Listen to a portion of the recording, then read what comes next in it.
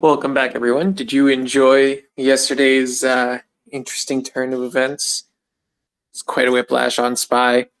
We ended up streaming for like 8 hours, which is insane. So hopefully we don't repeat that today.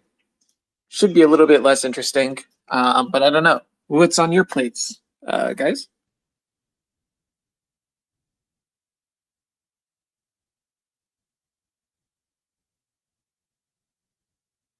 T Prince, Human Genome, Weeb, welcome back. Reptile, all of you. Thank you. Hello. Well, I'm just going to see how my puts and calls on SPY fare today. I have some calls dated Friday for 420 and some puts, actually some SPXS calls also dated Friday.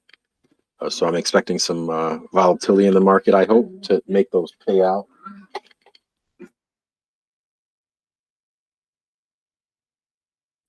Makes sense. I think Hardy was playing a Strangle also on SPY. Hello. So I am super bearish on Robinhood in the short term, just because of FTX. Obviously, a lot of that news has blown over, but still pretty bearish just on the fact that those shares will have to get unloaded in the next 2 years. In this next earnings report, if they don't continue to shrink their net income loss since their IPO, they're going to be a terrible company to hold. So if you're looking to get in on shorting Robinhood, definitely look towards their next earnings report, because any investor's been looking at their income statement for the past 7 quarters and been seeing that it's been pretty bad. But ultimately, long term, I'm hesitant to say that I'm bearish long term, just because I want to see that net income loss over time shrink. Does anybody have the unemployment numbers yet? I'm not seeing it on Yahoo. Yeah. 211,000. Estimate was 232,000. U.S. weekly jobless claims at 211,000. Last week estimate 232,000. So it came in lower than expected. Back to the gentleman who was speaking about Robinhood.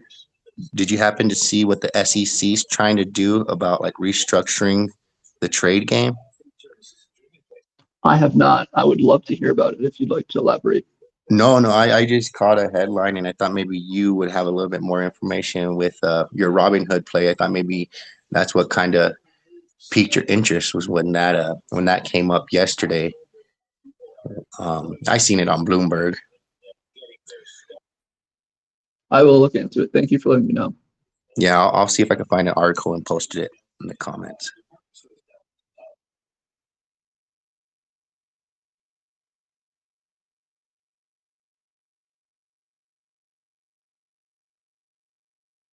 Looks like SPY's not reacting to those numbers. They sure are.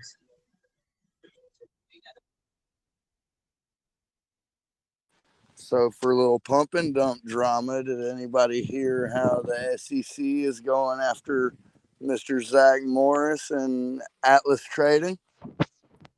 Yes. So were you saying these are the folks that were behind that whole meta materials pump and dump? Yeah. There was a couple other ones they were working on too. So Meta was actually... Oh, sorry, go ahead. Before you guys continue on the topic, can you kind of explain it a little bit more? I don't know.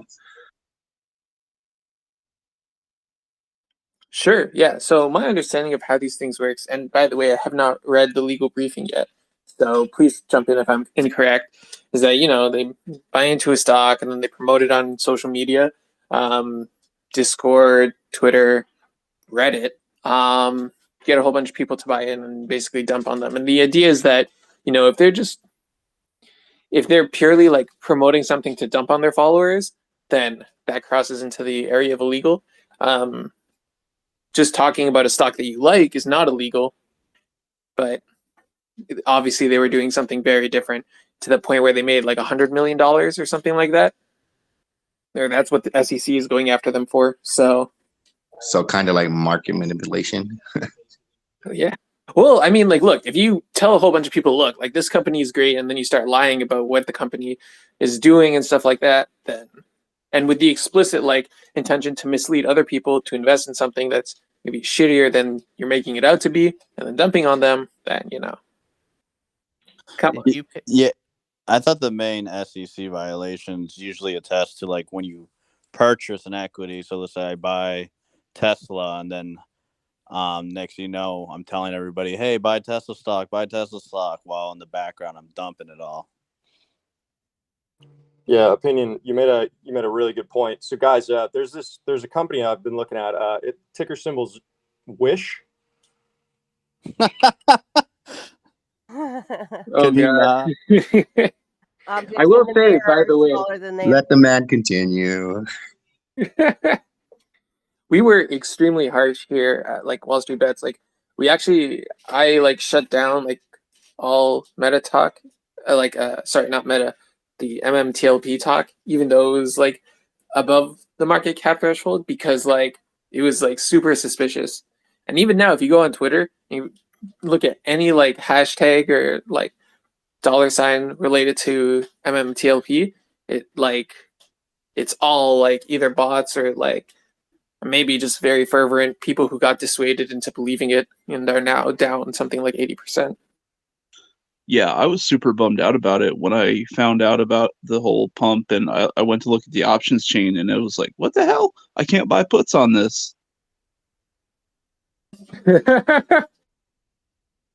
And I mean, I guess kind of to that point, it's one of the reasons why people like are unfairly like roasting, short sellers and stuff like that, because a lot of the times they are the ones that help keep prices in check, as opposed to, just unashamedly bullish stories like this.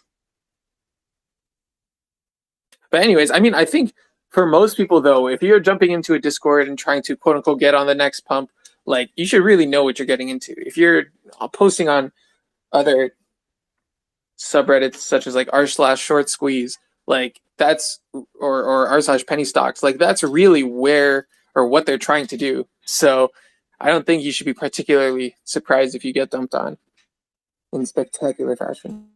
If your I think entire probably thesis, one of the other really good examples a couple months ago was HKD, where for some reason it just took off. It was a Chinese stock that went from like I think $20 or something a share to over 2,000. They just pumped that thing, and then all of a sudden it just shot down so hard. if your entire well, I'm gonna ruffle some feathers. I'm sorry. I'll do this nicely. If your entire thesis is tiny market cap and low float, then just understand that that's very easy to wind up with a ton of bags. So just I be can careful. concur.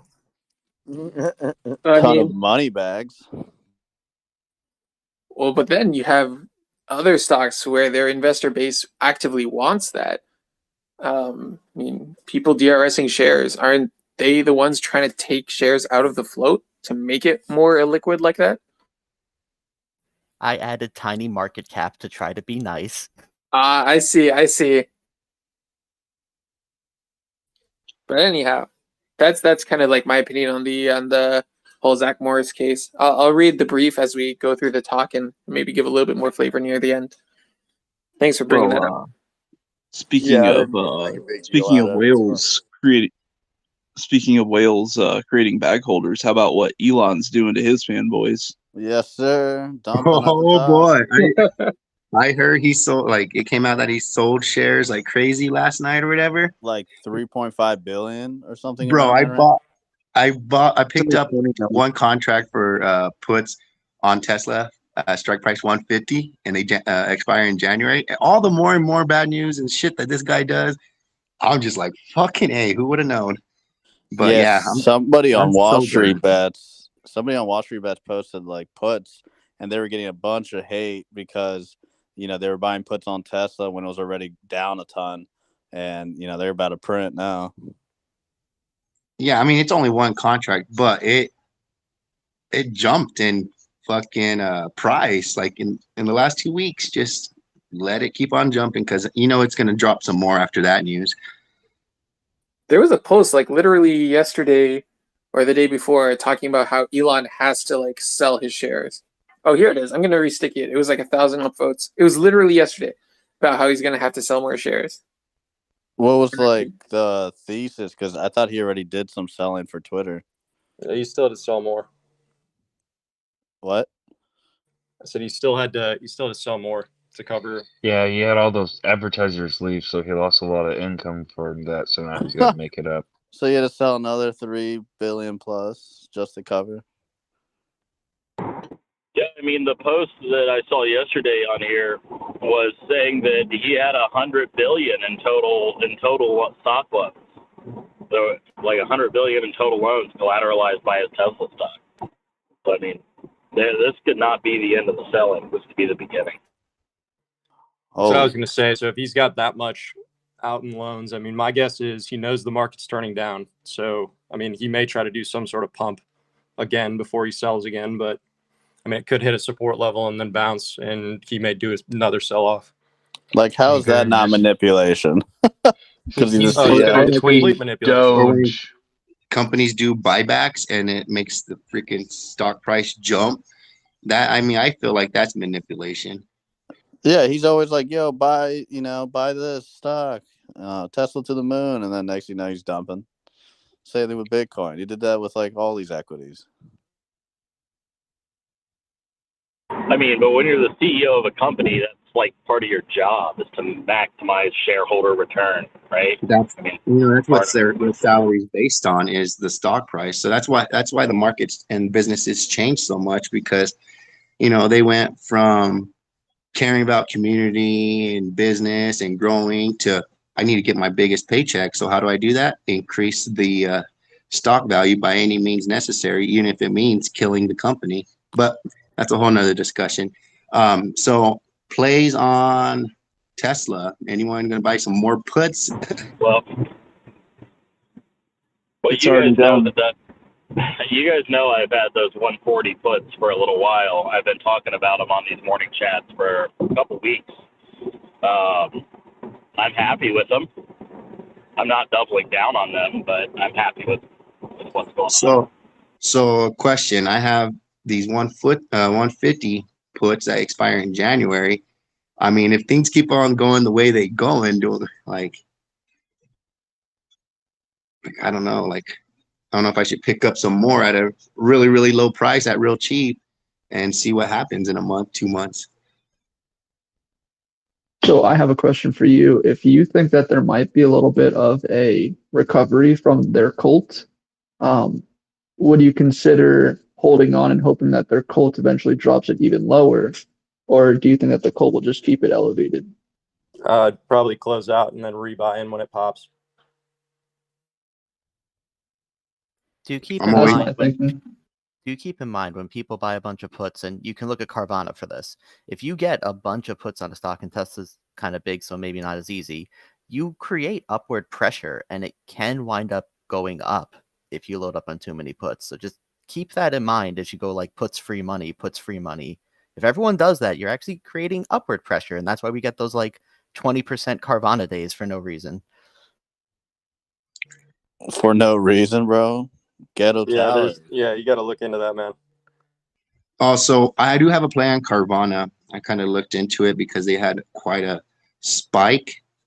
If we're done talking about Tesla. Used cars again? Please. Yes.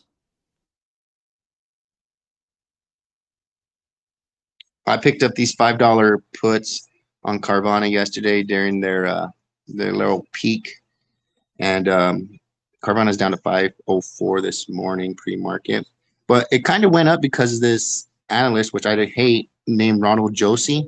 He went in and just pretty much bullshitted, and a lot of people followed him and bought into Carvana. But with interest rates going up, it's going to be harder for people to buy cars.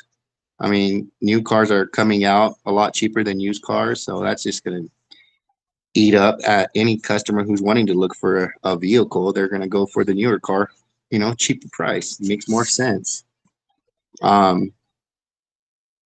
The index for used cars, I mean, I'm pretty sure a lot of people know it fell 2.9% in November, and then in September and October it fell 1.1 and 2.4 respectively. So I just don't even, I mean, it's no secret Carvana is gonna be going down. It's just don't know how long it's gonna take before they get off the market. But yeah, $5 puts on Carvana. Yeah, that's pretty much the Expiring. consensus here. Yeah. Yeah, I Expiring don't think you need to convince before us Christmas. to short them.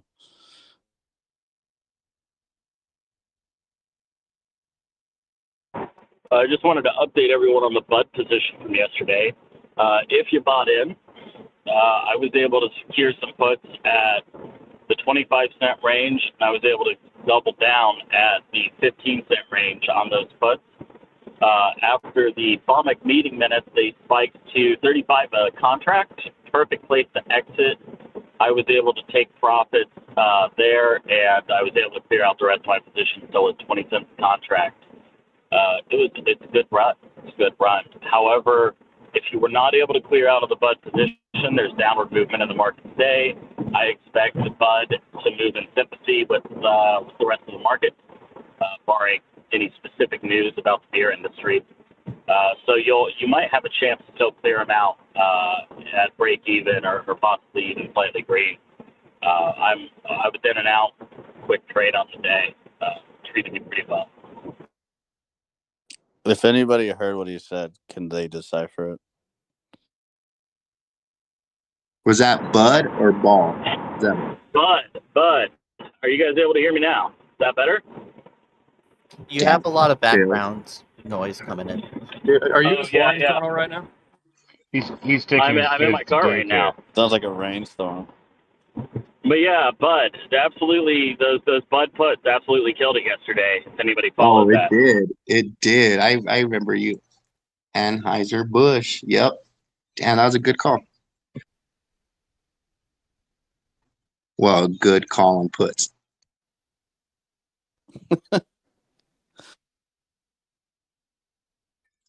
On Carvana, real quick, before I move on, I actually thought of a bullish stance. I did see that they were opening a new location in Denver and a new location in Oregon for some reason. And I put it out there about like them transitioning, and not just them, but other used car businesses, Drive Time and CarMax and those places, converting it into like a rental car, like an Enterprise or a Hertz. But that was my bullish stance on it. But I mean,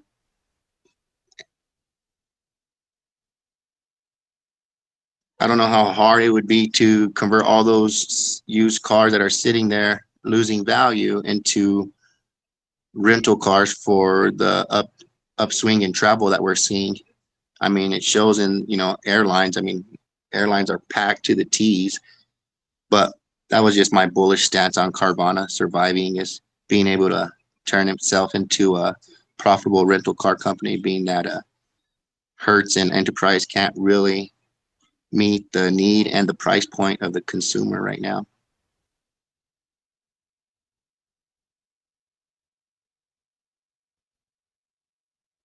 Yeah, I mean, that would be a smart business move if they could stop themselves from running afoul of state regulators. But I mean, there's so much shady bullshit going on. Honestly, like that's why I bought puts. I think it's too late for Carvana, but I'm thinking more like Drive Time and, like I said, CarMax. These companies that are in a bad position, not as bad as Carvana, but maybe having a bullish play on these two other used car vehicle companies that are gonna make changes and become profitable. Because I don't see, I mean, maybe you guys see things differently, but I don't see used cars becoming valuable. I mean, unless there is a chip shortage, you know what I mean? Again, and that whole thing plays out again. But then if you're renting cars, you're still gaining income or revenue from renting them out, but then you still have them when you need to sell them or want to sell them or can sell them. But yeah, I think that should be the move for a lot of these used car places. They just need to start moving into that rental car sector.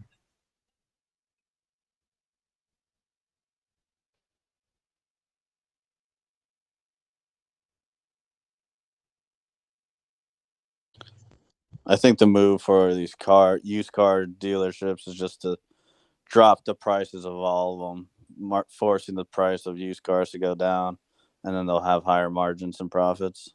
But that would even matter because like people aren't buying cars, like you know what I mean. And then the people that are buying cars, they're going for new cars. But people are buying if they're buying new, right? All right. Let's move along. You don't want to talk about used cars again? It's a perennial topic.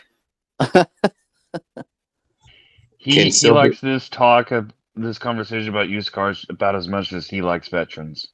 Oh shit! Oh damn! Yo, ban I'm never gonna live that down. Hey, can Silvergate go like way further? It's trading at 18.13 right now.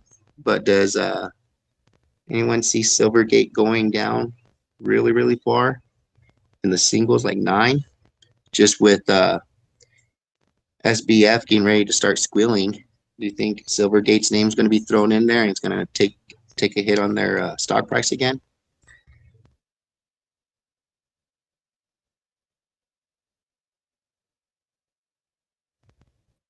I see SPY going below 394, by the way. Oh yeah, SPY's taking a hit on all this unemployment news. I don't know what else.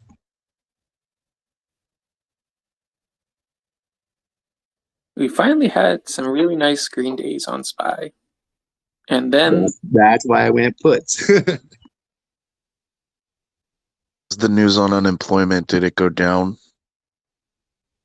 It was lower than expected. The Fed just unemployment was lower than expected. Bearish. Yeah. Bearish. Yeah, it was lower by I think about 20,000. 20,000. 211 was what was reported. 238 was what was expected. But I mean, under the current conditions, how low or how high can unemployment really go? Because everyone's just dying for people. I don't know. I'm looking for a job right now. I mean, if you heard J Powell speaking yesterday, mm-hmm. He's trying to crash. He's trying to get more jobs off the market. I do want to thank everyone. So the U.S. is trying to bring manufacturing back to the United States, which is going to require even more workers to fill those jobs. So I don't see. I don't understand how we expect unemployment to go up. I do want to thank everyone here for keeping unemployment as high as you can. So good job, gentlemen. At least we're trying to help America. Doing what J Powell said. Like, I know we're all on it. We just need to get more people into this, but at least don't fight the Fed. Don't fight the Fed. Go quit your job. That was good. Yeah, I don't really understand how they're forcing it, right? Like, what's the logistics behind it? I was wondering, does welfare count as unemployment? When more people need jobs, they're willing to take lower wages. I mean, so I think that's his plan, because he needs to bring those wages down because they were so high during COVID, being that government was funding a lot of, of hospitals and stuff. That's just me because I'm in that field. So now everybody that were working during COVID, they want that money, and they're like, no, that's not available anymore. So yeah, less people, like the more people that don't have jobs and need jobs, the more willing they're to accept a lower wage. I think that's why. So you're telling me they're gonna force companies to lay people off just to rehire them at Amazon's laying off people. I'm sorry to cut you off. Amazon's laying off people during a busy time for them. I mean, you hear about FedEx laying off people at a busy time for them. You hear about Twitter. You hear about Meta. So yeah, there's a lot of layoffs going on right now, and I think it's towards the Fed's plan to lowering wages to help lowering inflation. That's just the way I'm seeing things. I mean, well, the reason why they laid off a bunch of people is because they hired too many people, not because, and they were also overpaying them, but they just hired way too many people. Yeah, like the past 2 years, took, like, pointlessly, and they're not trying to decrease wages. They're just trying to get rid of people's jobs who no longer require that kind of job there, you know. And especially, I mean, he's referencing logistics companies in the Well, supply chain industry. yeah, so how can we say that they're no longer needed when it just says that e-commerce was the way to go for Black Friday and holiday shopping, and all these e-commerce places are, reporting record numbers. So why, you know what I mean? So it's not that they don't need them, I don't think. They just need them at a lower wage. No, they definitely overhired during the pandemic. The logistics industry was booming, then logistics companies hired people through the roof. I mean, it was insane. Okay, yeah, that makes demand sense. spiked through the roof. Everyone was at home ordering stuff. Yeah, So that it's makes definitely sense. coming back to regular levels. That's why a lot of those logistics companies are laying people off. But in some instances, they did overpay for people, though. Like, I've been trying to hire 100%. They definitely overpaid. And they said they were getting about 200,000 from their previous position. They would not worth that, and they wanted that now. But another perspective of what these companies do, such as Amazon and companies similar in the tech space, is that they overhire in the call for shielding the long-term employees from any sort of layoff. So if you hire, 1,000 people extra on your team, you essentially are protecting your core team that's been there for a while from being laid off, because you'll just lay off those newly hired 1,000 new employees. So it's actually kind of more fucked up than it is. And then they use the performance metric piece to really hold you accountable, and that's how they terminate you eventually. Has there been any color provided on what type of workers they're releasing? Or, are these seasonal workers that they're releasing? Or are they releasing tenured employees? So in the perspective of Amazon, since that's where I'm at, there you tend to lay off anybody that's on contract first, and then they follow by laying off people within the HR space, because HR is known for the hiring piece. So if you're not hiring as much or freezing, you don't need them. So then they cut down HR significantly. And then the third piece, I believe, they kind of do the performance metrics on all, like, it's up to the managers at that point on who's the weakest links in the company, but it could be anyone seasoned or not. I would suspect it's people with very high RSUs and salaries that aren't contributing. But as far as we know, these still are just seasonal layoffs, which happen literally every year, but they're just being publicized and essentially brought into the media. I'm not so sure about that. Yeah, there was even an article that Amazon was laying off its corporate employees. I'd have to dig it up. I'm on mobile. Yeah, the recent layoffs of Amazon have been around, like, the most recent was on their Alexa team and devices team, because the Alexa business apparently was losing billions and billions of dollars. So they laid off a whole bunch of people in that arena, in areas that they were identifying as having zero return or actually putting them in a bigger hole. So they started shutting off services to meet that, call for layoffs and cost savings. I don't understand how one loses money on Alexa. I mean, once you've made the product, it's just a little thing in your house you talk to. I mean, what the hell? People still cost money to operate Alexa, it's called, and it's not generating enough incremental sales of the original Amazon retail product. Yeah, my assumption from looking at the business figures was just that they had a huge overhead because they were trying to do so much to kind of scale Alexa, but like at a certain point, all it is just like you speak to it and you can do commands and skills on it, but it's like, you spend so much money investing to grow it. At the end of the day, like, there's so much you could do with it. Fuck yeah, literally everyone is, everyone tells Alexa to shut up whenever she starts to try to upsell you on stuff. Yeah, there's just not enough that they could do to make it more profitable than what its current model was already planned for. Yeah, that would make sense to me, is that they're looking at the high dollar tech salaries. I can tell you, I'm in the industrial space. I'm in warehouses, distribution centers, manufacturing, not every single day. I'm sitting here talking to you folks, but I should be, and I'm in them a lot. None of my accounts have let anybody go. 90% of them still are looking to hire, and I will tell you this, the budgets for next year for capital expenditure on automation is by far the highest anybody has ever seen. People are still heavily investing in automation. And from a manufacturing standpoint, on things like boxes, on things like polyester strap, which went through the roof with the wood, they are still out, 6 to 12 weeks on some of this stuff. The demand is still very, very high, and they're just now, within the last, I would say, 8 weeks, catching up to where they are even basically just able to catch a breath. And there is no sign of anything, I would say, slowing down from a hiring standpoint yet. And that's just my perspective on the industrial side, which saw, 9 months of consecutive polyethylene increases while the Fed was saying it's transitory. We see a lot of this stuff ahead of time. We're calling on the automotive companies that manufacture and the people that essentially start the inflation.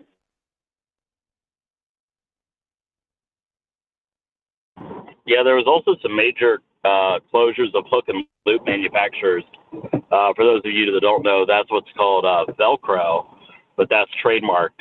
So they use the term hook and loop, which is the non-trademark term for it. Several manufacturing facilities of that closed down in 2020 and 2021, which have driven up prices for Velcro-related materials. I'm not sure if you're seeing that in your job as well. I can't speak specific to hook and loop. We had paper plants go down that provide like chipboard, but we also have plants coming online in the next few years that are going to bring capacity up. We've got giant resin crackers that are coming on board that are going to lower, or it increase our output of like polyethylene and polyurethanes throughout the country. But given most of those are down in the south, so they're very subject to the hurricane and stuff. But the United States is building very, very quickly, is trying to build its supply chain up. To essentially not be self-sustainable, but to be more self-sustainable than we were previously. And I just want to tell everybody a big reason why I've been loading up on SPY Leaps puts these past couple months is what I'm seeing is baby boomers are retiring en masse. Literally every day, thousands of them retire, and there's just not enough replacement from the younger cohorts. The younger generations are just literally smaller than the older generations. And I think this is something that people are not talking about enough. There's more retiring happening than young people entering the workforce. And that's a nonstop thing. That's literally every day of every week. And so that's why I think it's going to be a lot harder than people think for JPAL to bring unemployment up. I think that's right on the money. You got it. I mean, I've worked in factories. Like I worked in a lumber mill, I worked in an insulation factory, and some others. And literally every time I worked in one of those places, it's just absolutely full of guys who are in their late 50s, early 60s, just absolutely ready for retirement. Because let's be real, I'm not saying young people don't want to work. I know that's not true, but we sure as hell don't want to work in those kinds of jobs, because those kind of jobs fucking suck. Work ethics have changed like crazy. So I can speak to that a little bit as well, which is kind of funny. I just talked to a business owner. He runs a small printing company, and I swear to God, he just hired somebody that was let go from an insurance company that was a coder, and this was the first job he ever had to take, where he's basically been not in the office but in the warehouse side. And the owner was talking to me about it because he's like, the kid has no idea what to do outside of sit behind a computer screen. And it was kind of funny, and it's true. Yeah, snowflakes can't work in labor jobs. So true. I've hired people that don't know how to read a tape measure. I teach people how to read tape measures. All right. What we got for plays? Let's bring some more people up here. Does anyone know nanostring technologies? I'm seeing some fairly significant insider trade, purchasing going on, but I don't know the NSTG. Nancy, Sarah, Tara, Georgia.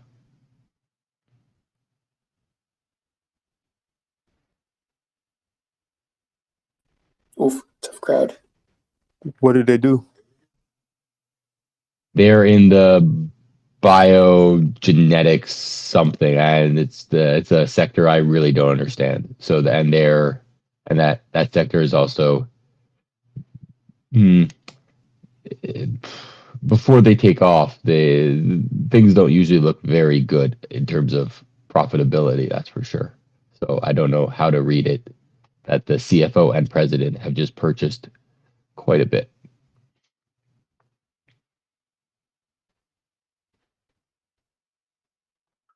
Well, I'll just say insider transactions are a good thing to look at, but on the other hand, insiders are notorious for like buying the top of their stocks because executives are not investors. Just remember that. This is not the top. This is like a few months after the top. My problem with insider anything is insiders sell for a variety of reasons, but they only buy because they think the stock will go up. So that's usually a bullish indicator. What's unclear, though, is how much of their personal wealth is tied to the company's future. Right. For some, it's not a lot.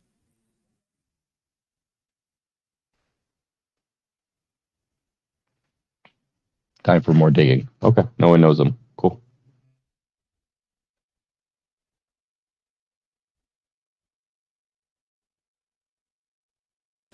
You guys chat about the retail numbers came out earlier. Obviously, they came in negative.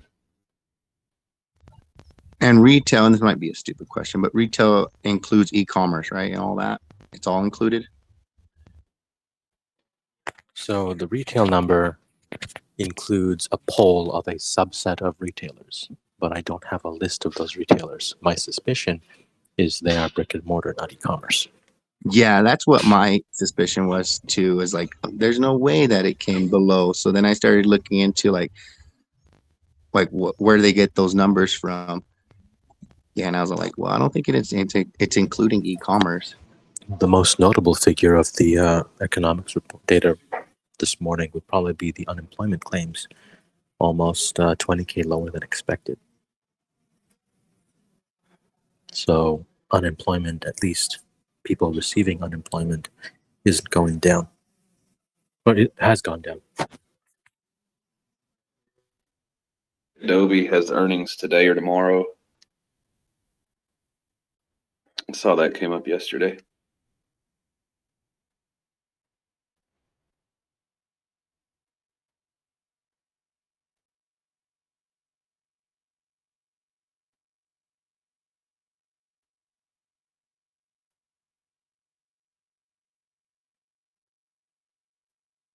So I put this straight out before, but I'll put out that I'm still doing it.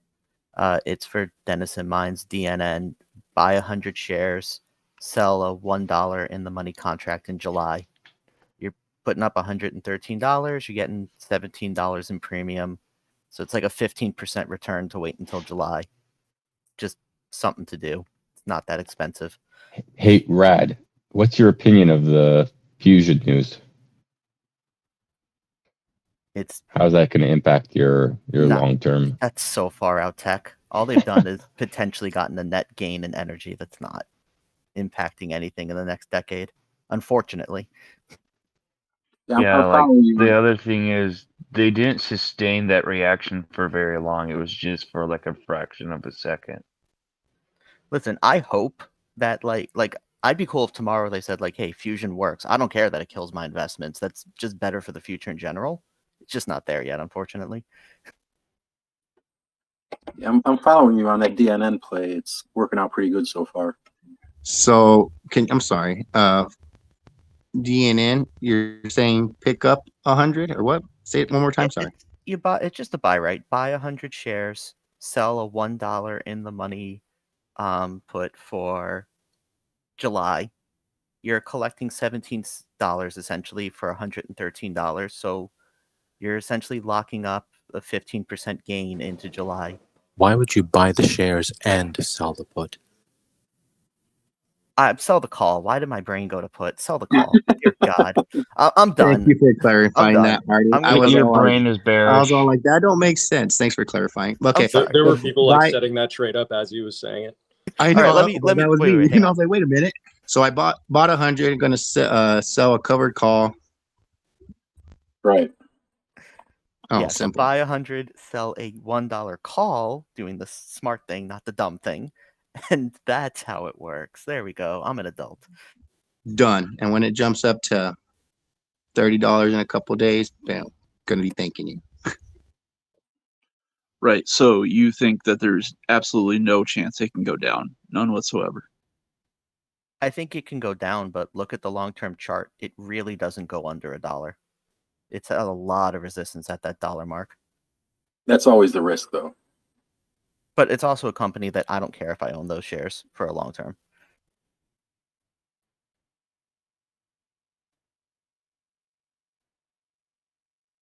But you're not owning those shares. You're basically calling away the shares if it drops at a loss. No. No, You're selling the right to your shares below what you're buying it at. And in the money, you're selling it in the money call. Yeah, he's making about by like what 10 cents or whatever the current price is. So you have a net gain essentially, and you're protected from what he's saying by the low side because it hasn't fallen below that in like 7 months or something. And you can always roll them. Good rolling. I'm about to roll one.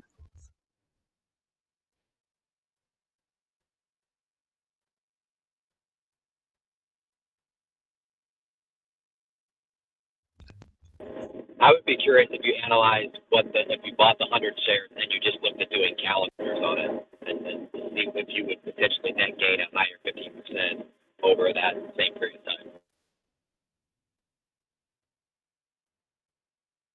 If someone wants to run the math, they're free to, but I don't feel like it.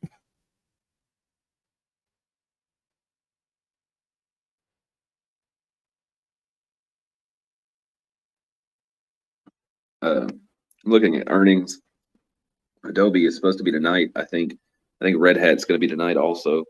I looked into Adobe.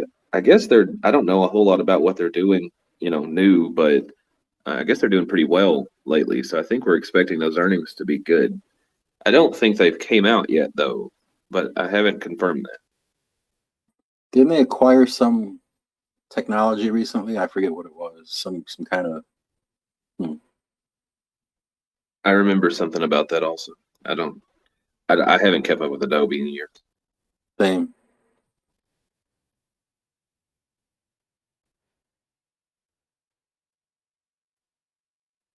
Also, Scholastic, for those of us that bought those books when we were kids, pizza parties and all that shit, they got earnings soon. I didn't even know they were by the Republic.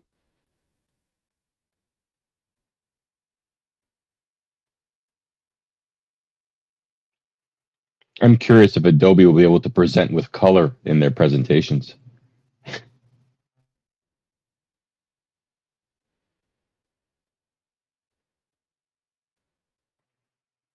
If you're not aware, one of the major add-ons, they're having a huge dispute with one of their suppliers. I think that's the point. I don't think any of us are aware of Adobe at all.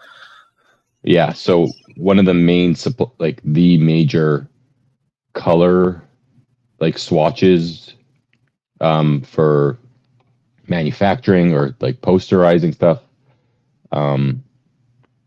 they're having a huge dispute between the two of them. Pantone? Yeah. So literally colors have been ripped out of pictures on Adobe.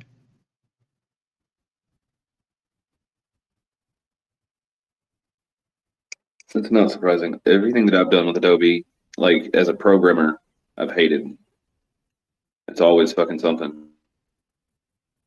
Let me get that ripped copy of Photoshop.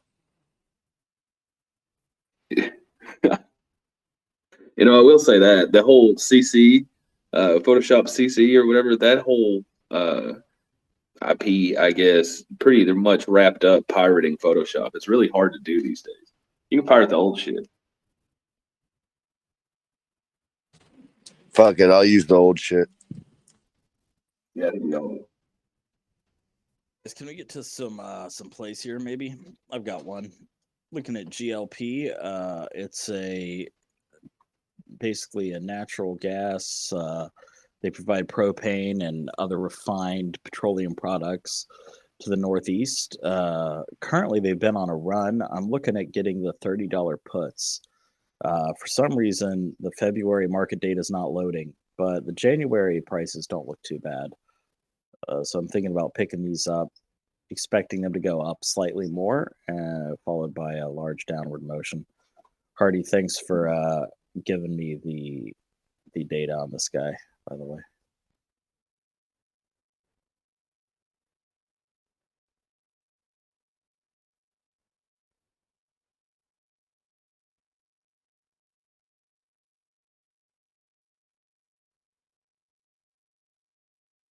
This is the one I think you said was about ready to cross delta neutral, and every time it crossed delta neutral in the past, it moved downward heavily.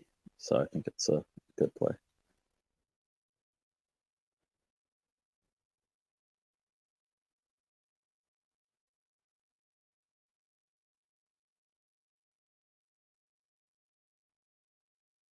So could you say one more time, Skull, what exactly do they do? They sell the products, or they're a seller and distributor. GLP is a stock sticker. So Global partners. Yep, they get a lot of their stuff from back in shale. Just to be clear. So you're buying puts at 30? Yeah. Expiring when?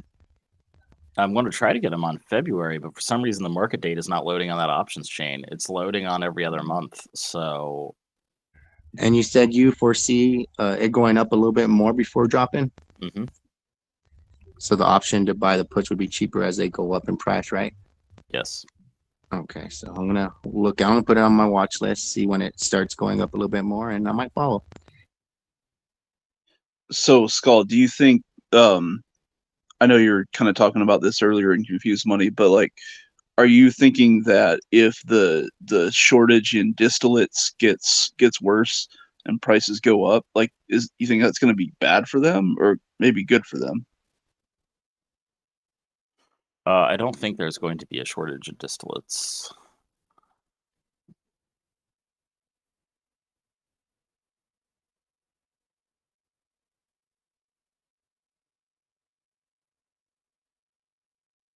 Good morning, everyone.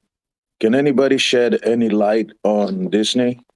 See if anybody knows maybe, or at least have an assumption of where it might go in the next week or so?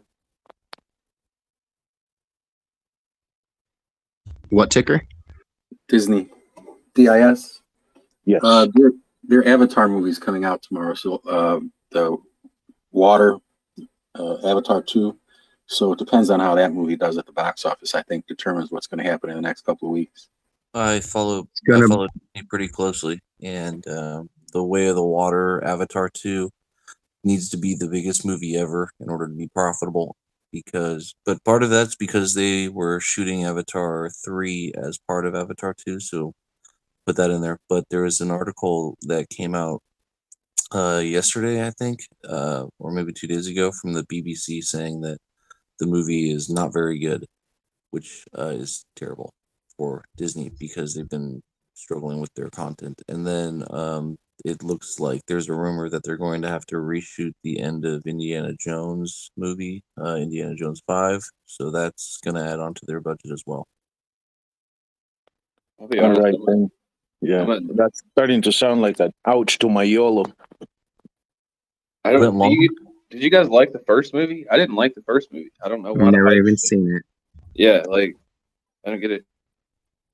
Slut spoiler, this is your Disney bear thesis. Looks like it's coming to fruition. He said a few weeks ago on here that the screen tests for Indiana Jones were so bad they were going to have to reshoot it. Looks like you were right, buddy. Yeah, I'm waiting to go long, but right now I'm bearish until they start getting their head out of the clouds there. So, good morning. Good morning. For those guys talking about distillates, I threw up in the chat a little chart resource. It's all free, obviously, of distillate supply. You got crude in there as well if you want to take a look at that. Wondering when Nintendo's going to get off their ass and replace Chris Pratt with my boy Danny DeVito.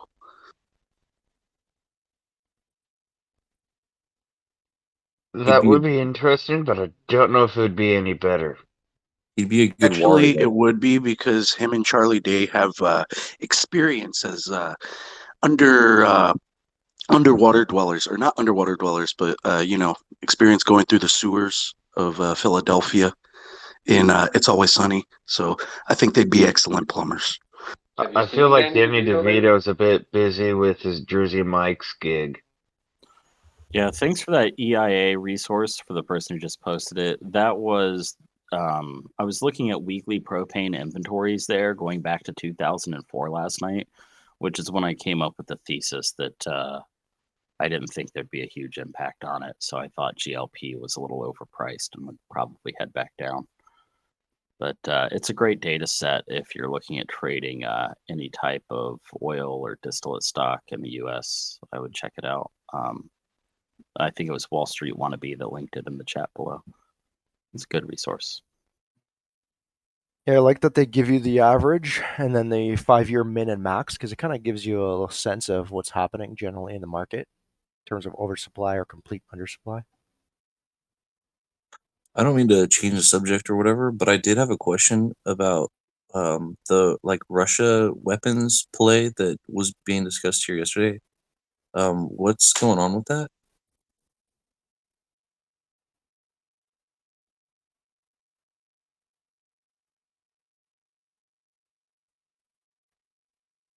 Okay, forget that. Then I'll just skip right into something else. I wanted to Is talk the about. person who said it here? You guys were talking about some kind of weapons shortage or something. Is or- the user who was talking about it currently up here? I don't know. Sorry, I thought there was a lot of people talking about it. I thought somebody would know what the hell's I going on. think it was a I think it joke. was just people joking around about making AK-47s. Yeah, I think it was a joke about how they were like conscripting kids, and people were joking like, "Oh, one person will get a knife and the other person will get the gun, and they'll have to sort between themselves," or like one person Yeah. gets the bullets. Okay, I thought it was serious. Maybe I just need to wake up more. But anyways, I wanted to talk about Grinder just real quick. On the on Robinhood app, there's a section that says this list is based on the portfolios of people on Robinhood who own Grinder, right? And the stocks here: Hood, SoFi, Coinbase, Carvana, Bed Bath and Beyond, AMC, Canopy, Snapchat, Roblox, Amazon, Mullen Automotive. Mullen, Tilray. Does this sound familiar to anybody? Yeah. Yeah, they're all meme stocks. Yeah. What the fuck? You're surprised that Grindr is going to easily become included with the meme stocks? I feel like that was preordained. It's about time the gay bears were able to find love. I feel like Those that's the 8-year-olds least. on Roblox need to be able to get on Grindr when they become adults, so it's perfect. Well, I think it's time to move on. What other plays do we have?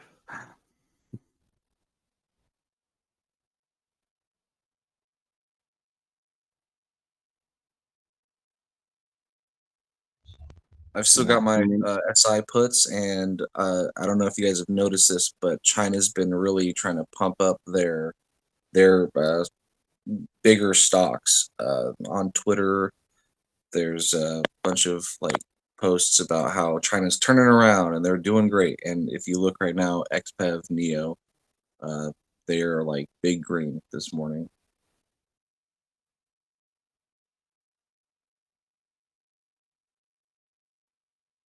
I've flipped. I've been very bearish. I've been very bearish, and now I'm officially long. Remember what Chano said about China. Wait, you're long China? Yep. Just dipping my toe in, and probably gonna keep on going further, putting more investment in it as time goes on.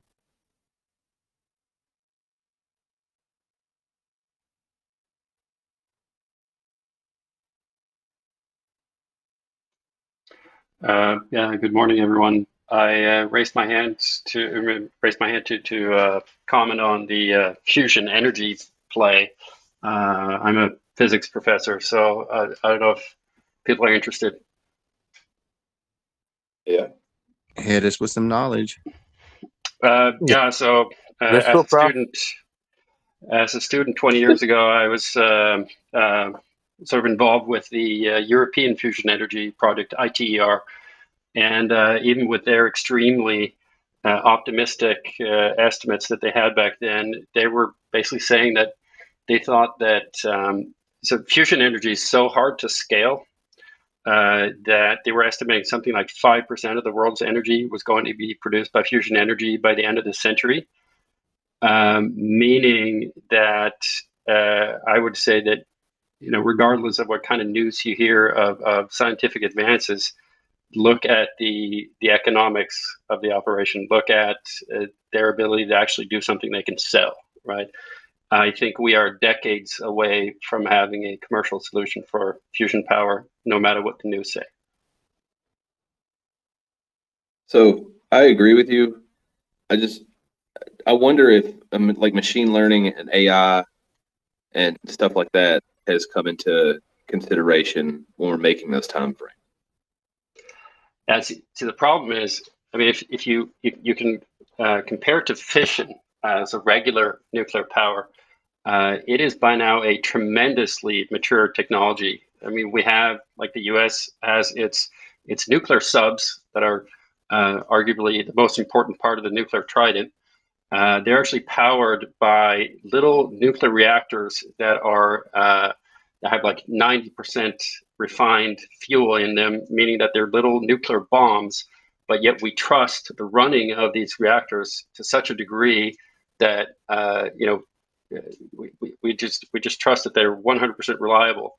And still, the world lags tremendously behind in adoption of fission nuclear energy, that is, regular nuclear reactors, simply because it's too complicated to run. We need too highly trained technicians, need too much high tech materials, and so on and so forth.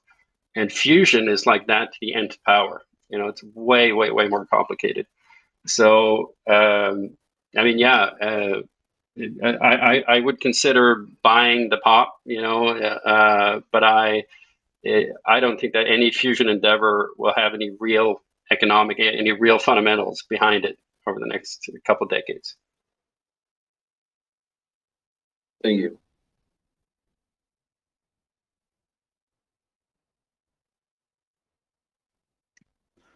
So I you're think that saying there's a confirms- chance. I think that confirms what we were saying yesterday, that it's a relative nothing burger. You know, also, as Hardy said, until the experiment's repeated, it means nothing, because it seems like once every few years someone comes out with positive energy fusion that then no one's able to replicate. So I almost completely would agree with you guys. The only outlier for me personally is like GPS. And I know that sounds crazy, but the whole GPS came about in just a short period of time because the government really wanted it. And so I think if we see that shift where, holy shit, there's a chance, right? They may be the catalyst where we see that in a decade. I don't think we're going to, but maybe.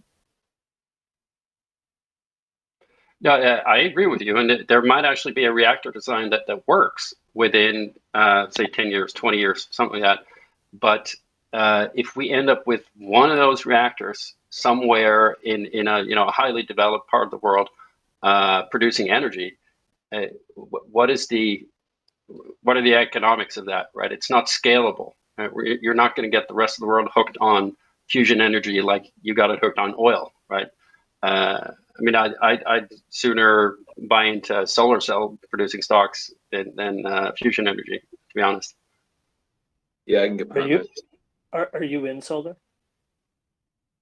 No, I'm actually trying to ride oil at the moment, but I think that we're still too young for fusion anyways. It will be a couple decades before anything feasible comes out of it. Again, I don't disagree with you guys. I feel like people said the same stuff about the internet and computers and everything else. And it's only been like 40 years, right? The phone that you're holding in your hand or the computer that you're sitting in front of, that's not even a full lifetime in time, right? That we've made these advances. So I don't think we're going to see fusion energy in the next decade, but it wouldn't be the first time we've been surprised.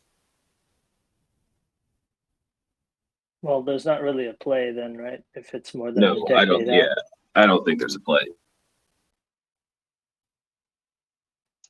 I agree. I just wanted to comment to get people out of the hot air dreams a little bit. Hey, Hardy, are you here?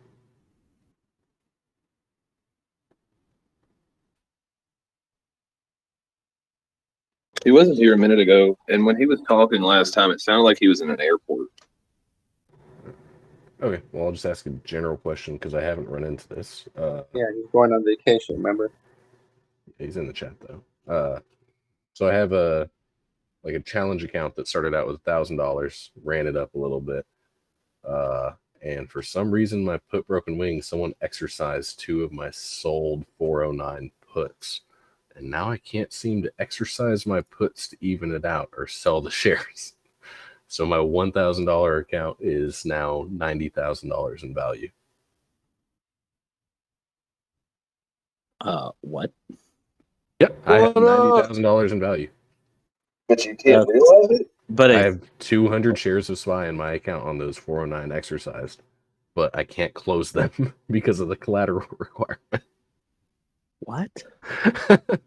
So obviously the thing I should be able to do is exercise 2 of those put broken wing components that I had to combat the short side, but I can't seem to exercise them. So unless someone has a good answer, I'm going to have to call their trade desk and figure that out. Yeah, market's open. You should. Oh God, market. Oh no, I can't. You sell should them. be able to execute. Nope. So okay. I feel like with Ebony Gaines, we should just skip us and call them directly. Yeah, I would not be on this. I would not be on this call right now. Yeah, get your ass on the phone with That's why I him. wanted to talk. I'd go ahead and Bye. call. No, I mean I'm not worried about it. I can't lose like more than my maximum. I still have those puts that can exercise and can cover that spread. So I'm not worried about that. It's just I've never seen this happen before in all my years of trading. Right. I would go realize those gains though. Yeah.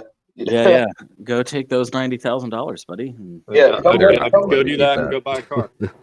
Figure it out and then come back and tell us how to fix it when we run into it. Hey, breaking news. Mullen Automotive suspended. They just got a $200 million EV van order.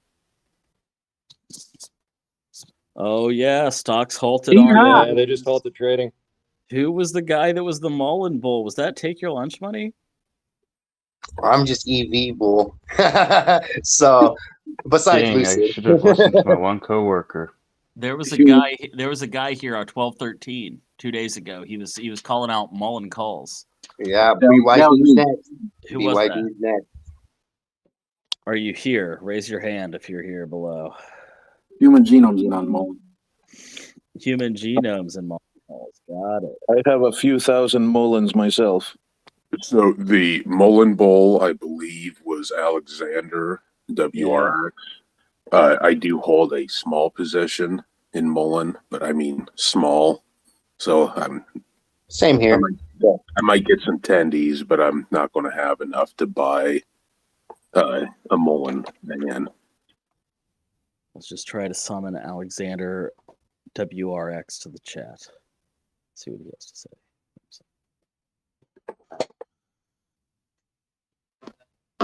Hey, Blind, that situation happened to me before, and by calling the trade desk, they were able to do it over the phone. Yeah, that's what I'm doing right now. So I'm actually going to leave the talk. Good luck, sir.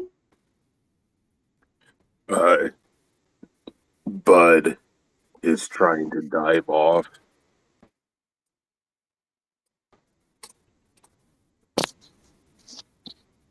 Okay.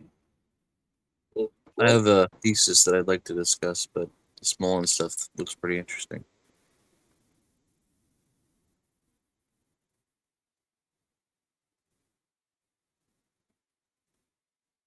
It's just a meme stock, though, right? Anybody shorting Tesla?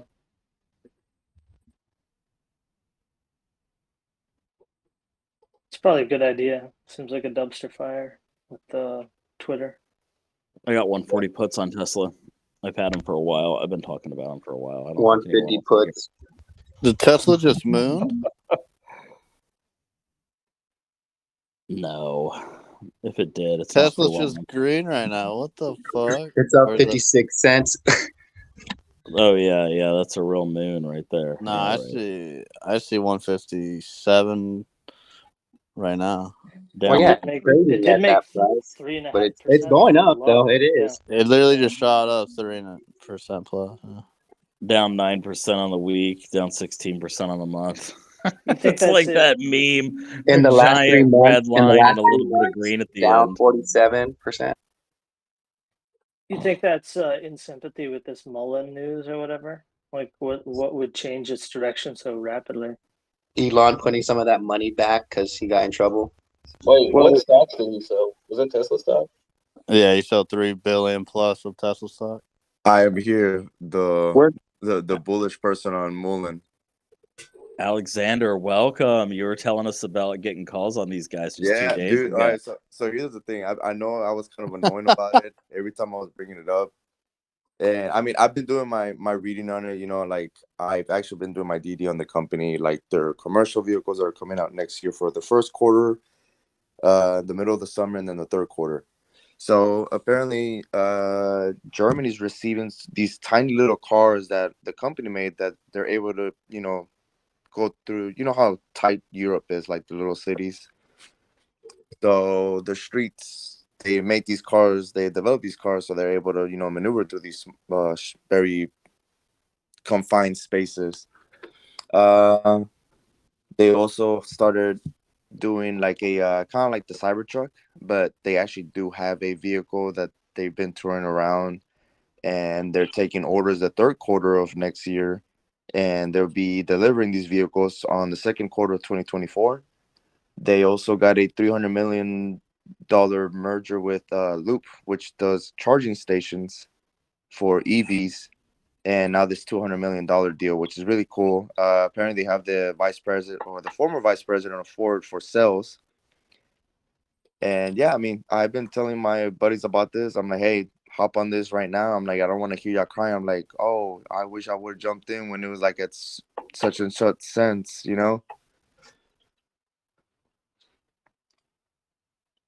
I wish I would have jumped in when it was at such and such. When you brought it up, because I just been looking into EVs in general. When you brought it up, I followed you just because it was trading like at 20 some cents. You know what I mean? Like, fuck it. Just my like average price is 15 cents. Just like I did with the DNN from earlier. Someone put out there, but yeah. Thanks, Alex. Thanks, bro. 5,000 shares on this company. This is more of a long-term play. So just be advised. I mean, I'm not looking to make a quick buck, within the next year or so. Yeah, no, I followed you on that, man. Thanks. Yeah, see, I've been looking at my long-term plays to be Build Your Dream. If you're looking into EVs, you probably know who they are. And then, yeah, but thanks. Yeah, I have put in another order for another 1,000 shares this morning, but I'm like, it's not going through, and I just noticed that it was halted. So yeah, that's wild. I mean, I'm just gonna say that's like, over half of Mullen's current market cap value. So I don't know what that means as far as like it goes, because their market cap is super small. So, Alexander, how much time do they have to get over $1, and how long do they have to stay over $1 on their most recent extension to fight off the reverse split? That I am not sure, honestly. I've been trying to dig into that part, but I haven't been able to find that out. I mean, if somebody can help me out on that, I would really appreciate that. I followed Mullen somewhat close, and we do appreciate you bringing it up. We also appreciate how you brought actual information to the table. You weren't just shilling some bullshit. So we do appreciate that. Thank you. But David Mitchery, the CEO, does have that AA, I think it's called AA series preferred share. It cost him $25,000 for that single share. It gives him, I believe the number is 1.3 billion votes as far as the reverse split. And if he uses those votes, he has to sell that share back for $25,000. So the reverse split is more or less solely in the CEO's hands, like completely up to them. They have filed extensions to fight off the reverse split. So and I mean, like, I have a position, but just so people are looking at it realistically, this company is beaten to shit, and it's a short seller's favorite. So this is good news. Hopefully, it can get up where it needs to be, but just so everybody looks at it realistically. Yeah, like I said, this is more of a long-term investment. I mean, from what I've been reading and on the company, I do have faith this will probably be good within the next, honestly, maybe 3 to 5 years. Does anyone know the short interest on this company?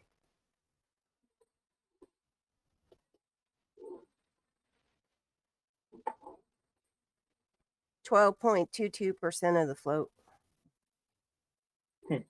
Not as bad as I thought it would be. The order book's all fucked, as one might expect with the stock that's been halted. But yeah, careful with your market orders, guys. You could get filled at an undesirable price. Carvana's up almost 2% this morning. Tesla. So one of my bud puts was apparently still out there, and I forgot to cancel it, and it filled and then went up, and I sold it again. What the hell? Nice. What? It's called, were those the put debit spreads? I guess I'd rather be lucky than smart. Anyway, yeah, they were the puts on bud. Yeah, I couldn't get my full fill on those put debit spreads. I didn't get my full fill either, and it filled this morning, but at a pretty good price. So yeah, it's all right. I already sold out of it. Looks like Mullen is set to resume trading in 5 minutes. Oh, here we go, folks. Here we go. Heard. Are we going to send it to the moon? Well, not we. Sorry, that was a joke. You heard it here, folks, like 2 days ago. So just so I understand, they halted it long enough for the dark pool to settle out all the shorts so they don't get squeezed. Is that what's going on? Yeah, that's why NASDAQ does these halts. No, it's supposed to be a hold on news, but yeah, that's a good point. You remember, I saw an article like a month ago where NASDAQ halted Bitcoin on news. Oh, right. So I'm looking at these $400 calls on SPY expiring today. And that's real dumb, right, guys? It's real dumb. I'm not going. Should I do it? No, it's dumb. I'll find a better play for you later, Scald. Depends if you're bullish or not. Hey, you're back. Yeah. Did your broker help you? Yes. So this is all through Tasty Trade. I'll say if I wasn't already hyping them up, I'm hyping them up more. He told me how to close them out on the broker, which was exactly like I thought. You have to close those bought puts in contrast to your shares that you were exercised, that you were given, and it wasn't working. And he couldn't figure out why it was working. So I'm like, shit, I'm just gonna sit here, $90,000 account. And he had to manually log into my account and do it with his admin privileges and close it out. So all closed out, profit made, boom, free money. Sorry, you just made 89,000. No.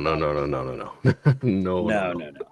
That's just what the account was showing because I had 200 shares of SPY that were given to me when they were exercised at 5 a.m, which obviously option chains aren't open at that time. And it didn't close it out whenever market opened. So I, for a short period of time, turned $1,000 into $90,000. They would have found it eventually, and they would have sued me. But hey. So what was the result though? You're still obviously in the green a fair bit. Oh yeah, I mean, I lost like $10 compared to what I would have had. I mean, they combine the shares and the puts, and then they sell them through their system, and they just do it for a slight credit difference, I guess is the right word. And so I lost like $20 compared to if I had just sold them all. Nice. So still free money on the day. The challenge account is saved through degeneracy. Very good.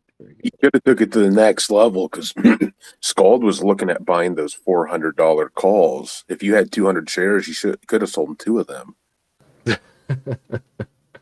I also could have very easily got my account permanently closed and had someone sue me for trying to keep money that was not mine. It would have went to arbitration. Yeah, it would have never cleared a bank.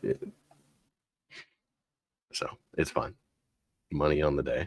The challenge account made $700 so far on the day. I'm perfectly fine with that.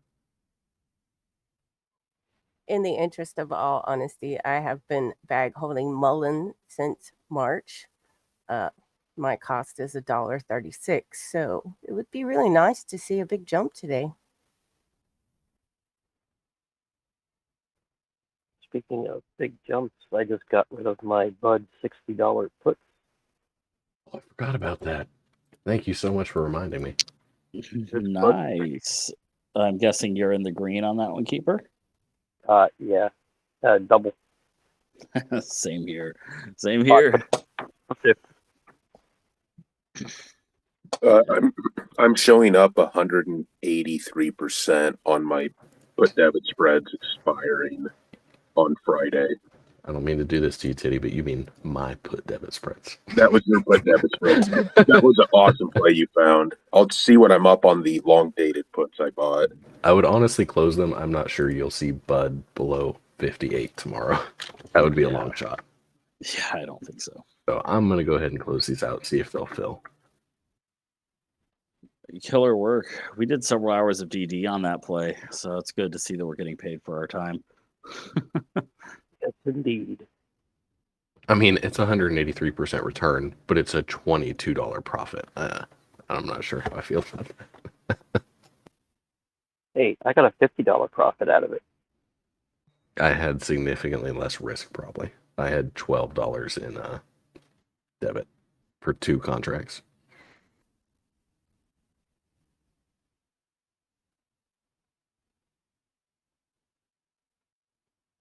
Do you see what happened in the CCIV subreddit this morning?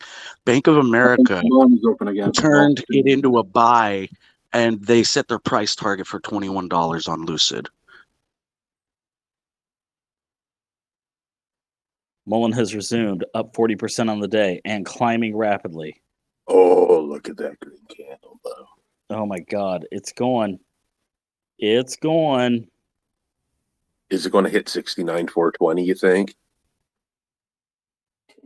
It's going to moon, boys. One can only hope. Bobby to the moon. Wait. Fuck. Oh, it's going to be above the market cap threshold soon. Why is it mooning?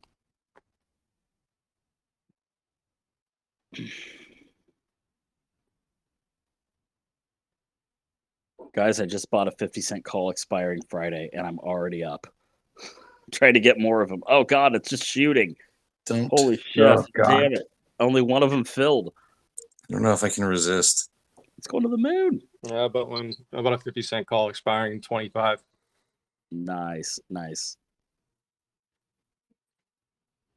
I'm just wondering how many people are going to dump, though. Oh, I'm sorry. I don't care. I'll hold this for a year and just see what happens. I held for about 20 seconds and got $200. I'm okay. Nice. Mullen just hit 38 cents, close to 40.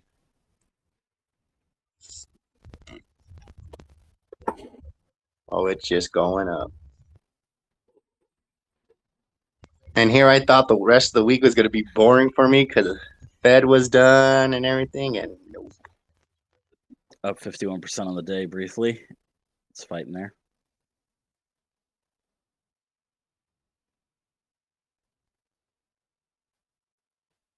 Oh, it's going.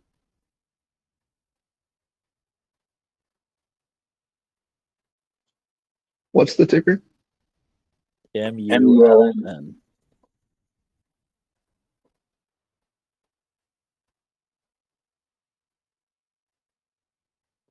Only one of my calls filled. I'm pissed. Oh well. What's the news? Why is it running?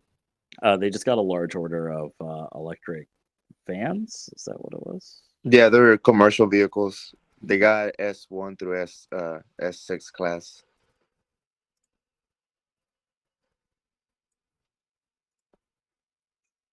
Look at the volume on those 50-cent calls. I actually picked up 20 of those when they were really cheap.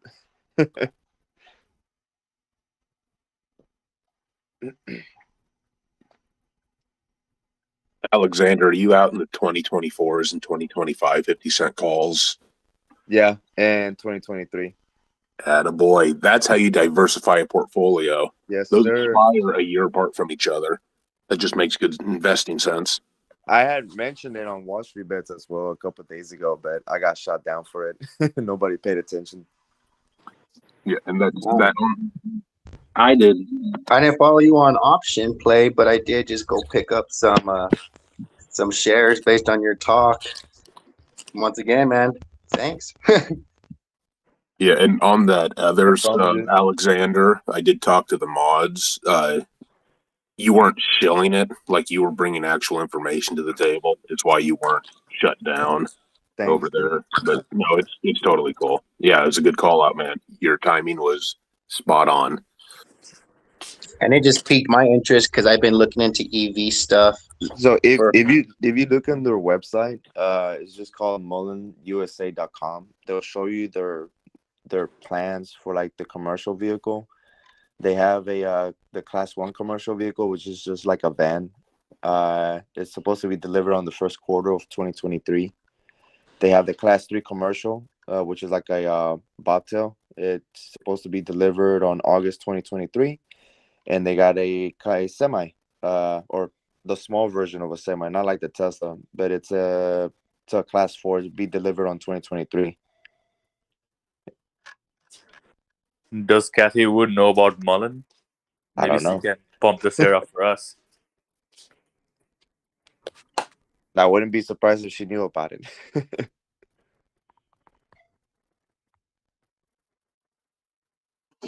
Speaking of EVs, we don't really mention Fisker much around here, and it's definitely worth mentioning for the price, $2 billion market cap. It's a good speculative play, I think, for long-term EV adoption and whatnot. They're officially in production as of last month. All their milestones were hit on time. For the Fisker Ocean's a beautiful SUV. What else? It's not. All their 40-something, about 50,000 vehicles are spoken for and sold out for the next year, and they're probably going to be. They will be ramping up in 2024 when their other vehicle, the Pear, which is going to be officially revealed by the end of this month, will be manufactured by Foxconn at the old Lordstown factory in Ohio. So, and that's supposed to be in mass production numbers. It's kind of like a mini SUV / city car for like Sorry, you said 30,000. You said Foxconn's gonna make a Fisker car? Foxconn, yeah, Foxconn's going to Wow. make the Fisker pair. They already have inked a deal on that at the old Lordstown plant, which is a waste of space, at this point. Do you know if Foxconn is bringing people over? Are they using like local people from that There's area? no word really on that, but I would think that there's going to be a lot of local, hires going on with that. Yeah. So yeah, the idea is right now the Ocean is manufactured by Magna. So this is one of the advantages of Fisker is that they don't have to deal with all the production issues you see with Rivian, Lucid, and all these other guys.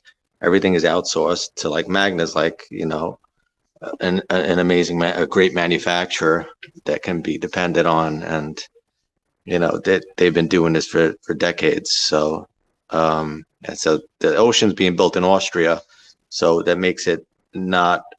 It doesn't qualify for the tax credits here in the U.S., but it's still a $40,000 EV, which is beautiful and luxurious. So I think it'll still sell. Kind of interesting that it didn't have a big pop like a lot of the other EVs did on this Mullen news. I would think there would be some sympathy movement to the upside for somebody like these guys. It's found a good base here at 7. I'd say it has about a 30-something% short interest. Insiders, including Henrik Fisker, the CEO, and his wife, have been making a lot of insider purchases. His wife just did like 33,000 shares a couple weeks ago. So they're definitely strong on it. I'd say the only risk, in the future is probably capital raise. But they currently have about 900 million in cash on the balance sheet, which like a short seller recently tried to attack them on and say, oh, that they don't really have that money, which is nonsense. And they came out and set them straight on it. But yeah, I think it's a good spec for $2 billion market cap. And they've hit all their milestones. They're looking good. You can check out their Instagram and stuff. They got cars lined up already in Austria at the plant. What's the ticker? F like Frank, SR, Fisker. Fisker. Got it. Thank you. Yeah, the rest of the EV stocks aren't moving because this thing's only got a $180 million market cap.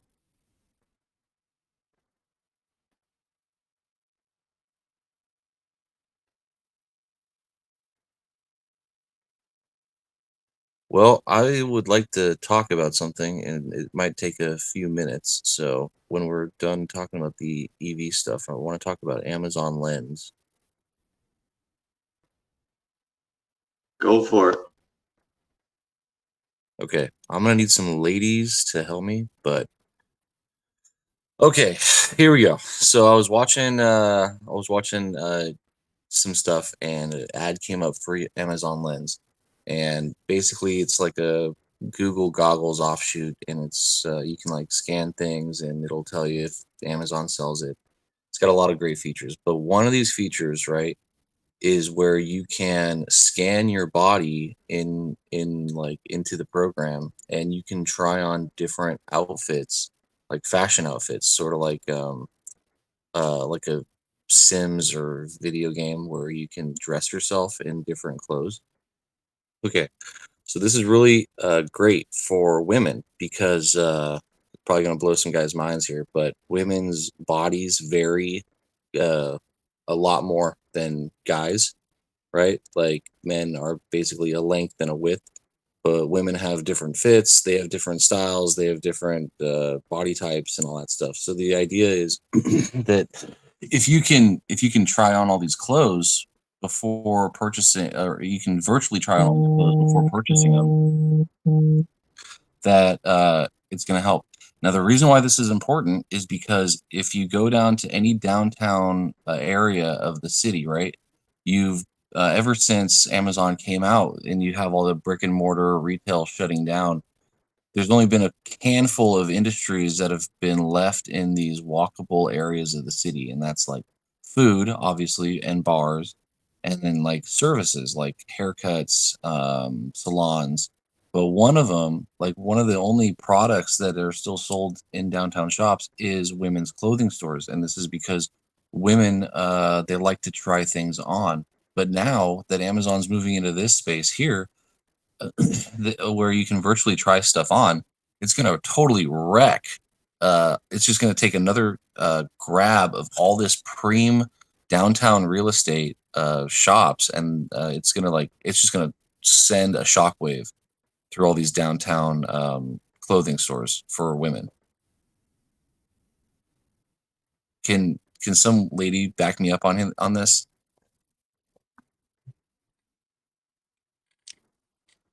Good morning. This feature has been out for a little bit of time, and it's in several. There's several different apps that have the same type of feature. For me as a shopper, I never use it.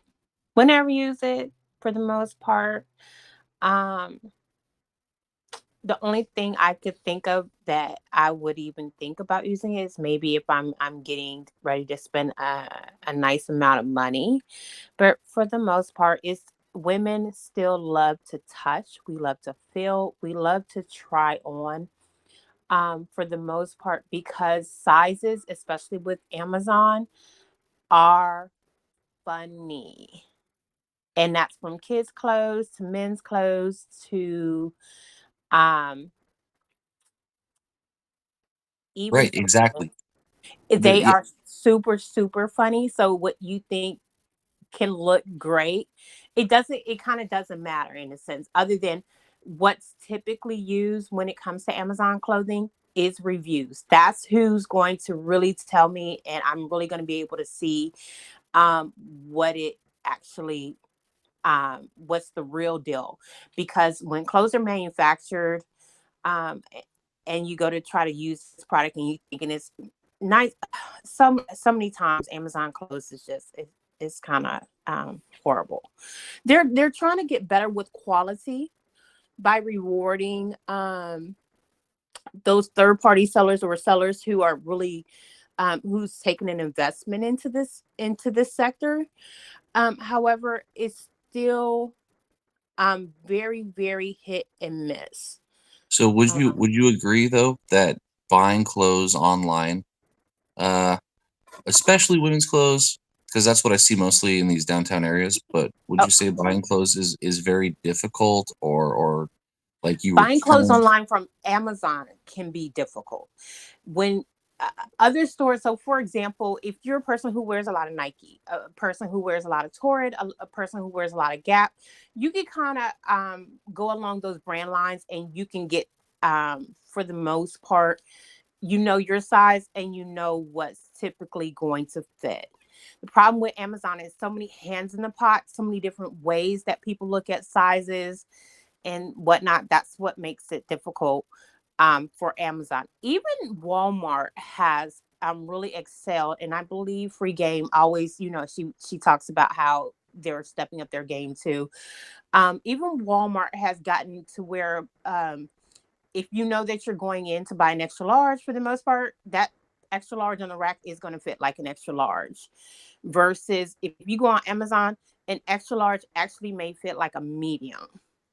So it's So kind of have you seen it? I know you said that this has like been a feature or whatever, but Mhm. I think I believe they updated it. Have you seen this, like the latest version of it? It's Yeah, like you can upload photos, you can upload yeah, scan your body. Yes. and you Yeah. can like scroll through all these like different It'll clothes. find looks for you. It's been there for a while. That's why I say for us it's not really something that I see tons of people I've never heard anyone says, "Hey girl, did you use that app to see how I look on you?" No. The No. technology is a challenge because of the physical characteristics of the different materials that you're using. So the way the way that polyester hangs off the shoulders or off of a woman's body is different than the way wool would hang off of the shoulders of a woman's body. The elasticity of the material, the just the general characteristics of the material. You're like what they're doing right now. It's still a long way from what it needs to be before there's going to be mass adoption because of the shapes of bodies and how the materials hang off of them with gravity. Absolutely. So yeah, that's one of the challenges. So what you see in the photo may not reflect what it's going to look like when it actually comes and you put it on. So you're still going to have the returns. From a retail standpoint, I'm impressed with the technology so far, and I think it's only going to get better. And I think it's accelerating with all this, with all like the VR and body metric kind of stuff. I just see like all this, the downtown metropolitan women's clothes, like small boutiques and stuff that Amazon just could never capture that market, that corner of that market. I see them getting real close to being able to just drive them out of business now. Whereas they're not going to be Radio Shacks, they're not going to ever be able to. Clothing is just that one sector. So for example, pandemic wise, yes, because everybody's in a house, right? But now that we're out of the pandemic, we want to get out. Everybody wants to get out and do things, whether that's vacation, whether that's shopping. That's why you're going to kind of see everybody going to debt. You know what I mean? Because it's like it's roaring 20s kind of, time. Once we get over all these flus and all of that, you're just going to kind of see it pop back up. But they'll never, because again, it's a lack of consistency that Amazon has over the suppliers and the manufacturers, along with the brands. That now what you can do, is if you hook up with a brand, on Amazon, what I typically tend to do is if I really like that brand, for example, I bought my girlfriend a linen set, and I found that their measurements and everything was on point. So I went to that particular brand store and shopped within their items. But as far as if I was thinking that I could go to this brand and have consistency, although I might have bought her a 2X here, I know I cannot go to another brand and buy another a 2, just knowing that it's going to fit. Hell no. So that's where Amazon kind of that's where they're failing. They know with retail, I think they've learned retail, especially brick and mortar, trying to take over that space is tough as fuck. And we know that because of their 5-star stores. They struggled a lot. Well, this is something that's like 10 years in the making. Yeah. If you went back in time 10 years. What affectionate is getting on here, because as she's saying, the consistency, you can't go like guys, 2X is 2X, but for women, a 2X at Lululemon is not necessarily a 2X with Adidas or with any other clothing brand. So unless there's a standardization of like clothing sizes specifically for women, there's still going to be the issue with the Amazon, because No, there won't be. No, there won't be. That's the counter argument that I'm trying to make, is that if you can upload your silhouette profile, whatever, they know the size of the clothes and they'll match it to your avatar, sort of your cardboard cutout. So okay, hold on. If I may, I did this for a few years, right? Like my ex-wife sold clothes for consignment, and so we moved a lot of used clothes. And the way that we did that is we took measurements, and the whole point of the business was such that when you came and shopped as a lady, you came and shopped based on your measurements. Yes. And the reason, the reason why is because you can't do that anywhere. You can't do that on Amazon. Torrid is a perfect example of this. If I tell you a Torrid size 0, you're thinking like size 0. That's probably a small lady. No, it's not. Torrid is huge. 12. Like it's for it. Yeah, 12. Exactly. And so, whatever. It's hard to figure out to begin with.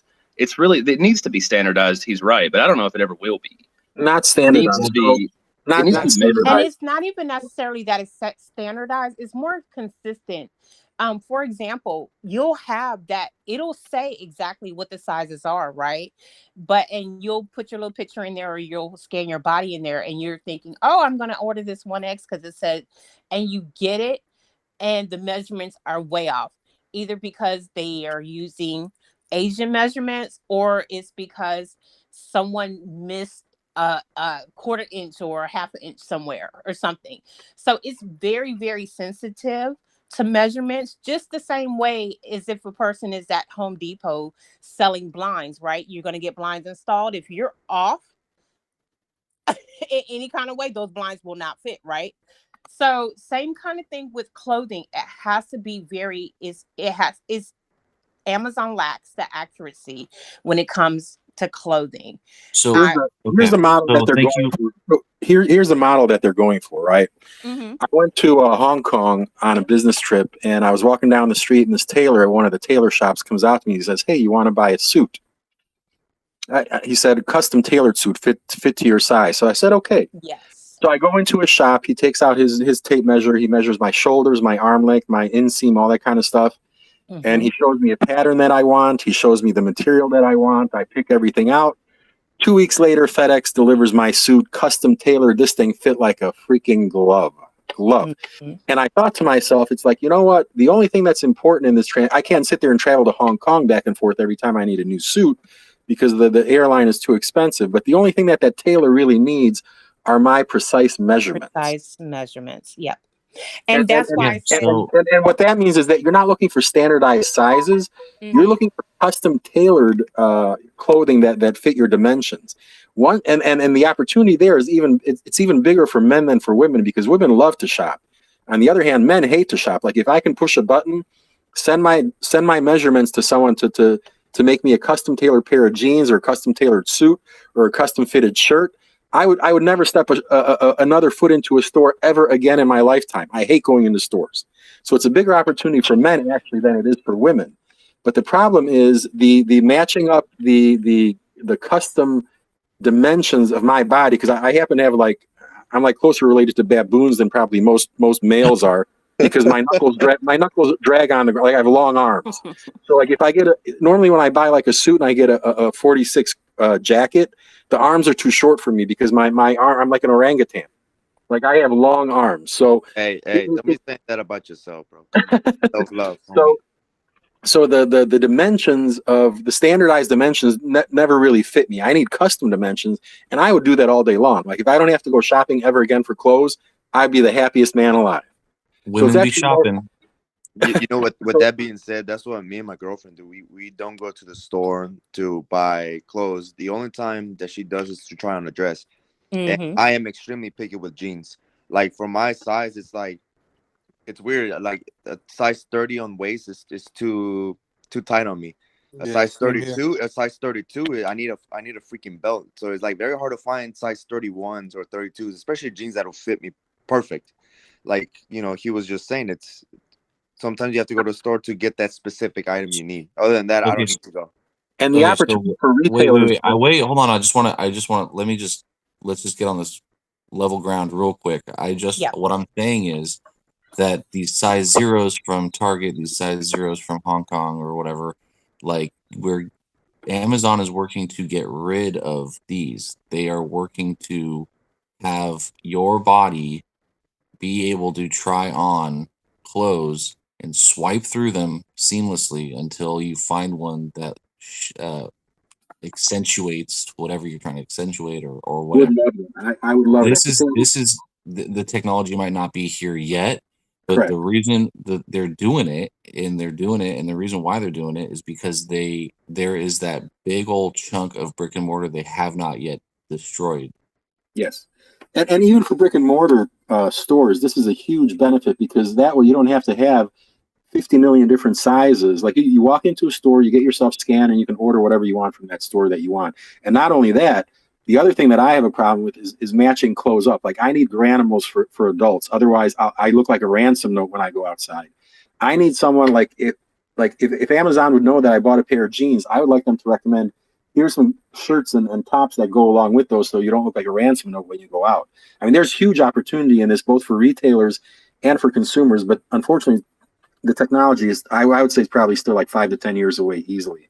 If they, well, I don't think it is. I don't think it is. I think that I think with AI and with like even going all the way back to like Xbox Connect and PlayStation Move and stuff, we had like infrared like scanning of your body and stuff. But if Amazon was to lease these out to smaller retailers, that would be fucking huge because But that's a what lot I'm of saying is that small retailers have been doing this. For example, Levi's, Nike. Retailers have been doing virtual stylists since forever. This is nothing new.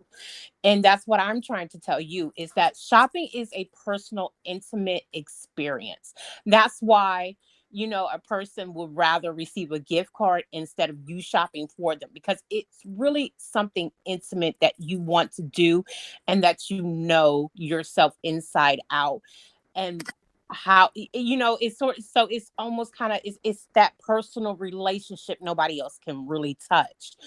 And And one, so again, it's something that's going to have to be adopted. For example, the only way I can really see it being a big bang is going to be amongst the younger generations, and it's going to be kind of like a TikTok thing that the influencers are going to have to push, and they are.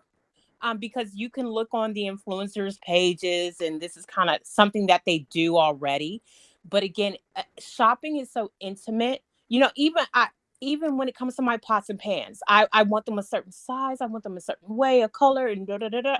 So it's not something that I'm and really going to look at Amazon to recommend versus I'm going to check it out myself and I'm going to read reviews because that's where I'm going to get the real tea, so to speak, about that item.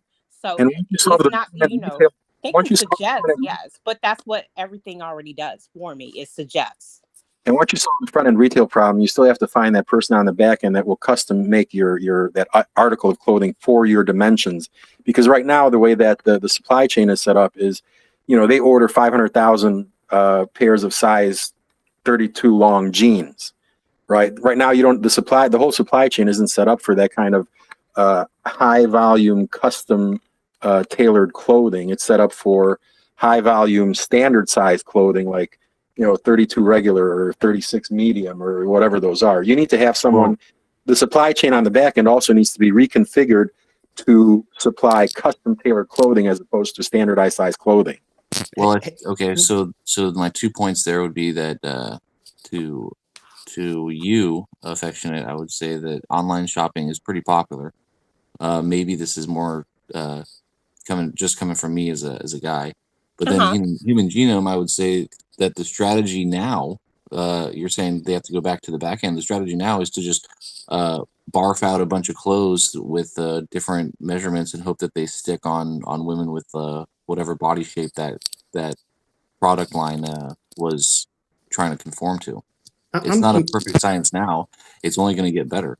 Yeah, I'm confused. Isn't this what like Stitch Fix and Wannable are doing, like with the try before you buy? The virtual Yeah. stylist, yeah. But it's How new actually is that? somebody going and picking out those clothes and whatnot, and they're getting an idea of your style. And that's why I say, if we think about it, all the apps, everything that you do. So, for example, we talk about Nike.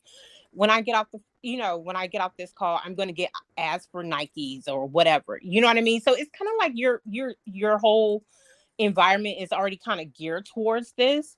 It's just, like I said, yes, I don't mind Amazon suggesting things, but is it really something that I'm going to open up my app to do? No, absolutely not.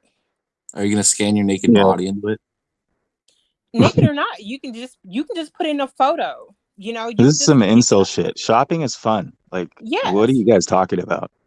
I mean, there's my question is like, do women really want to give an app their personal dimensions and just let Amazon run wild with it? Is my question.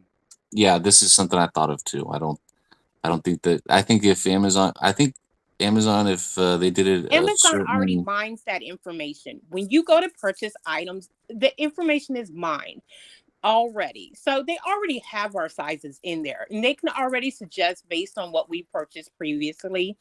Again, it comes down to accuracy and really accurate measurements.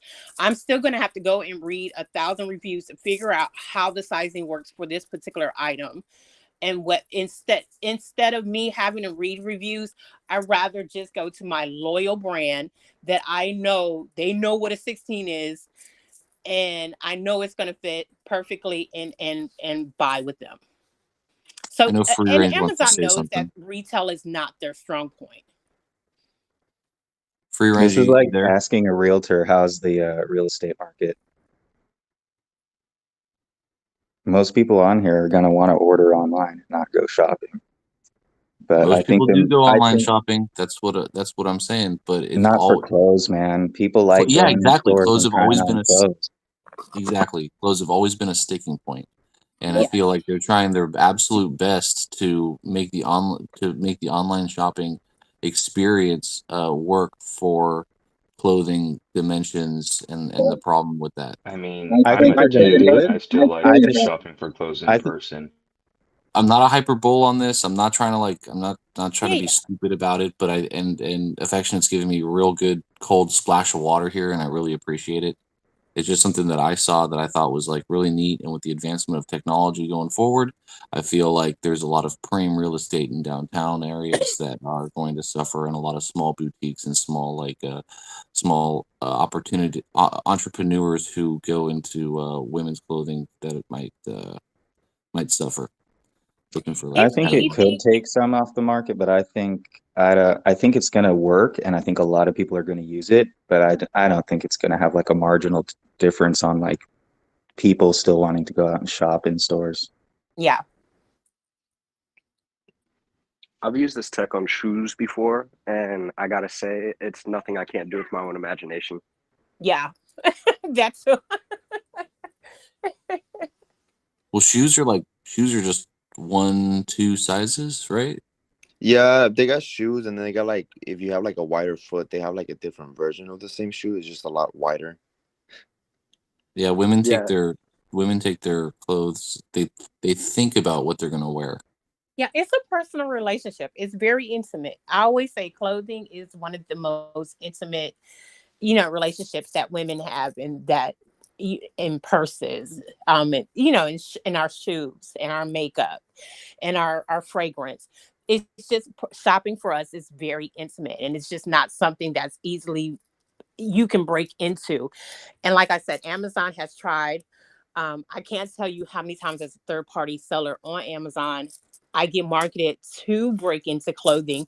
And even with my daughter, there's some particular shorts that um, that have been very popular amongst her cheer and dance um, uh, tweens. Against the dance crews. And so I was thinking to myself, I'm like, well, I can get those made and wholesale them and blah, blah, blah. I go to do the sizing, and I am immediately turned off through the companies, that can do it and push them out, because no one has an idea in regards to, I literally had to go okay, what company sizes could I possibly use to help convey to them exactly what I need, type of thing. And so I then began down this rabbit hole of sizing, and I realized, oh, hell fucks no, I'm not putting no money into this, because I can just see how easy it is to have $15,000 worth of, and you see it on TikTok. You see it with some, I've seen people make these big ass orders, get all these clothes, and the sizes are completely off and not what they Yeah, were and needing. like you said, everybody's body's different. Yes. You could have two people that weigh exactly the same. The only difference is one might be more muscular, and the medium for both of them might not fit right. Like how you were just Yeah. saying, it's a hit or miss with that. Even with kids clothing, and kids are, for the most part, they haven't gotten all these little different things. For example, there's a difference between a Target kid and an Old Navy kid, or a Walmart kid. Walmart makes sizes a lot bigger to me than Target and Old Navy, or Gap. So it's sort of like, it's a hell of a market. It's a tough market, and it's not something like you said. Brick and mortar is not going away. But is it a nice feature to have? Absolutely. do we really ever use it? No. And it's like I said, it's been there for years. Another thing you I touched on mean, too like is my favorite people place like to to. go is Ross. Mm-hmm. So bullish on Ross. Yeah. That's where I buy my gym clothes from. Super cheap. Yeah, super cheap, super easy. I mean, earnings. I go through shirts like crazy. That's why I get them from Ross, because I mean they're gonna last me maybe a couple months before they start smelling really bad. So Yeah, that's why I was so upset when Nike severed their deal with TJ Maxx, because they were, all the extras were going to TJ Maxx, and here I was getting cheap Nike, but I, knowing that brand for my daughter, her active clothes, and so when they severed that deal, I went and tried to get as many Nike outfits as I could, but no more Nike at TJ Maxx once it's out. Mullen is back down to 33 cents. Oh, it came back down. A little bit. Still up 26% on the day, so not bad. Not at all. I mean, to tell you how, like, when I try to get clothes that makes me where I don't look like I live with my parents, Mhm. I go to Ross. Yeah. We don't all live with our parents. What? it's funny. I mean, I do. I'm just trying to get a look that says, like, hey, I have potential to move out, please. It's funny. My dress casual clothes, because I used to do accounting for a job. I had to actually purchase my wardrobe, to look presentable. Like slacks, button-up shirts, because 90% of my closet is just sweatpants, jeans, and t-shirts, and hoodies. It's comfortable. So, I mean, that's where I got my stuff from Ross. So calls on Ross for that. I mean, I don't have a problem with jeans. It's just like if I have like all these like $10 screen printed shirts from Walmart with like cats on them or whatever, it's like, yeah, I'm gonna be a virgin forever. Or someone might assume you work at a IT company. Oh God. And I will say, my girl is constantly, she is one of those odd sizes, kind of like similar to what you guys are talking about, how everybody is differently sized. So I see what she does, and I've been looking into some of these companies that she utilizes. The problem is a lot of these companies are private. They're not on the ticker, or they're not investable at all. And something else I've noticed is like a big company she utilizes is a company called Pepper. Now, this company called Pepper is made for smaller, petite women.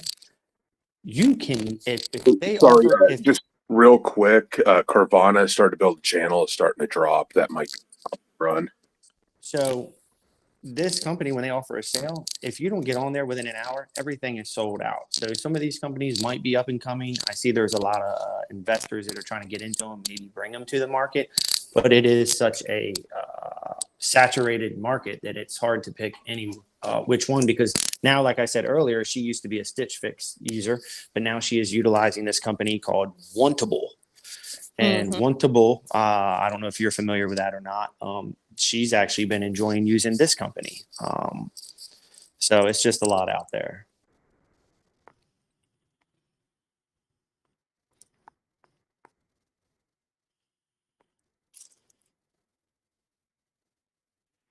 So the Keystone Pipeline has resumed pumping. They just have the brake pixelated. But they're back in business.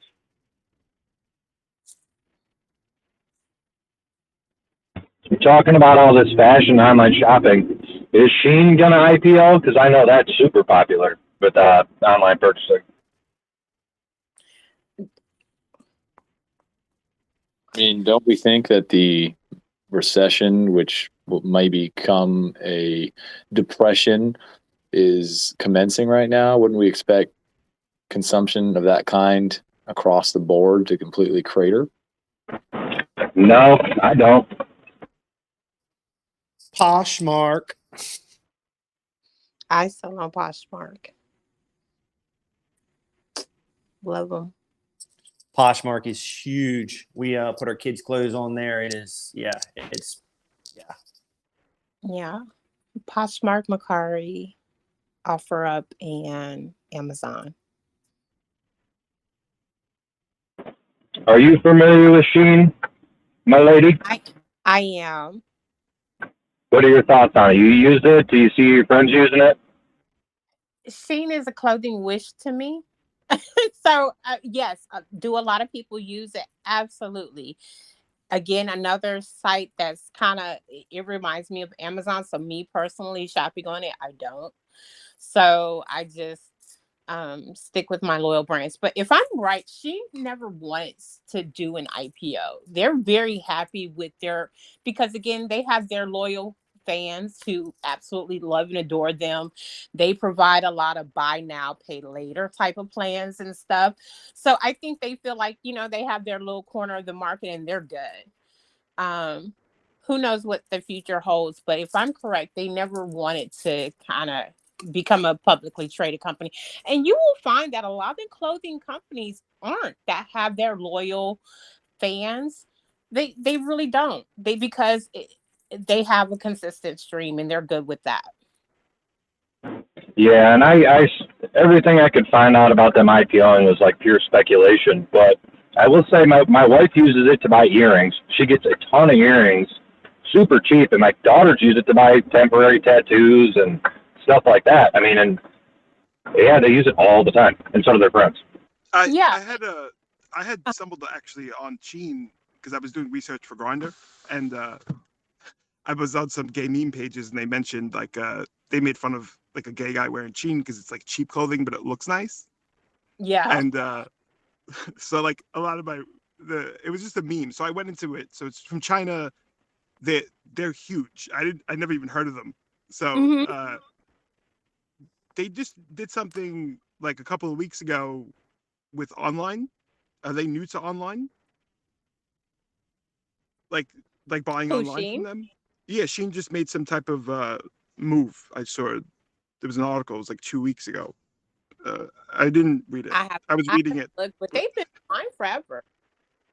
They just made some type. Let me look at that. Yeah, I don't know. Yeah, as far as I know, they've been selling online for a long time. Yeah.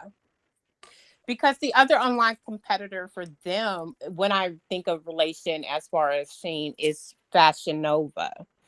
Fashion Nova was another popular one, especially during the pandemic. That's very similar. So they want other online vendors to sell them. That's what they did. Yeah, and I can see that going through boutiques and whatnot. I went to a store, believe it or not, and I saw Wish stickers in the store. So I can see that. A lot of these comments are saying that people like to go into the store and buy, and touch and feel, and that's great and everything. Mm-hmm. But people are buying clothes online. Yeah, they're buying them online, but you're going to have right now, what's happening with retail is that e-commerce, especially, is that people have been able to return for free. What's going to start happening is because that's kind of eating into the bottom line of retailers, is that they're going to start having to pay and whatnot. And so it's kind of like one of those things where although they're buying, for example, what you find is this is why I don't like to sell anything clothing wise on Amazon. For example, as a third party seller, I'll never forget, I had 3 pairs of shoes I was reselling, and one person bought all 3 pairs of shoes because they were it was like a 7, 8, 9. And for some reason, she bought 7 through 9, all 3 pairs, right? And she sent all 3 pairs back. And that's so freaking irritating. And it happened multiple times where people bought multiple sizes at one time because they can send things back for free. And so it's very irritating. And people have been very spoiled with online shopping. And you're going to start seeing a tightening up with retailers on that. I guarantee. Go ahead, I Bob. guarantee that won't happen. They will not start charging for returning something that just won't happen, because who's going to buy something that you then have to pay money to return if it doesn't fit. I agree. The entire model of online shopping requires that you build the cost of returning these things into your margins, because you're not going to go and shop online if you can't be sure you have a cost-free ability to exchange it. And they probably make money on things that don't fit anyways. They're going to start with the restocking fees. It's going to be called restocking, and they're starting already. Yeah, but if Amazon were to do something like that, maybe that would happen. But I think they set the standard.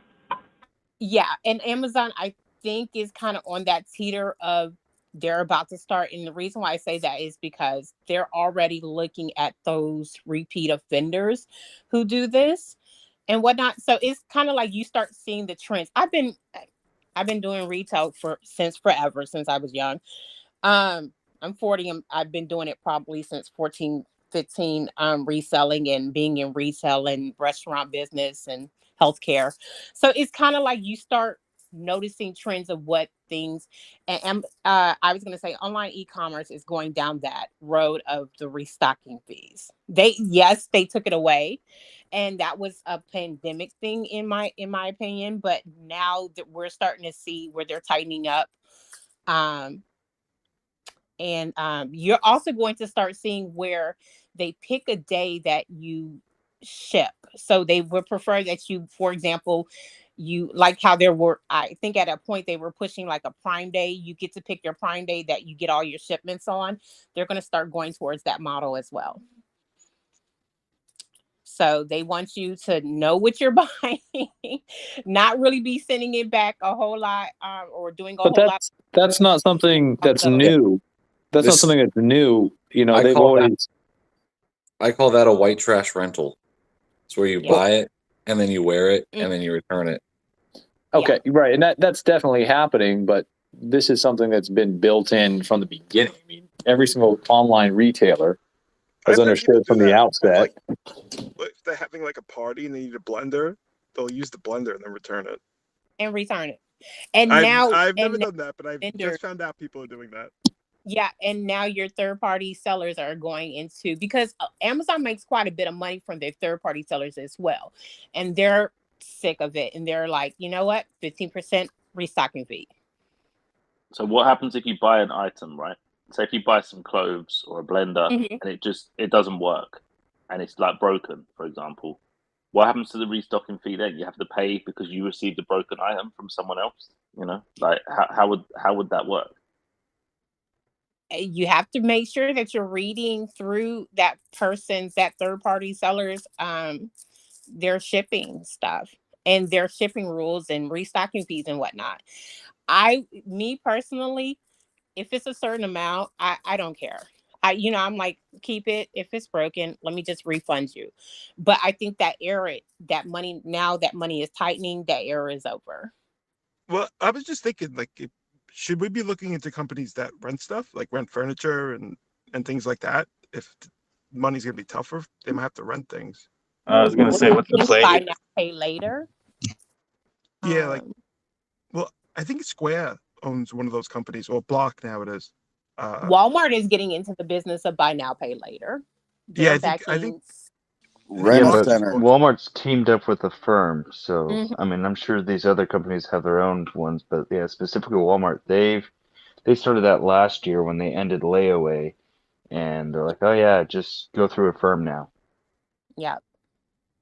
I also think that if Amazon does try and charge people for, just returning items or anything, people will just start heading back to regular stores like, Target or whatever. That's the point. Where they don't right? charge to do that. I don't understand. Go to the store.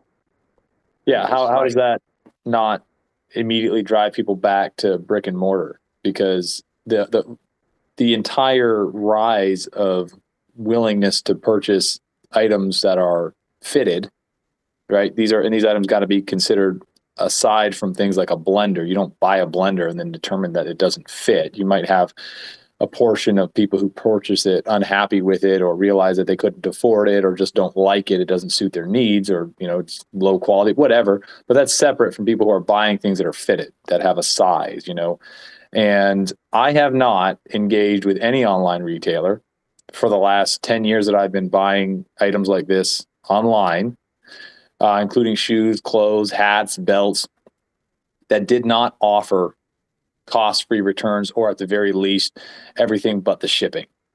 which is more than fair for people who are acting honestly, you know, they're interested in getting something that fits. They appreciate the convenience of being able to search and order things without having to go to a brick and mortar location.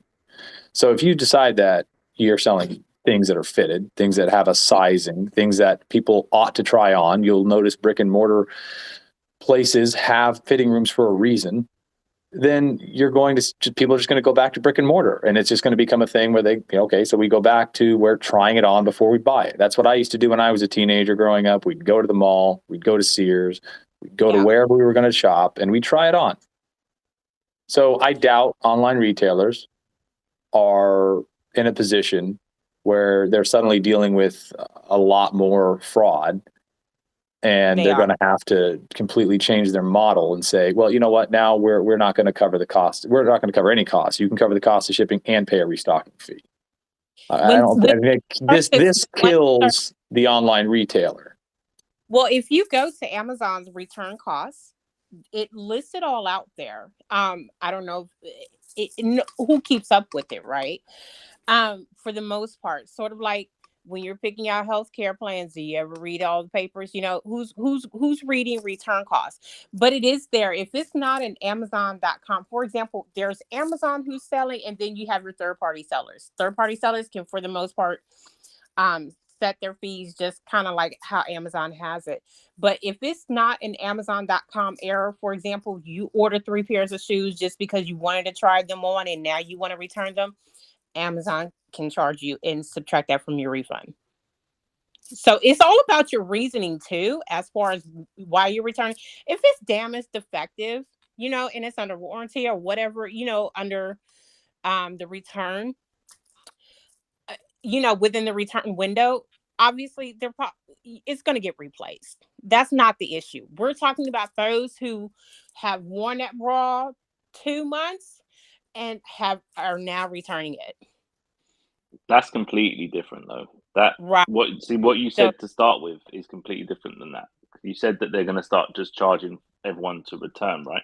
But if you've had it for 2 months and you've worn it, yeah, obviously you shouldn't even be able to return that.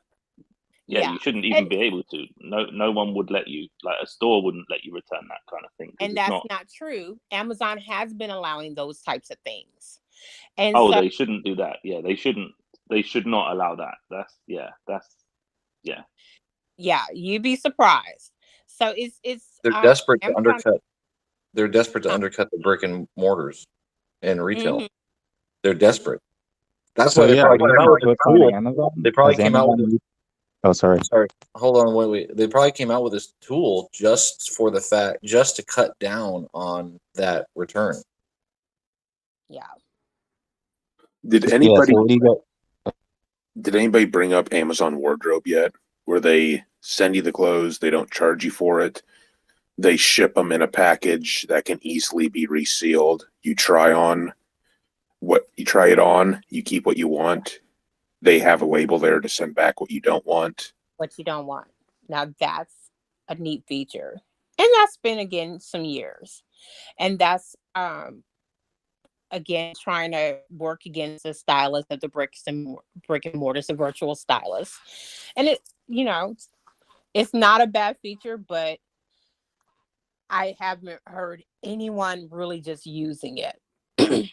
It's all about just sinking their teeth into what is left of Main Street, which is and that's my point. Like, what would you short Amazon at this point? I mean, it seems like they've reached critical mass, and now they're like throwing money in any direction to, you know, try to keep growing. Where's that growth going to come from? Obviously, they have AWS and a ton of back end stuff that we don't see that they make money on, but I mean, their stock is trading at like 84 P&E right now. It's horrible.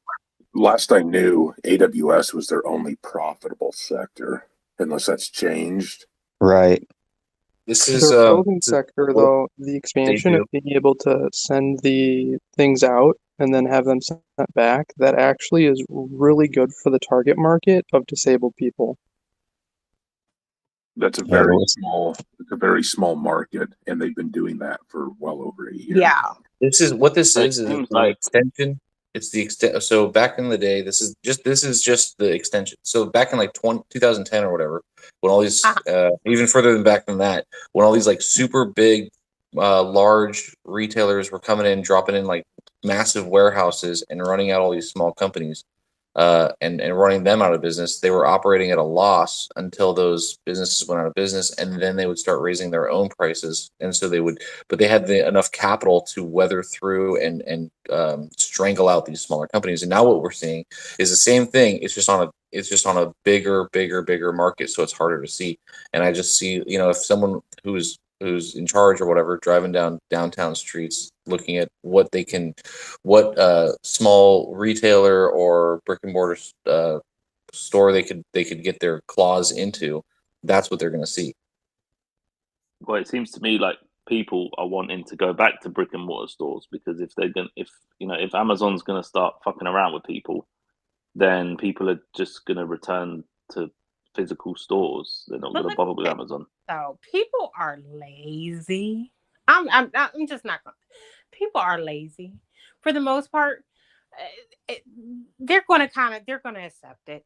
It's not necessarily that it's going to be such a big issue. It'll cut down on the fraud for the most part. But other than that, if you bought 3 pairs of shoes and you were just trying to try on sizes, and it wasn't that you got the wrong shoe sizes, restock fee. Fair. Which also, there's a difference between the third-party sellers and Amazon selling it itself, because within Amazon is promoting people doing exactly that. Somebody buy those shoes and not realize it's from a third party that it's charging a restock fee. But Amazon has their own fees. Whether or not it depends on. So if you're going to be a person who wants to try on things, your best bet is to go through Amazon's try before you buy program. That's wonderful. Absolutely. Because they're not going to let you try on those bras, try before you buy bras. But how is this tied to, I missed the original thesis. What is the thesis, that online retailers are going to be doing worse or going to be doing better, or that brick and mortar is going to be doing worse or be doing better? It was Amazon Lens. You put on like some glasses or something and try on clothes. I don't know. Yeah. Just to quickly jump in there, for those of you who want to get the segment information, there's a link in the comments to the Amazon 10Q. Yeah. It's like, I get the feeling Amazon's getting like desperate for new and innovative ways to get customers, essentially, or to keep That's customers. the vibe I'm getting. So it just seems like they're desperate, and it seems like, in my opinion, if it carries on like that, it's a good indication that they're not doing very well. No.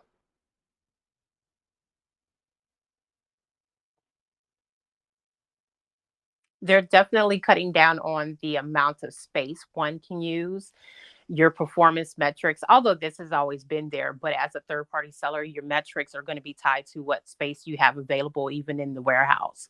So they look at how you are performing. And I think they're doing their best to weed out those bad sellers, so they can get on a consistent and have higher standards when it comes to retail clothing. But again, that takes time. It's going to take a lot of time, because as soon as they get rid of them, another sect pops up. So really, the thesis is invest in companies that are engaged in virtual reality. So bullish on Meta, bullish on Amazon's division. But does anyone actually want to use that? Like, I don't think I would ever use some glasses and to try on clothes. Like, it's not. I mean, right? It's not about you though, because look at society is being driven right now in so many major ways where a lot of revenue is being generated, and I'm sure a lot of these books are being cooked, or prices, generous accounting is being used to drive up interest. But things like Logan Paul, things like these are all driven by 12-year-olds. things like the money that's going into video games, and that's massive market. That's being driven by 12, 13, 14-year-olds. They don't have discretion. You talk about, hey, I've got concerns about engaging with that. I don't want to do that. Yeah, because you've accepted reality. But reality is going to be virtual. I don't mean to be a conspiracy theorist, but you can't frankly look at the way societies are going and argue that, hey, we're not going to go live in pods. We're not going to become a society of renters. There's going to be fewer and fewer people who own real estate, who own real property. The next generation that's following behind us, they're accepting this. They're comfortable with this. Facebook or Meta didn't make the investment they made. Are they What's that? though? Because I was going to say, how many people have bought their kids the AR sets or whatnot and are not using them? Like, I don't know how plugged in you are VR. with the youth. I don't know how plugged in you are with the youth, and I'm not very plugged in. But when I see them, when I spend time with them, when I walk around in areas where they are, and I see and I go into their homes, and I see the way they're dressed, and I see the way they park themselves in front of their computers, I'm pretty confident. Yeah, I think there's a WoW metaverse, metaverse, I'm in there. I mean, I'm older. I'm 33. I think the younger generation is actually more interested in what's happening in real life than the older generations. That's my opinion, though. I think they're lost in their phones, but I think they're more interested than us. Yeah. And I see that like on here, because I mean, this is the only platform I see where I feel like the value in the comments is it's the younger generation. On the other apps, it's older and it's all just trolls. I don't know. I feel like they're in a virtual world, but it's helping them like understand things better. I don't know. I don't think we need VR for the future. And I don't think we need it. And I think it might be a part of our future. I don't think we need it. I don't think we're going to live in it. Until the technology gets better, we really won't know because it's not quite up to par yet. But I mean, there's going to be a lot of people that dive into the metaverse and never come back. I mean, I wouldn't say it's like half of people out there. It's probably going to be a small percentage, maybe 3 to 10% of people will be like stuck in the metaverse. But I mean, I think it's too hard to put a number on it. Quick question with the VR comment. So if you're putting on VR goggles to like see yourself in clothes, like are you looking into a virtual mirror and seeing a virtual reflection? Yes. You can look into a virtual mirror, or you can look at yourself like you're a third person. But I could imagine that, right? I mean, I can't feel it. To me, Exactly. I don't How are you even, going to I know don't the even fit? want to take. It doesn't make sense. I don't even want to try it on in the store.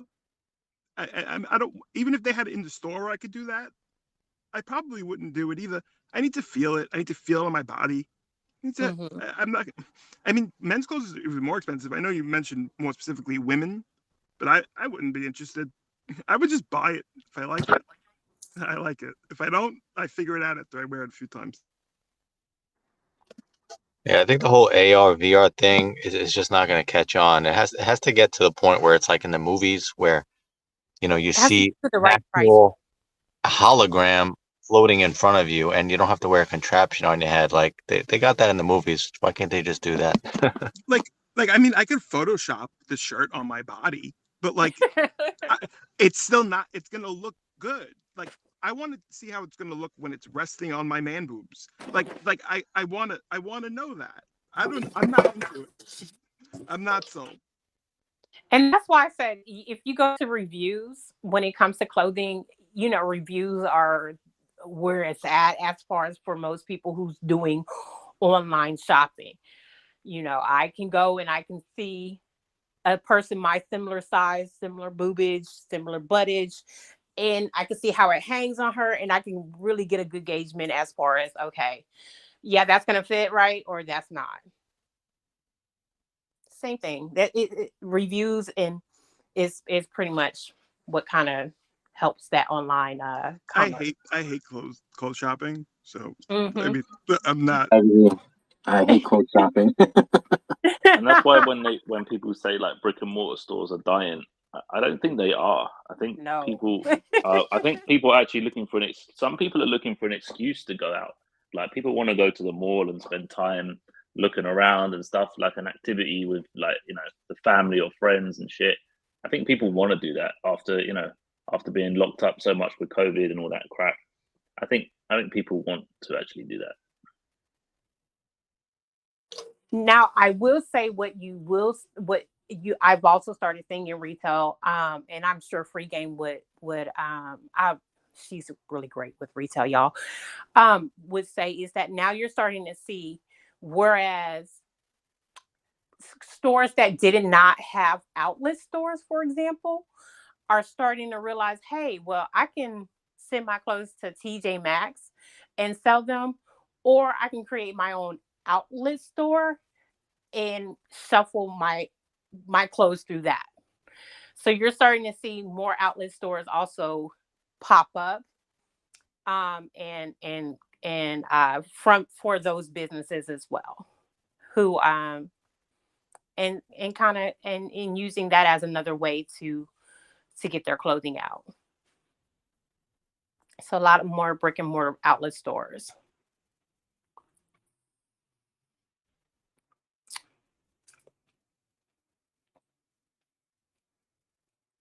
The other thing with VR clothing, you have to wonder, are they really being like over generous perhaps with some of the software and how it's laying on you? Yeah, exactly. Like, are they gonna make me look better so I buy it?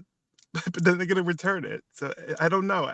I just feel like I don't know. I wouldn't want, if I owned a business, I wouldn't put money into that. Selling clothing, at least.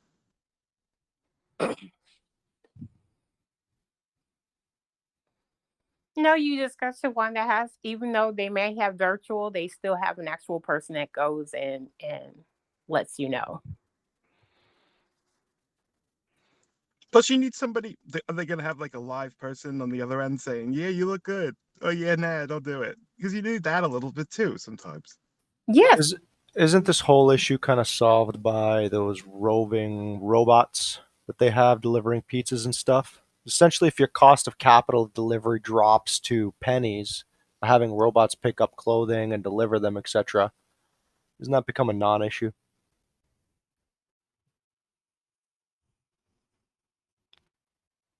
I I done seen them robots get fucked up in the streets of LA. I don't know if I trust them with my $1,000 t-shirt. Have you? I could see that too. Oh, you that Gucci robot? Oh, we about to fuck. 5-10 years away at least, I think. 5-10 years at least. But I think if I'm right, a lot of companies have pulled back on trying with the robot trials. I think I want to say I forget. I'll have to look it up. But there's companies that were trying to do take the robots to the neighborhood and let them go put out the deliveries, and they've scaled back on that. So I think because of the recession, it's kind of on the back burner. Yeah, right now. Until they can make a robot that's 100% secure and really hard to break into, that's not happening. They're just going to have robots at like distribution inside the secure centers and send those peons that want an hourly wage out to the streets. Yeah. Yeah. I mean, you guys aren't thinking big enough. Basically, you could just have a delivery truck with a bunch of these things hanging off on the side, goes to a central location, sends these robots out for a period of time, and then have them come back. No, that's what, and I want to say it was Domino's who was doing that. It was somebody who was doing that already, and they literally had to kind of scrap it. I'll look it up though real quick. I really did see one of those You got robots get jumped. organized criminals doing EMP blasts next to the truck so they can fucking jack it and shit. I mean, I really did see a video of some delivery robot getting jumped in the street. They're testing it in Houston, for example, Neuro and Domino's. They're testing it. Self-driving delivery. How it works. So I know. But who stopped theirs? So I have a question. Is there any, do you know if there's any competitors for AWS? Is that like what, is that the same thing that Microsoft is trying to do with their cloud services? Is that AWS competition would be like Azure, which is Microsoft's chunk. Google has is it the Google Compute Engine? Then there's a bunch of other cloud services out there. okay? Thanks.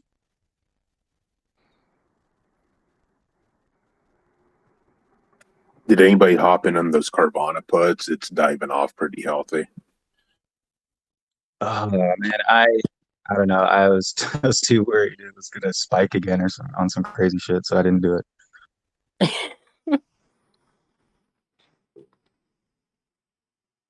So I bought PG&E 16.5 calls for tomorrow, and I just picked up a couple of 399 SPY calls expiring tomorrow. PGE calls. Nice. You're bullish on forest fires? The rainy season is upon us, good sir.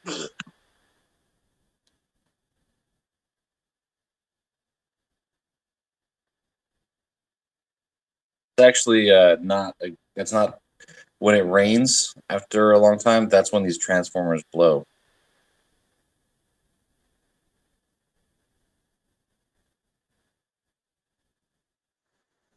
No, Do they deal with gas? I picked them up because they kind of broke trend with SPY yesterday afternoon. When SPY nosedived, they did not. They trended up, and then they kind of come back down to reality today. So when they were pretty low like that, I just picked up a few calls. I'm already up a little bit on them, but I'm going to let them ride for a bit. You in California at all? Negative. Yeah. PG&E's kind of a funny thing. Gavin Newsom owns a whole bunch of them. So it is a good long-term play. What was it that drove their share price into the ground? Was that when they had to cut the dividend or like the whole lawsuit out of the forest fire stuff? Was that what caused their big crash in the stock price? Oh, this is a topic, boy. Yeah, there was a huge fire, and they did an audit on their electrical components and stuff. Nothing's been maintained, so they got to go in there and they've got to replace all these parts. They've got to cut down all these trees. They've got to redo their whole infrastructure, like that they've built up, and they've been passing this cost on to their customers, like raising their rates like 13%, something insane. Which is why there's this huge push to put solar panels on people's roofs right now in California, because the solar panel companies, it's a weird way of pricing things out, but they'll come in, they'll insure your roof, they'll put solar panels on your house, and then they'll raise their rates 2% per year, which is a lot better than 13%, 16%, 23%, which is what PG&E has to do in order to afford going back in and replacing all these things that they've been neglecting for decades.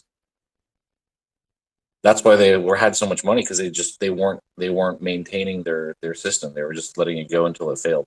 And then on top of that, you've got California's government, which anybody who lives here will tell you that the forestry of California, the budget is enormous, but they don't do any. They just, it seems to get lost, falling out of people's pockets.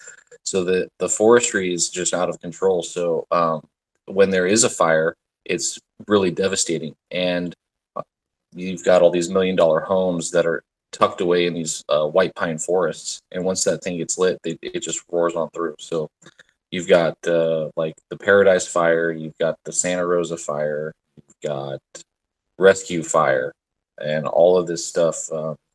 They are tracing it back to. Oh, and I get it. I'm kind of long on the stock like that. I like public or regulated public utilities pretty well, and just when it broke trend with SPY yesterday, it kind of caught my interest. There's going to be an inflection point where the stock finally starts going back up. because, like I said, a lot of insider competition. It has been like 50%, I think, in the past year. I mean, it's still way down off of what it was like that. But yes, it has done nothing but steadily climb and throughout the year. Okay, Well, cool. Maybe it's time. When most people, from what I know, go into energy when the stock market doesn't do well. So the energy companies usually do well when the stock market does bad. Not always, but like they always do well because their profits are guaranteed by the states that they serve. Like that, they're regulated monopoly. Regulated monopolies. Yeah, it's safe. Plus, also they usually have they don't always hit their highs, but they usually have a peak at some type of around January. So like usually like in the beginning of January, it'll be at a high point and it'll drop, but not for the year. Just a small high point on the graphs I've noticed. Yeah, well, they basically got away with murder because they should have been way more. They should have been taken over or something like that. But because of the political sway that they have been able to just get a slap on the wrist. Yeah. Well, how much of California do they provide power to? Is it all of California? It's pretty much all of California except for in the southern part of California, where like LA, you've got Edmonston or Edwards, and but it's mostly Northern California, and then you have SMUD, and then you have Bay Area SMUD, and those are like smaller utility companies that are just for the Bay Area and Sacramento. Is it? So, are there similar like? See the temperatures that I follow ones in like the East Coast, so like the temperature variations affect the stock price because like they deal with electric and gas, so you'd see more gas usage in the winter, and gas costs more. yeah, PG&E stands for Pacific Gas and Electric, so they do supply gas as well. Yeah, keep in mind PG&E takes, for better or worse, much of it's their fault, but every time there's a forest fire in California, it's almost always like either it was PG&E's fault or they wind up just getting blamed for it anyway. So just be very aware of that with them. It's like that here too. So like if the power goes out in New York, if there's a storm, it's the electric company's fault. It's Con Edison's fault. Always. It's just the way everyone, because they want us to get the power back on. No, but like PG&E has been traced back to like, oh, this forest fire started because some like metal clip you had holding up a live wire hasn't been replaced in 80 years and rusted all the way through. Like it's bad with them. So But that's are they letting them raise the rates though? Are they letting them raise the prices of everything? Because they probably are, right? Oh yeah. Oh fuck yeah. They are like PG&E has been gouging their customers lately, like $3,000 bills at some point. I mean, for some people. So just so you know, though, those prices are at the will of like the state. So if they talk shit about them, they're allowing them to raise prices. If they didn't allow them to, which they need to, though, they might get their shit together. Yeah, this is California sun. But this is why a lot of people are trying to go into solar right now, because these rates are climbing so quickly and wildly, and they're trying to do it quickly because PG&E, another part of their political power, is something called we have tiers, right? So you have tier 1, tier 2, tier 3 for solar grid, like tapping into the solar grid, but it's a pricing leasing plan. And tier 1 was the first one, and they basically said that any electricity that you put into the grid, you get money for it equal to the amount of kilowatt hours that whatever utility you're pumping it into charges. I'm explaining this wrong, but then there's tier 2, which like you get a little bit less money. It's a little bit more complicated, kind of sucks. And then there's tier 3 that's coming around the corner, which is basically just like PG&E has finally gotten their way with in court, and you're not going to see the returns that you would have seen with tier 2 or tier 1 like ever again. And I don't know how tier 3 works, but it's terrible, and people are trying to jump in right now. There's this huge rush to get in there for tier 2 and get locked into tier 2. So what you got to do is install big battery packs, and you're basically on tier 1 all time.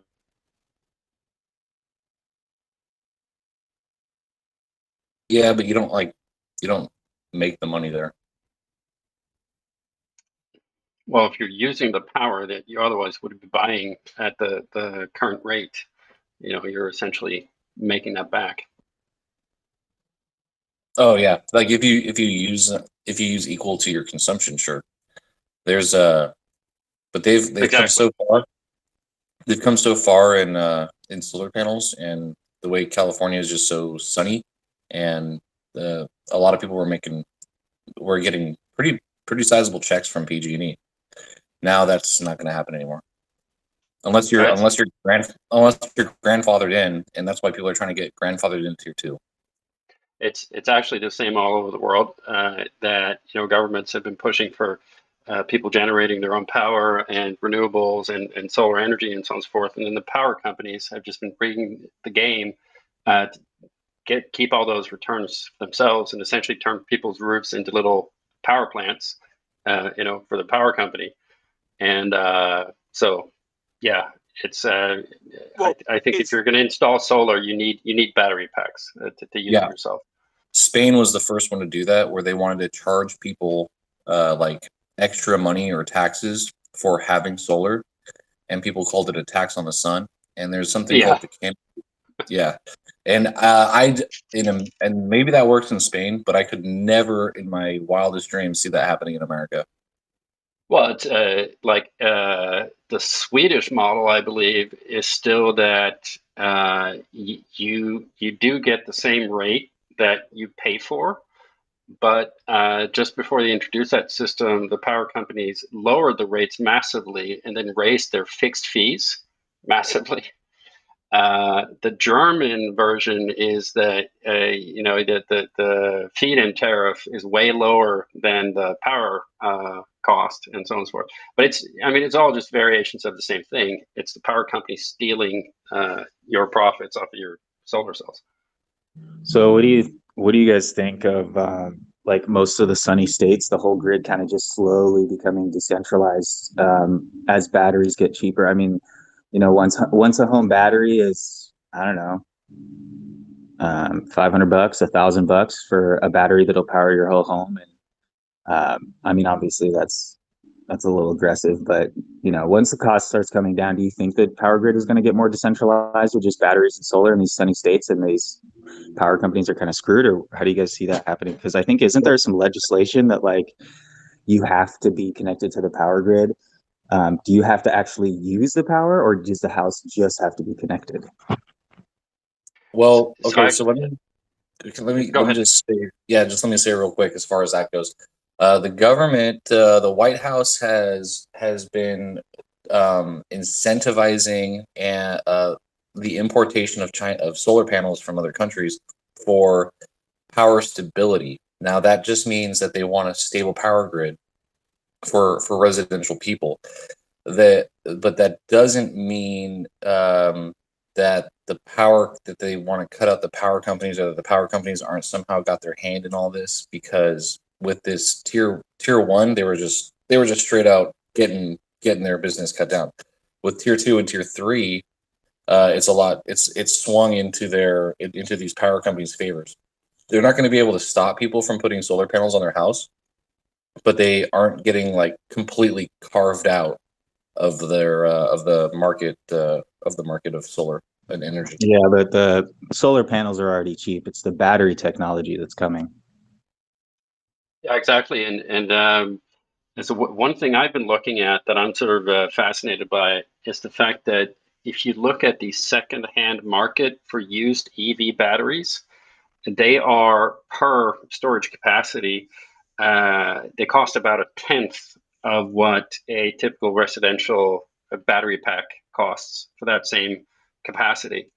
And so I think one possibility is that if governments would, if there would be a law made that all EV manufacturers have to, I don't know, install the same charging interface or use the same voltage or use the same software interface or whatever you want, just to get them interchangeable.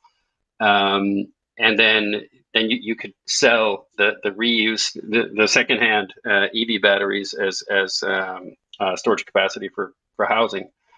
So they can't they do that already though? I mean, if there's politics are downstream of economics, so if there's a 90% delta on that, isn't there some companies jumping on that already?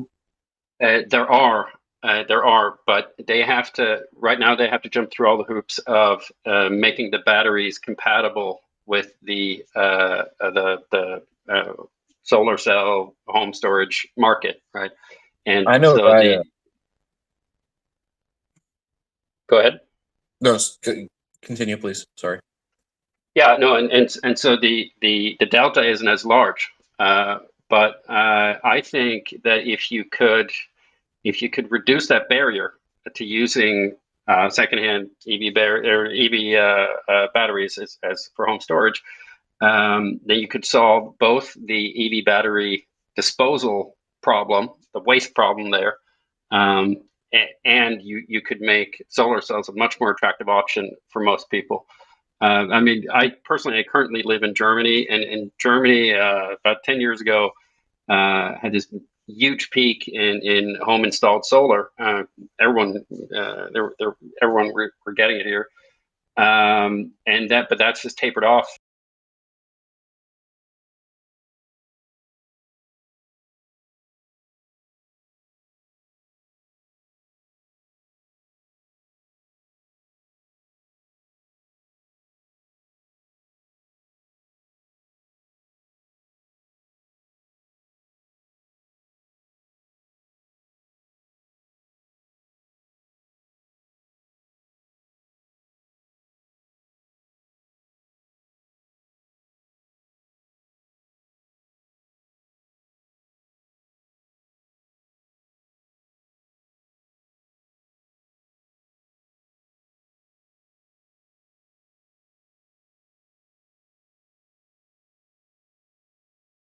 Cells at that point, do you have like an electric vehicle you're charging?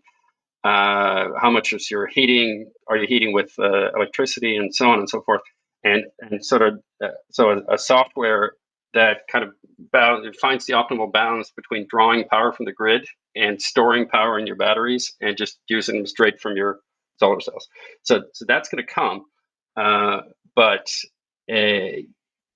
I think that the great impediment to progress here is, like I said, it's these big power companies, much like PG&E, by the way, Because they control the pricing that they buy from you. Yeah. Okay. Yes. So basically, that market needs to be disrupted. It needs to be somebody. deregulated and made fair like that. Yeah, absolutely. So we get some buyers. Where's the buyers? Yeah, it's a fine balance between having a stable power grid and not losing your market of who you're trying to sell power to or energy to. And you can look this up. There was a couple of years ago, PG&E shut off power to like the entire West Coast or something for a day and a half or something, and people died because of it. Because they got people who are on respirators and all that stuff, like a hospice. And so it's about continuing like this stable power grid. And then I know a guy he has solar panels on his house, and he plugs those straight into his Tesla, and then he can use his Tesla to power his house when there's a blackout. Yeah, the Ford does that too, right? F-150. That's another thing, though, is that EV manufacturers aren't required to put that capability into their cars. So that's another thing that we're maybe regulators could step in. I'm pretty sure you can't do it. He had to mod it. I don't know if the Ford F-150 does that. That's pretty cool, but I think I wonder if that's like native to it or if that's just a mod. tinkering. There are some stock models out there that have bidirectional charging, but again, there you have the interface problem. Is that it's a bus that hooks up to software, and you have voltages and I don't know, max amperage and so on and so forth, and which of course makes it difficult and people have less return on investment. So it sounds to me like once batteries get cheap enough, there's basically not going to be a market for selling energy.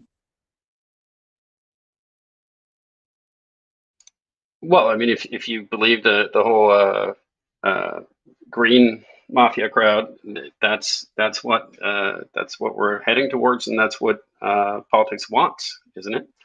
That we all use much less power. I don't think it's that we use less. I think it's just that, I mean, that's, yeah, they have those mandates out there. But I mean, for the average person that's trying to get the best out of the situation, I think it's just getting a big ass cheap battery in your house and cheap solar panels, and you're good from there. You're going to sell it for at whatever you can sell it for until it's not feasible to do that anymore, or it doesn't make any sense. Absolutely. I'm just saying, I think the way the energy markets are working in the West right now, they're disincentivizing a lot of intelligent investments and a lot of smart technology developments. Yeah, and I think the larger companies, like you say, they have a stranglehold on basically the network of the power between us. And so, if we all have batteries and solar, they'll basically just be a network controller. They won't even have to generate power at some point, but they'll have this old grandfathered in legislation that allows them to basically just siphon our profits off. Yeah, exactly.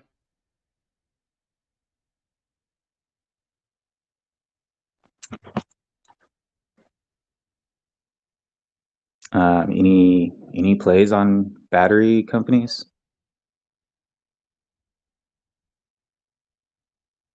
No, but I've been looking for Chinese solar panel companies that don't have slave labor, so they can actually import them into the United States. I think a lot of people are using Panasonic batteries right now. How's that stock looking?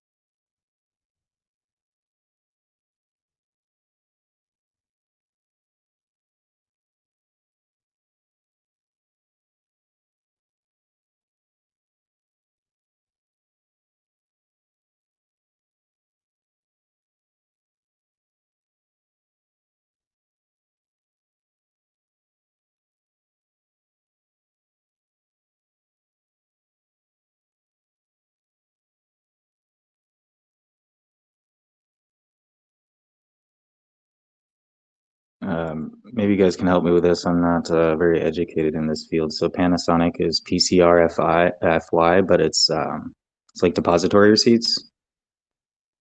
What are depository receipts?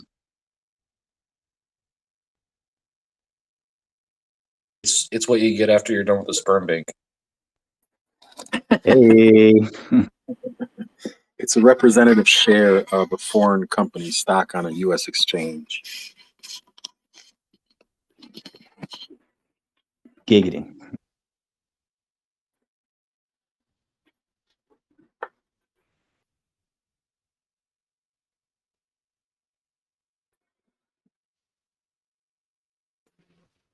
So I've tried looking into some battery companies, but I haven't found anything particularly interesting.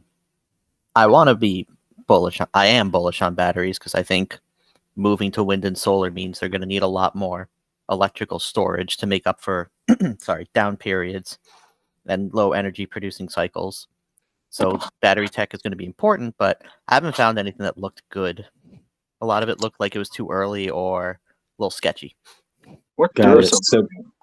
Duracell, a Berkshire Hathaway company. Berkshire Hathaway owns Duracell, I believe. What are they doing in batteries? Because aren't they big into batteries? So maybe the play here is just the commodities that go into the batteries. Then it sounds like. That's why I like copper. There's lithium. Yeah, but lithium's very common. So once I don't know, just lithium's a very common element. I'd be looking more at things like silver, cobalt, nickel. I wouldn't look at silver personally.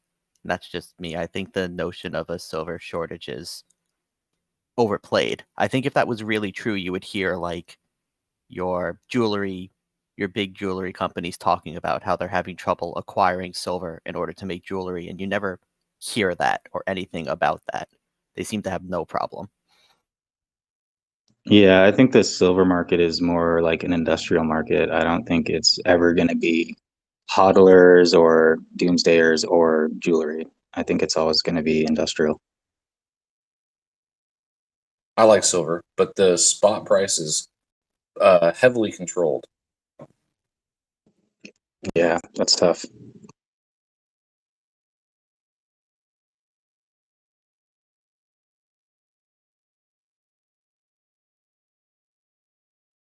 Honestly, the best case I've heard for silver is that it's too screwed with, and if people would stop screwing with it, it would be worth more. But they never get to that second part of what will make people stop screwing with it. It just kind of stops there.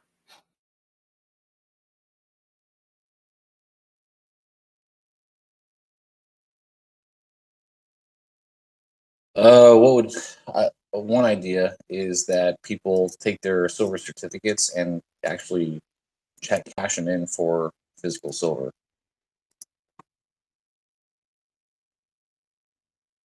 But isn't that just like DRS your shares essentially in a different way? Yeah. Good. And Yeah, this is why I avoid silver. Yeah. It's crazy.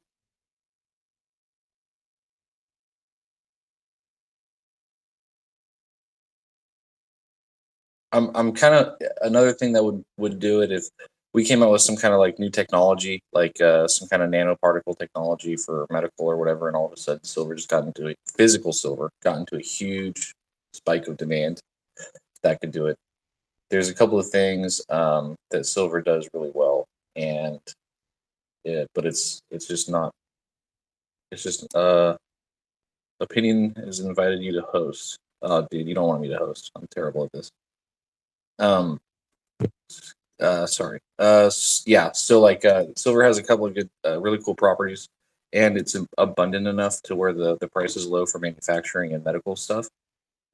Yeah. So if there was a breakout technology, that would do it.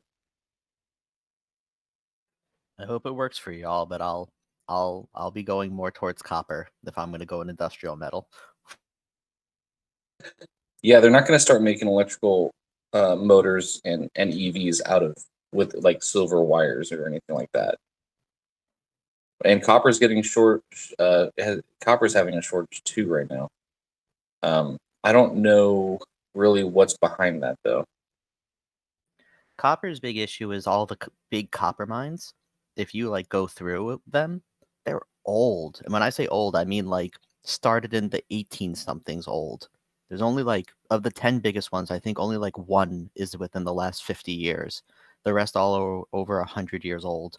And they've still got some copper, but they're running out, and companies go for the easy stuff first. Once you start pushing that type of age, you're now digging the hard to get expensive stuff.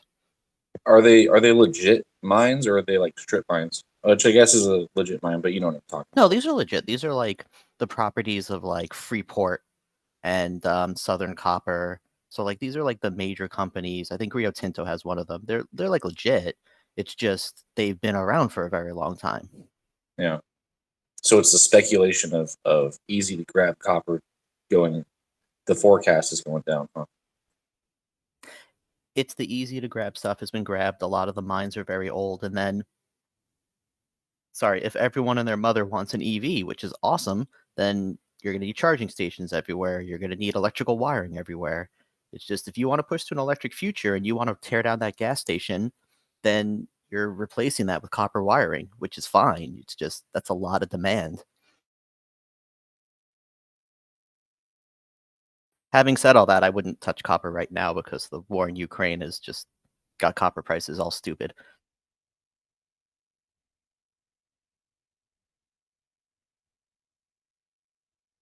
Yeah, lithium's down over the year, but it's still pretty lofty if you zoom out.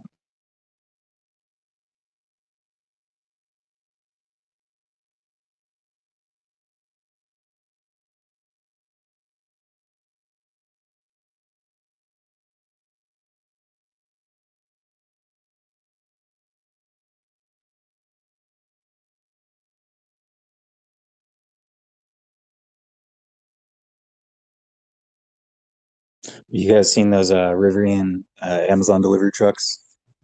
Electric ones, they're pretty cool.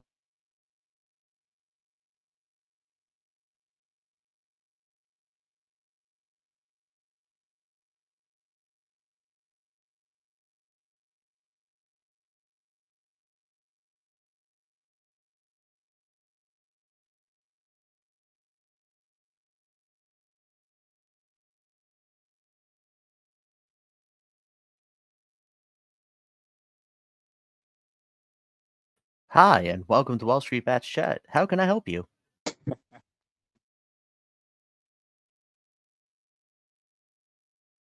We're sorry, we're all out of that. What we can offer you is our vegan Whopper alternative by Beyond Meat. Beyond Meat, it's beyond.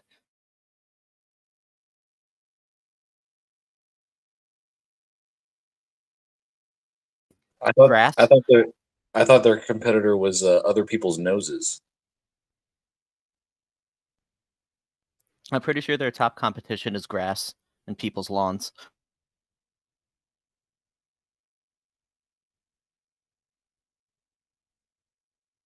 Have you tried it before?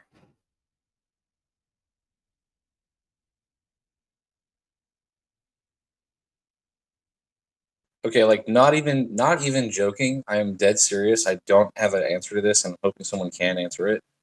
Why is Impossible Meat and Beyond Meat so expensive and real meat like McDonald's or whatever so cheap?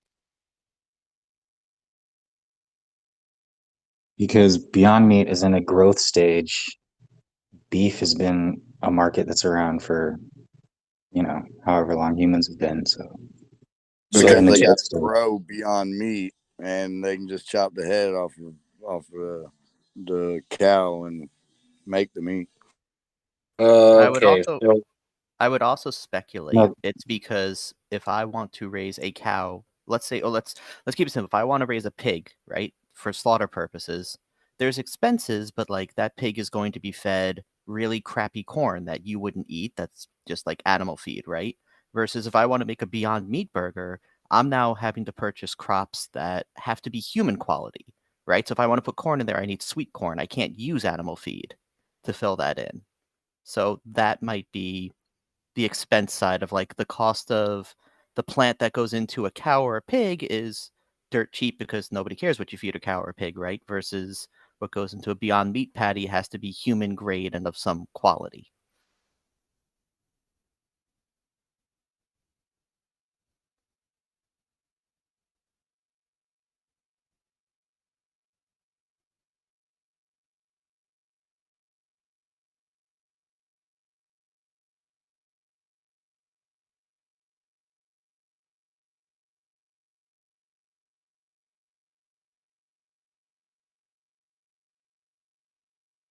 Yeah, there's a documentary called Cowspiracy, and it's really, really well done. It's very enlightening, and they show that raising meat is extremely expensive. You're talking about an animal that eats twice a day.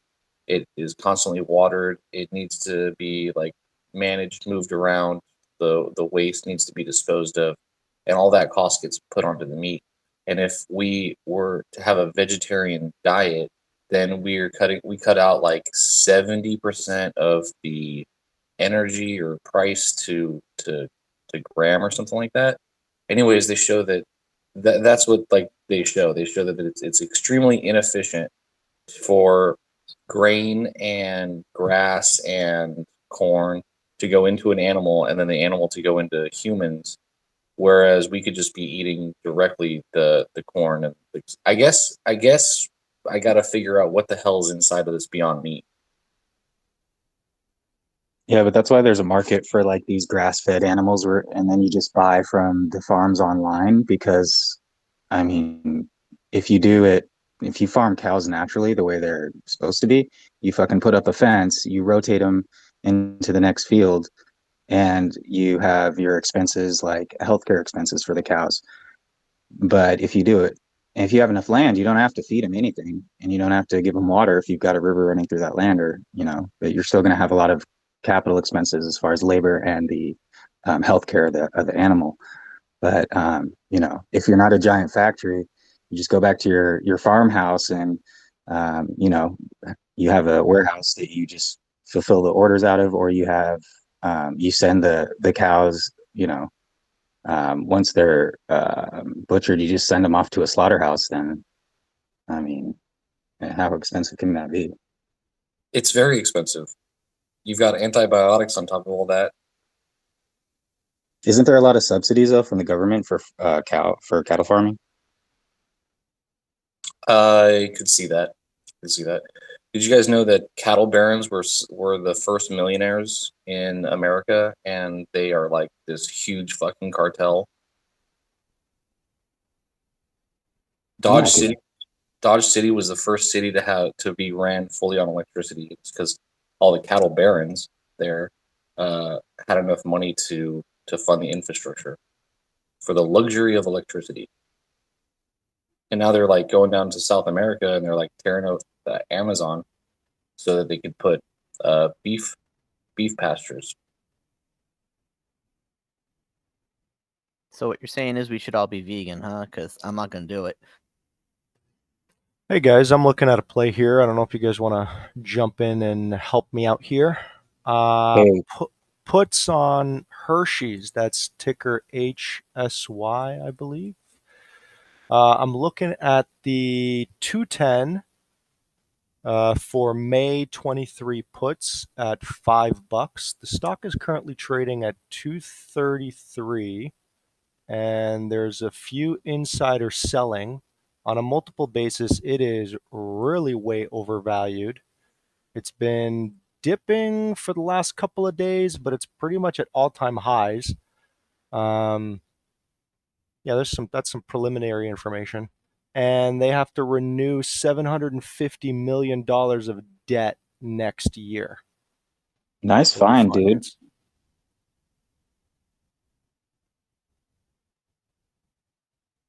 I bought one put contract for the May at $5, so $500. That's a 10% drop on the stock.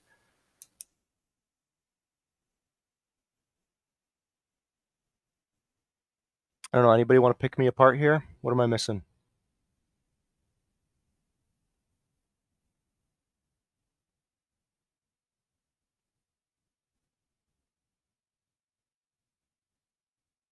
Hang on, I'm just loading the chart.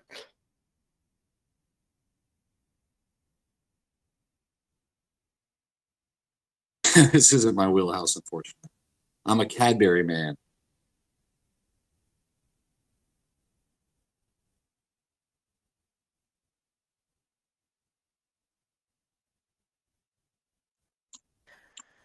What are their competitors like Nestle and Mars? Yeah, they pretty much say they sell salty snacks.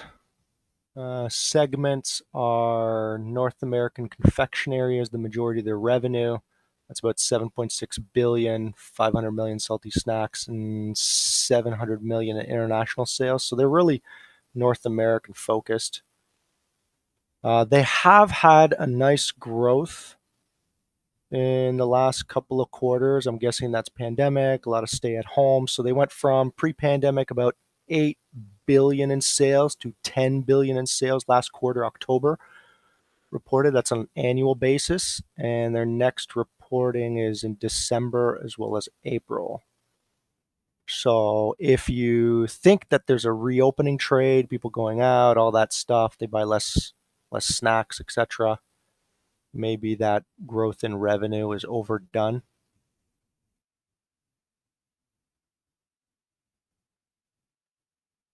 I mean, even 5 years out, that chart's pretty Not directly up, but it's got a lot of up. Yeah, it looks pretty overblown. Also, has their debt costs gone up? Like, are they using variable rate debt? So have these Fed hikes impacted them yet or not yet? So I'm seeing outstanding 750 million due in 2023. Looks like they have a coupon of 265. That's senior unsecured, triple or single A rated. I mean, that looks like a fixed rate debt to me. Give me a second here. Yeah, it's fixed, 2.6, semi-annual. Ooh, now we know why the chart boomed.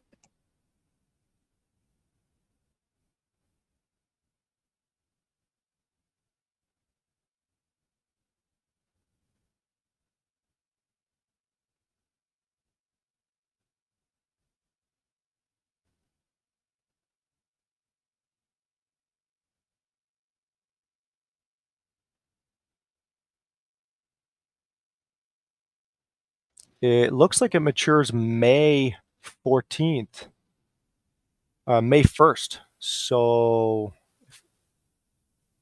still within that put period. When did you say your puts expire?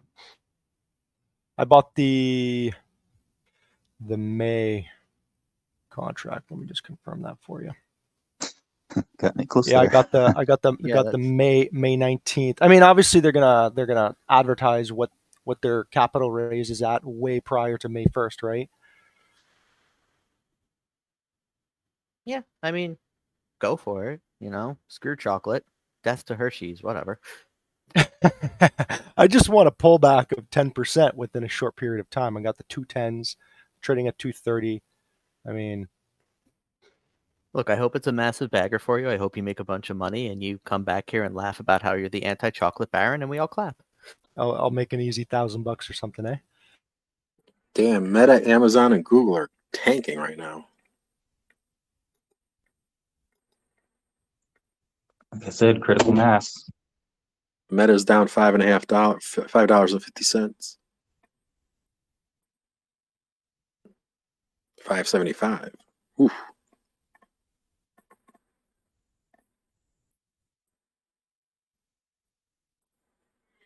So apparently, the reason that a lot of the Chinese stocks are up is those audits that they've done. I guess a lot of them came out pretty good for those Chinese companies that were audited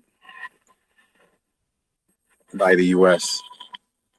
Yeah, they've been pumping that on Twitter a lot, and I don't care if the audits are bad or if they're untruthful, because I think China's going to be pumping up their stocks. And this includes BABA, this includes XPEV, this includes NEO. Although BABA I'm not going to play because Jack Ma and the CCP don't seem to get along very well.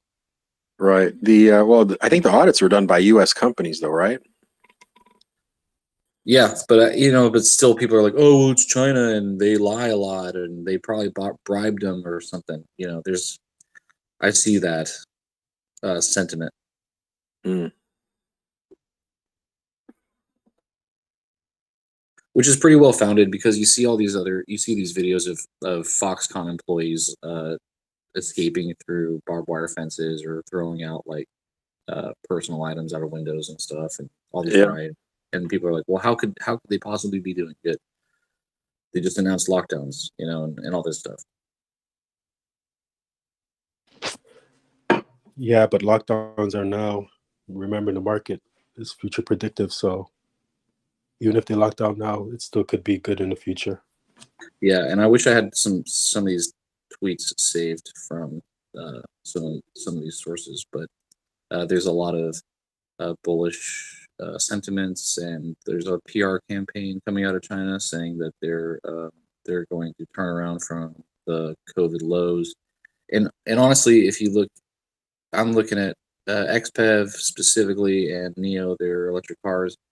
It's hard to be convinced that these stocks can reach a new bottom, but I could definitely be wrong on that. Mm. I I thought they doubt were they. easing up on the restrictions. They were letting people out. Yeah, they most certainly are. But that announcement of easing up comes a week and a half after they said that they were going to be locking down Beijing. So there's a lot of mixed signals going back and forth, and slow to believe and slow to react markets and all that. But the future projections of these companies in their earnings report is bullish. So that's why their stock has hit a bottom, is bouncing up right now.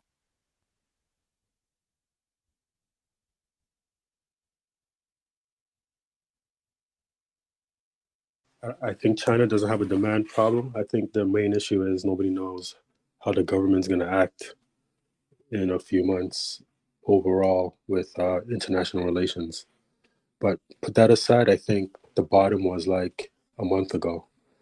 There was last month I talked about the FXI ETF when it was like around $22. I told people to buy. People laughed, and now it's like $29.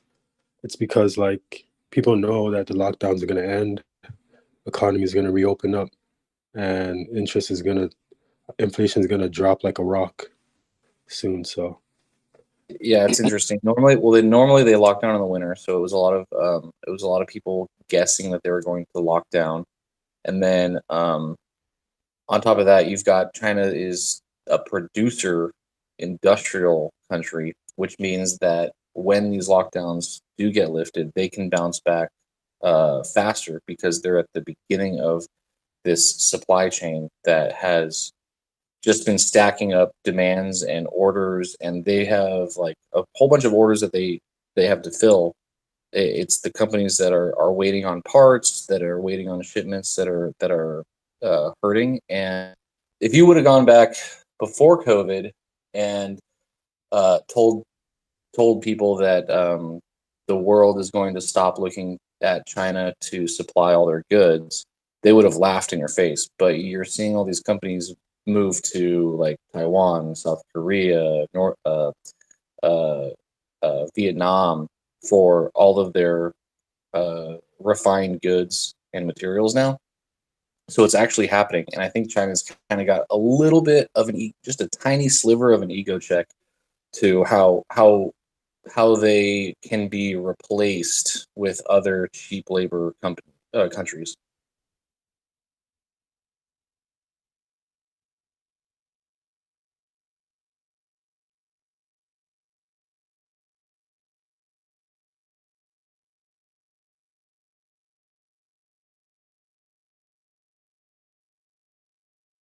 I've been following this because of the Taiwan semiconductor stuff, and you guys were talking about this yesterday or 2 days ago about how it's looking like China might be taking over the Taiwan-based semiconductor foundries, which is kind of what I predicted because China doesn't recognize Taiwan as a sovereign nation, and they need those chips.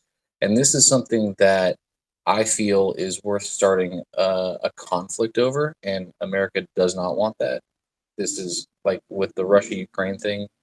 Russia needs that land, and so that's why they had to start the conflict, because they don't want to be thrown out of this three-party or this three-country like top tier country. It's the United States, China, and Russia. And if Russia was getting cut off from their supplies, from their Hey guys, I threw up the MD&A for Hershey's. If anybody else wants to dive into it, I'm just reading some of the results of operations last quarter. Something stands out for me is that net sales increased 15% in the third quarter, but cost of sales increased 25%, meaning gross margins are shrinking. And that's just in the third quarter, if anybody wants to continue doing DD on it.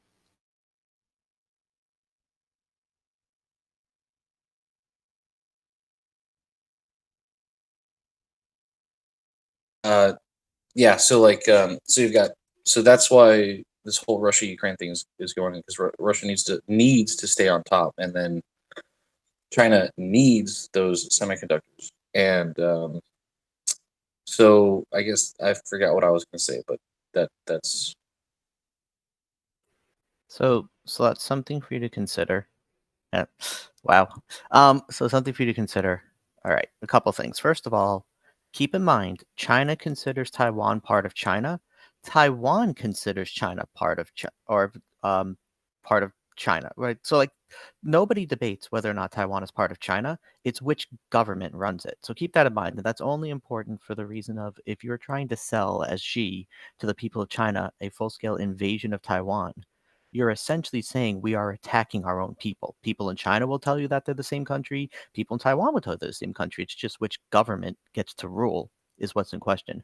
But the more important thing to understand, if you're talking about like, is China going to invade Taiwan? They don't have the naval capability to get. They physically can get there. Don't get me wrong. But if they started lining up ships to try to get to Taiwan right now, they don't have enough battleships to stop the US fleet from just getting in between and saying turn around. And they've even admitted they don't have the aircraft carrier capacity. And they've even said they need until like 2025 to hit the capacity of aircraft carriers to come anywhere near what the US Pacific Fleet would definitely show up with if they tried a naval invasion. So I get like the association of like, well, Russia went into Ukraine, China might go to Taiwan. The difference is Russia walked into Ukraine. They didn't have to cross an ocean. China has to cross an ocean. It is far easier for a country like the US to step in then and just blockade and say, you're not crossing these ships. And China will get pissy, but they don't have the naval capability to get around that. so I hear what Yeah, you're but saying. air superiority is pretty a big I don't. challenge because they're right next to Taiwan as far as airplanes go. Nobody would benefit from a hot open conflict like that. But if America was going to go in there and say like, hey, this is ours or whatever. Remember when Nancy Pelosi was flying over there? Boy, they had those jets scrambled. They were like ready to rock and roll. There are pissing matches that will happen, but we have to understand, as much as you say like the semiconductors from Taiwan are important to China, those semiconductors from Taiwan are nationally important to the United States. And that is something they would physically defend, right? So like that's the other thing you have to consider. Though Taiwanese semiconductors are that level of national importance to where the US would be like, we don't want to, but we be aware we will put a fleet there to stop you from getting by because that can't be permitted to be removed. That's kind of, and that's what I'm saying. I'm saying that these chips are nationally important to China and nationally important to America. And I think the best way to resolve this without starting a third world war is allowing China to have the Taiwan Semiconductor in Taiwan and Taiwan Semiconductors expanding into Arizona and Texas for American purposes. So Taiwan is also Yeah, I don't see a why national China wouldn't security just. strategic location. I can't. I'm sorry. You guys have to start over one at a time. Jefferson, just go, man. All right. So Taiwan is also a national security, like it's a significant location for the US. It's not necessarily just the semiconductors.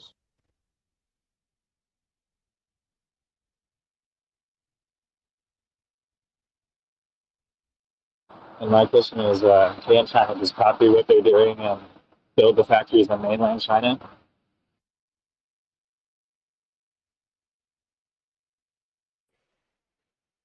Can China just replicate TSMC's factories? No, if it was that easy, Intel and so many other companies would be doing it. That's a massive project that their entire like government put tons of money into. There's a reason it's called the Taiwan Semiconductor Company. They put a bunch of money into it. It is literally the nation being like, we're going to make the best semiconductors and no one's coming close. Bingo, exactly. This is my it's hard to convey how hard it is to start up semiconductor like foundries and stuff. And why hasn't China already done it yet? They can't. And another thing that's really special about them is that China patent laws, they will rip off anything and everything, and you can sue Chinese companies or whatever, but the Chinese government will not uphold it, or they'll drag it out like 3 or 4 years. In America, it's like boom, slaps the judge's desk, it's on, you get your money. In China, they pigeonhole this stuff until you're basically like undercut and out of business or whatever. With chips, you can't do that because they're so hard to manufacture. They are hard to reverse engineer. They are hard. You need extremely skilled people. So this is why it's a special product, unlike anything else. Why it's worth all the hubbub that's going on right now. And keep in mind, they're incredibly protective of their higher end chips. Like, even people talk about like the facility in Arizona. I'm pretty sure that's not going to actually have their highest end chips being built. I'm pretty sure the TSM said they're keeping that in Taiwan, and they don't want the US actually having those fabricators. And that's with like a friendly country.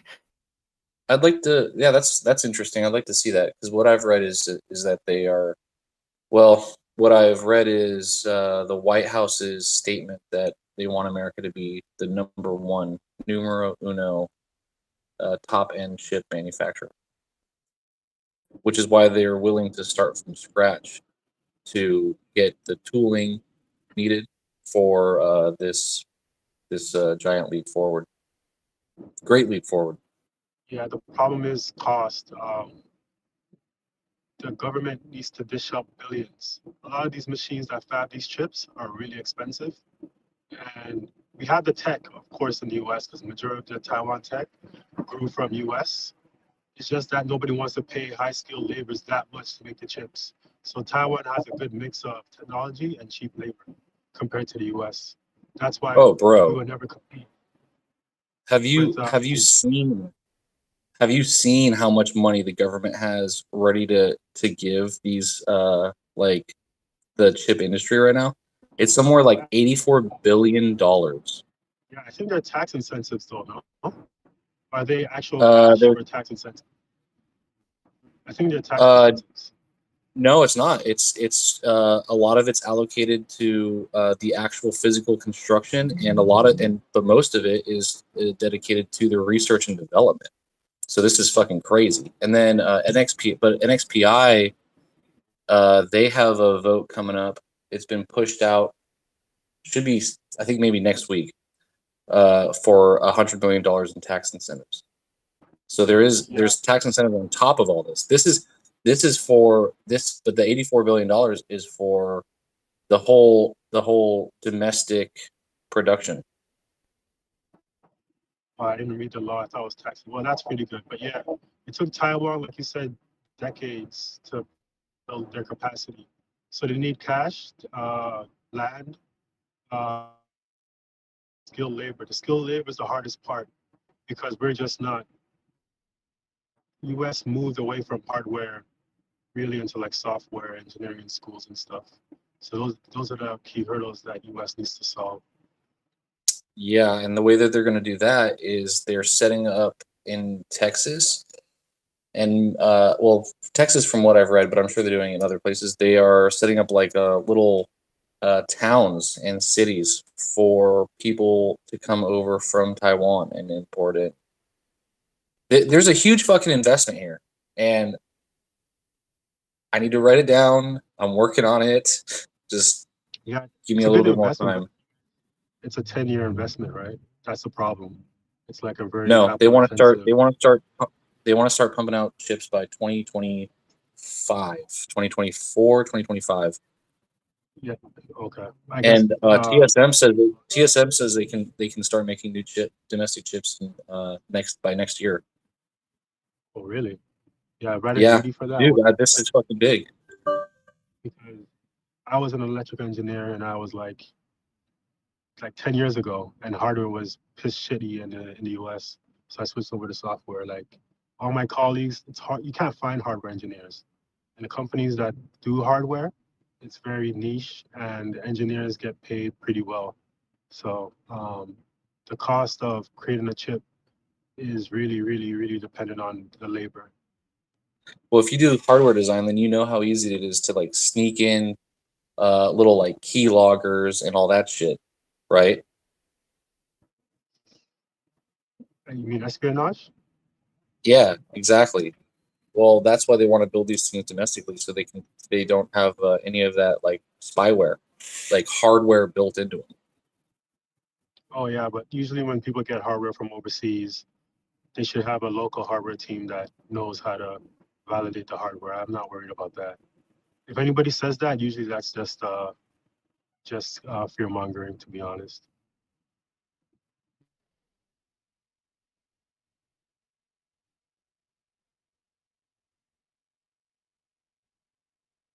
So what I find interesting is it almost seems like the overtime allocation of like the government funding to boost the semiconductors really isn't doing too much in terms of like the value of the stocks.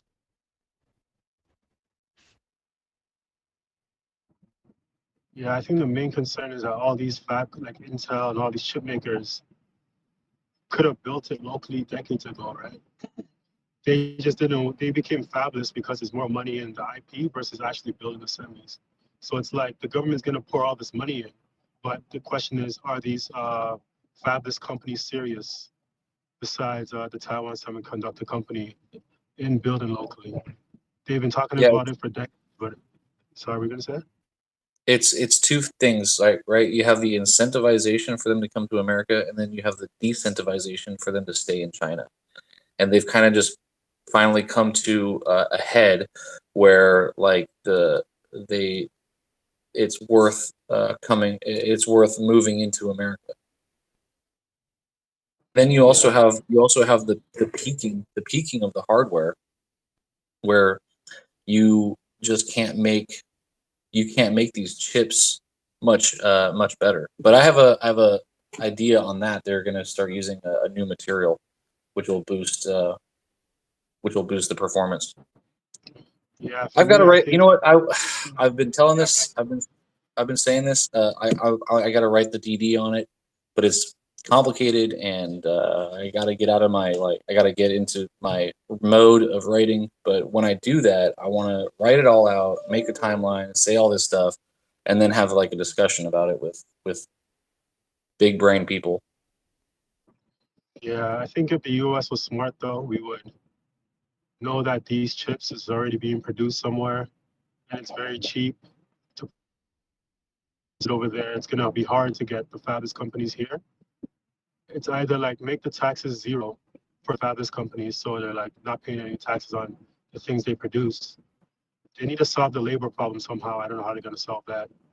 And I would also just start putting legislation around quantum computing and make US become a powerhouse in producing quantum computer hardware, because that's the future. I think that's where they should start targeting and like put on like expert ban laws on quantum computer and IP. That would definitely make US like future proof for the future hardware innovation that's happening right now.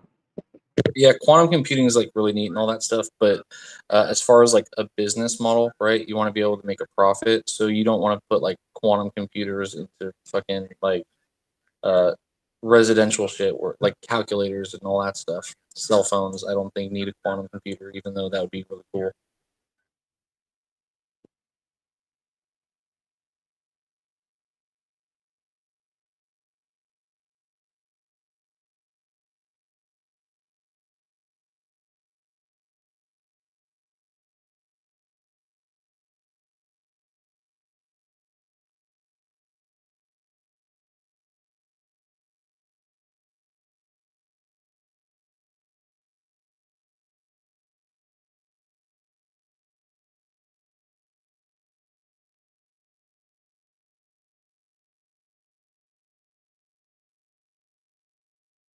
So, what do you actually think it would take to get semiconductors going again in more of an upward trend?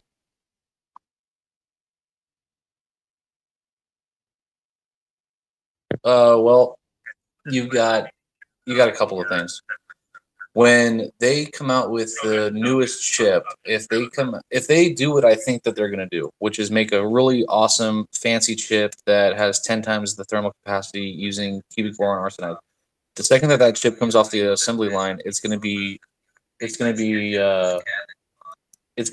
like years and years ahead of any other chip on the market. And so there's going to be all these older legacy systems that need to be replaced with newer parts. And this is part of like cybersecurity, cyber warfare. This is part of AI. This is part of data centers. So when that comes out, if anybody who doesn't have that is going to be at a disadvantage. They're going to have a huge demand for this next level, so they don't get left in the dust. You've got military spending on that. You've got China's security system, which I'm banking on is going to want these chips. They have like that whole security data processing, like face recognition. So there's that. I really wish I could just write all this down and then we could discuss it. But yeah, that's what I think. I think that Intel is going to be doing good. It's hard to look at it from a stock perspective just yet because of the fact that it will cost more money to produce chips in America because we have environmental regulations against these chips, which are bad and are bad for business. And then you've also got more expensive labor and cost.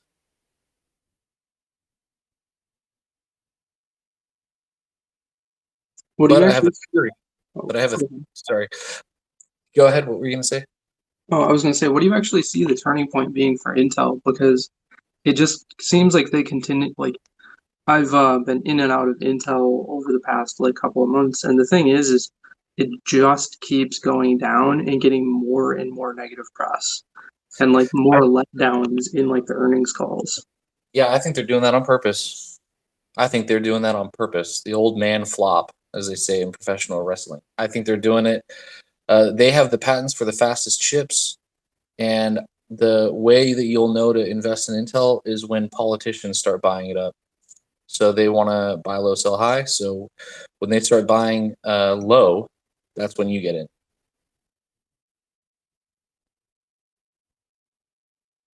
Thanks. Yeah, the lower they can drive that stock, the cheaper they can gobble it up, and then ride it all the way to the moon. And the way that you can look that up. It's like public record. So they have the patents and they have the designs and all that stuff for top end chips. They're also America based, which gives them access to a lot of new regulations and laws that are coming out for controlling the technology and the specifications and tooling and materials for chip manufacturing in general. So what I'm seeing is that the government, the White House, is setting up Intel to be the company that benefits from this. And I think NVIDIA is going to be left out in the dust. AMD might be left out a little bit, although Sue Bay is on the board of engineers that are consultants to Joe Biden. So she might be able to weasel her. She's for AMD, right? She's like the CEO. She might be able to weasel her way into allowing AMD to have some of these special privileges. But the reason why they're getting locked down is because they don't want China getting these designs and trying to replicate it or reverse engineer it, steal the patents, or reverse engineer it and then threaten the security of what's going to happen next. Cybersecurity is huge because it's like you can't have open hot wars anymore between large companies thanks to nuclear weapons. So you've got to do economic warfare and cybersecurity warfare. So the best way to do that is to have the fastest, most up-to-date, most secure chips. I guess one of my concerns with like taking any position with Intel is that, I mean, if you just search, like if I headline like famous talent like leaving Intel, it just like starts popping up, and like famous architects and like designers and such. It seems like there's more of an outflow. And I mean, I understand that businesses have outflow and inflow of like various levels of talent and such, like throughout like a year, but it just seems, and this may just completely be like my perspective, that Intel seems to have significantly more of an outflow than you're hearing like positive news of an inflow. Yeah, and I'm not and outflow accumulating somewhere that it's going to actually be a meaningful challenge to their market dominance. I mean, right, we're talking about only two major companies that I know of that actually do what they do. There hasn't been a third party provider that could operate at scale that would meaningfully damage the profitability of either AMD or Intel. Well, I'm not saying buy Intel just yet, but if that $84 billion, even if I don't know, a fraction of that goes into Intel, they can start recruiting top talent as they see fit. And I think that's what I think the money's going to go to American companies, and Intel is one of them. They're on the green list. So, yeah, it's not a buy yet. It's a little bit of a longer play, but I can see that the chess pieces are moving right now.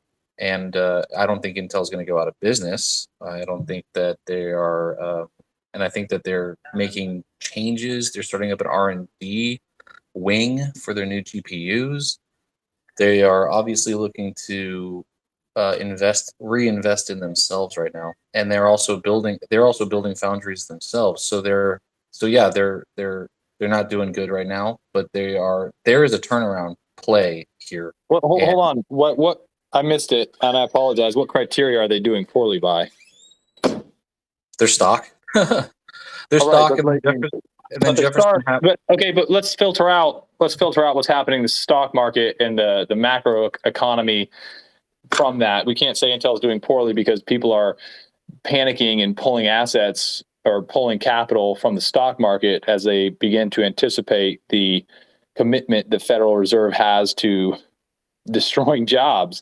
I mean, that's just happening across the board. So you've got to try to equalize that and say, okay, look, if the entire stock market is dipping by 4%, eliminate that 4% from your consideration of a specific company before you decide it's not doing well. Everybody's going to take a haircut because the Federal Reserve is giving everybody a haircut, right? So you can't say, well, he's not as pretty with his haircut. Everybody's got the damn haircut. How's it going to grow back? Have you seen their new product launch for their GPUs? And then Jefferson's hat was saying that people are leaving, like top talent's leaving the company.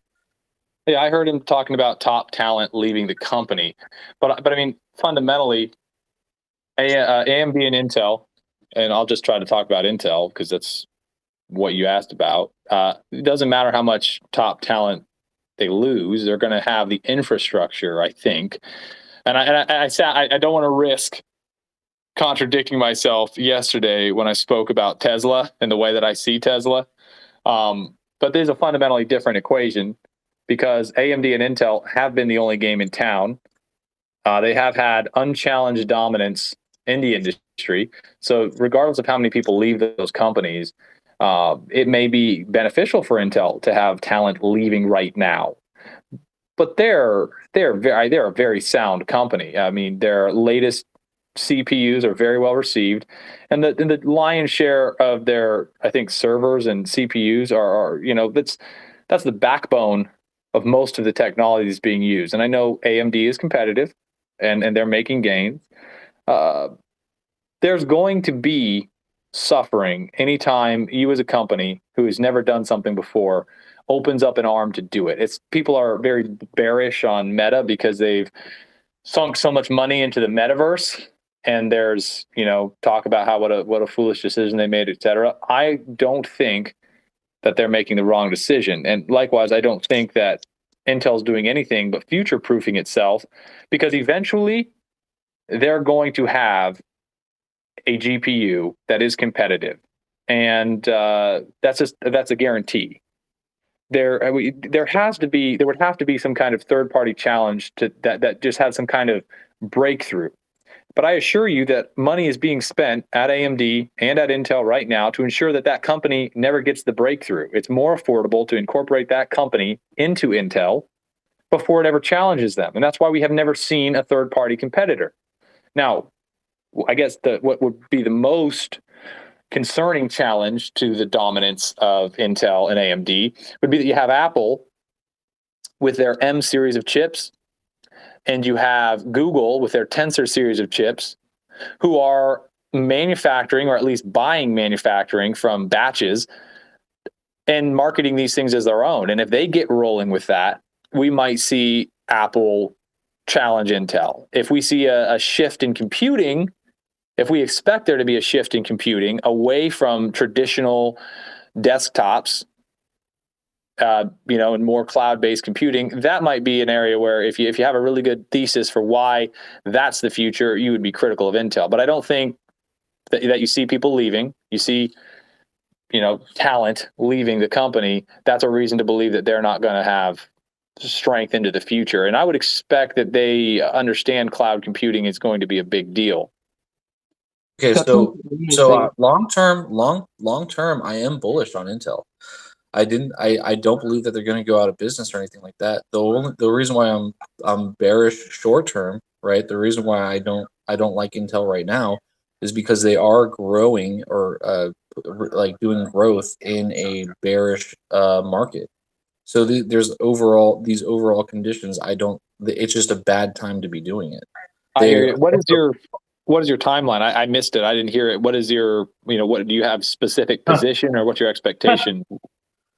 I don't have a timeline yet, but I can tell you that I was not impressed with their latest GPU launch or direction, and I'm hoping that their Battle Mage generation fixes the prototype nature of their first one. Forget what it's called. Alchemist. But you got to. Yeah, it was the Alchemist the Arc series, but you got to be realistic. And that's totally fine, and that's totally fine, and they can do all that stuff, and it's like their first run. And my timeline would be when the government dishes out this $84 billion, and after their foundries get built, because I wouldn't invest in the risk of them building these foundries that need to be like 99.999% pure.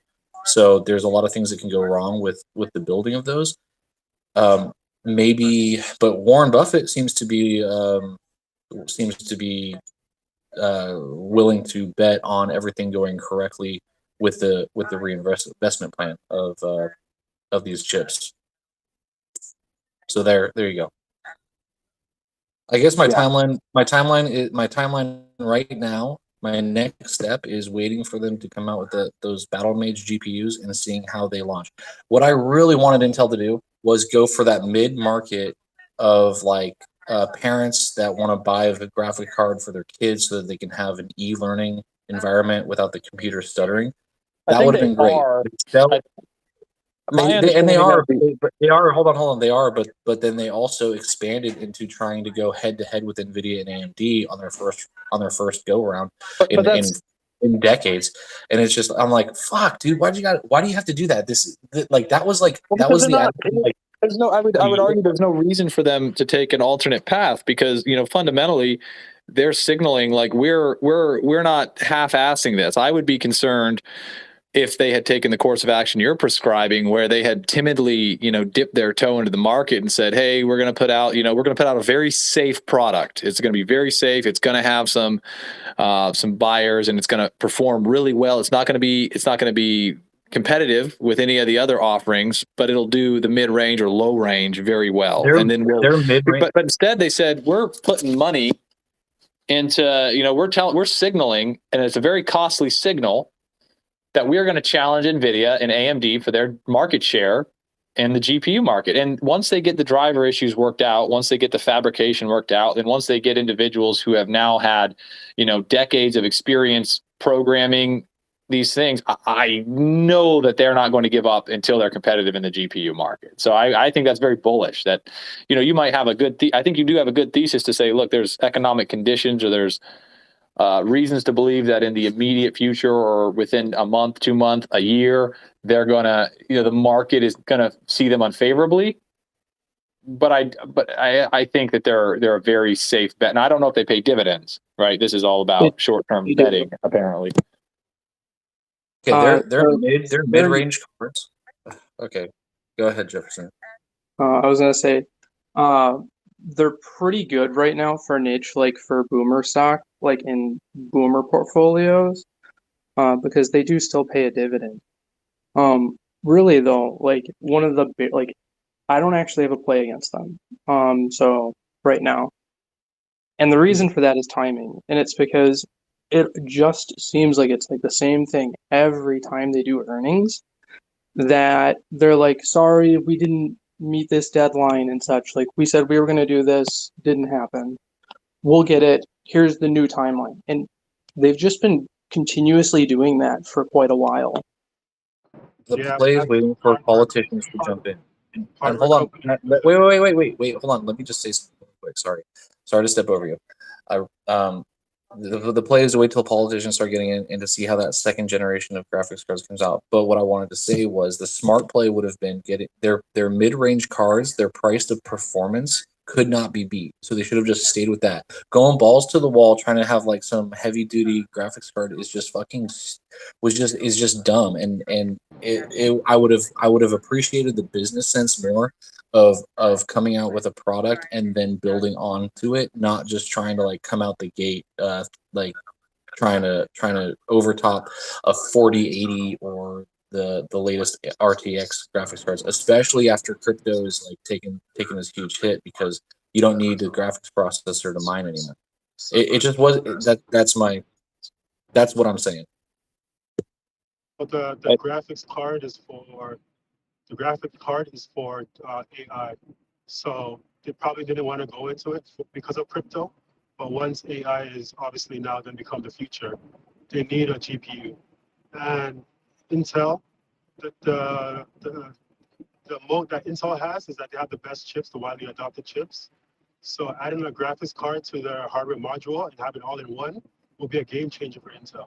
So this is not about what you're saying, it's more about a bigger plan for Intel. You're saying that the plan is to have a CPU and GPU all in one chip?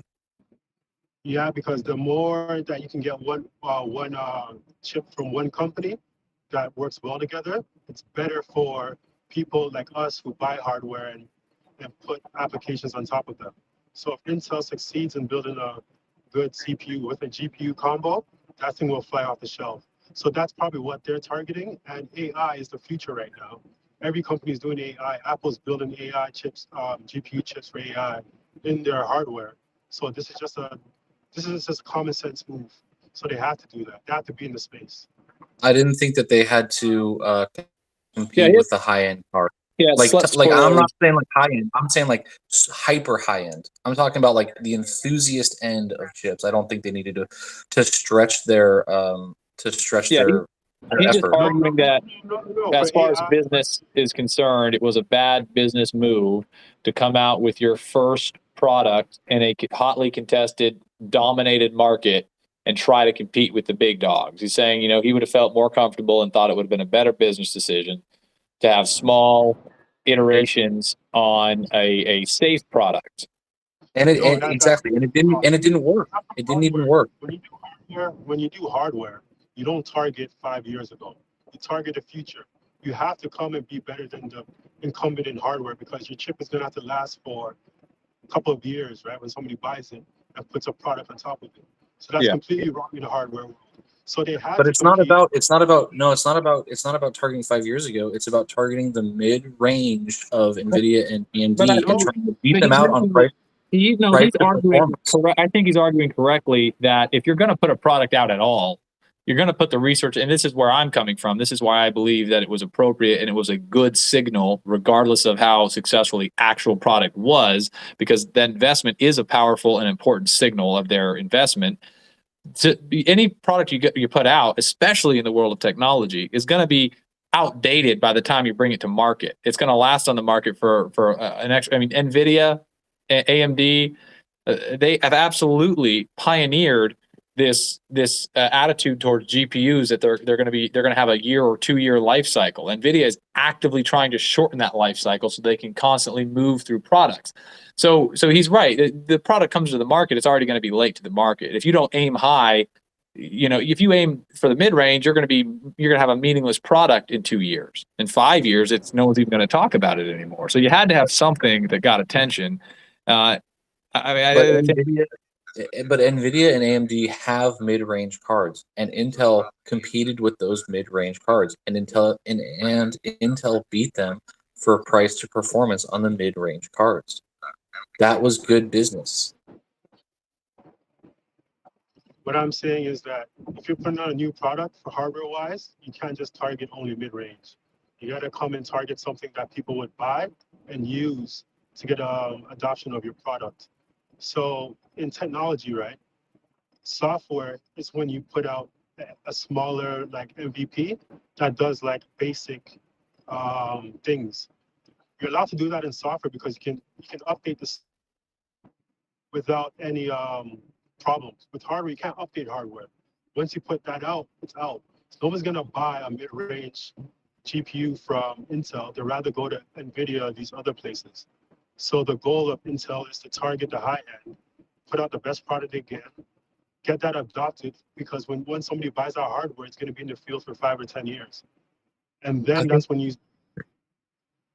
I think you're looking at this.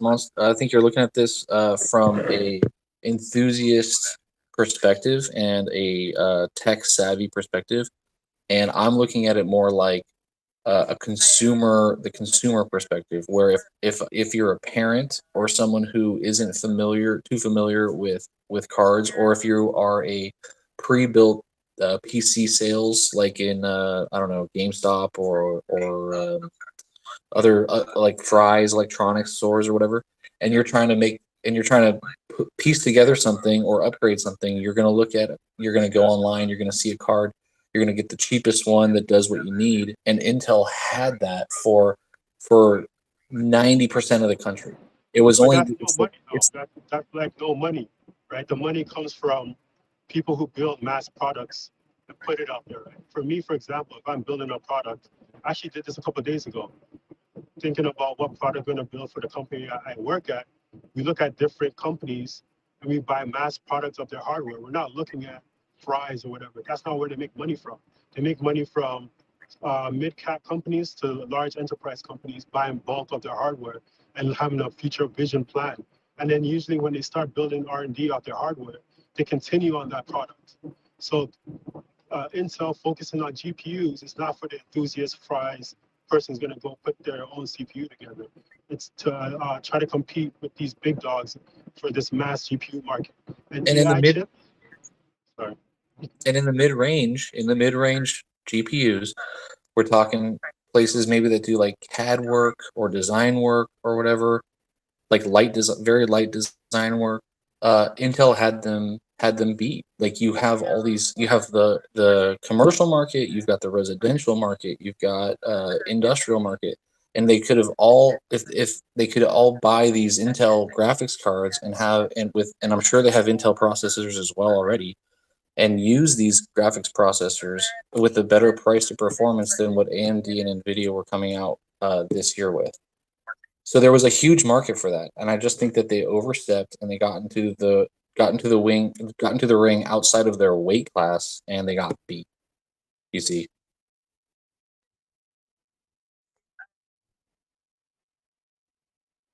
Yeah, I hear you're saying, but I'm just saying now. Intel's thinking about the future. When you think hardware, you can't think now. Like hardware, you have to think 10, 15 years out because it's hardware, it's not software. I'm sure they had like that.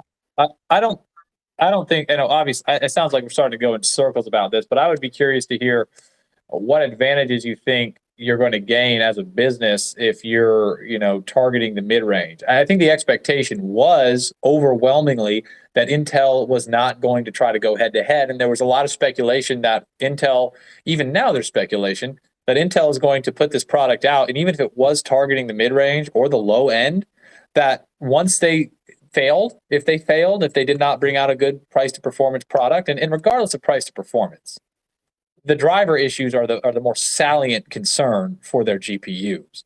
Price to performance means nothing if that performance is fucked up. You might put a good benchmark up, but at the end of the day, if it's not usable because the drivers are buggy, it's crashing, or you have artifacting, it's irrelevant. So the speculation is correctly, I think, concerned, hey, are they going to continue to compete? And to answer that question, which is important to understand what we expect the stock price to do, right? How the company is going to succeed or fail. They're opening up a new division. They've invested a lot of money into this to fabricate and produce their own GPUs in a hotly contested market that has been clearly dominated by NVIDIA and AMD. They're saying, hey, we're serious about this. We're not just trying to put out a nice, refined, mid-range product and have a little bit of the market share. I think they're looking at this and saying this is the next logical step for us. We've been sitting on our laurels, pumping out 10 nanometer CPUs for a really long time. How do we grow this business? They have, I would argue, tapped out the upper limit for CPU production. So, and they know that. I mean, you've talked about some of the promises that they made, timelines that they had that they failed to achieve, and that's because Moore's law is at risk of dying here. We're really kind of, it seems like, reaching the zenith of manufacturing for CPUs. And yeah, we can make them smaller, but it doesn't seem like we're able to drive more performance without making them bigger and hotter or getting more chiplets. We need to find a new material, don't we?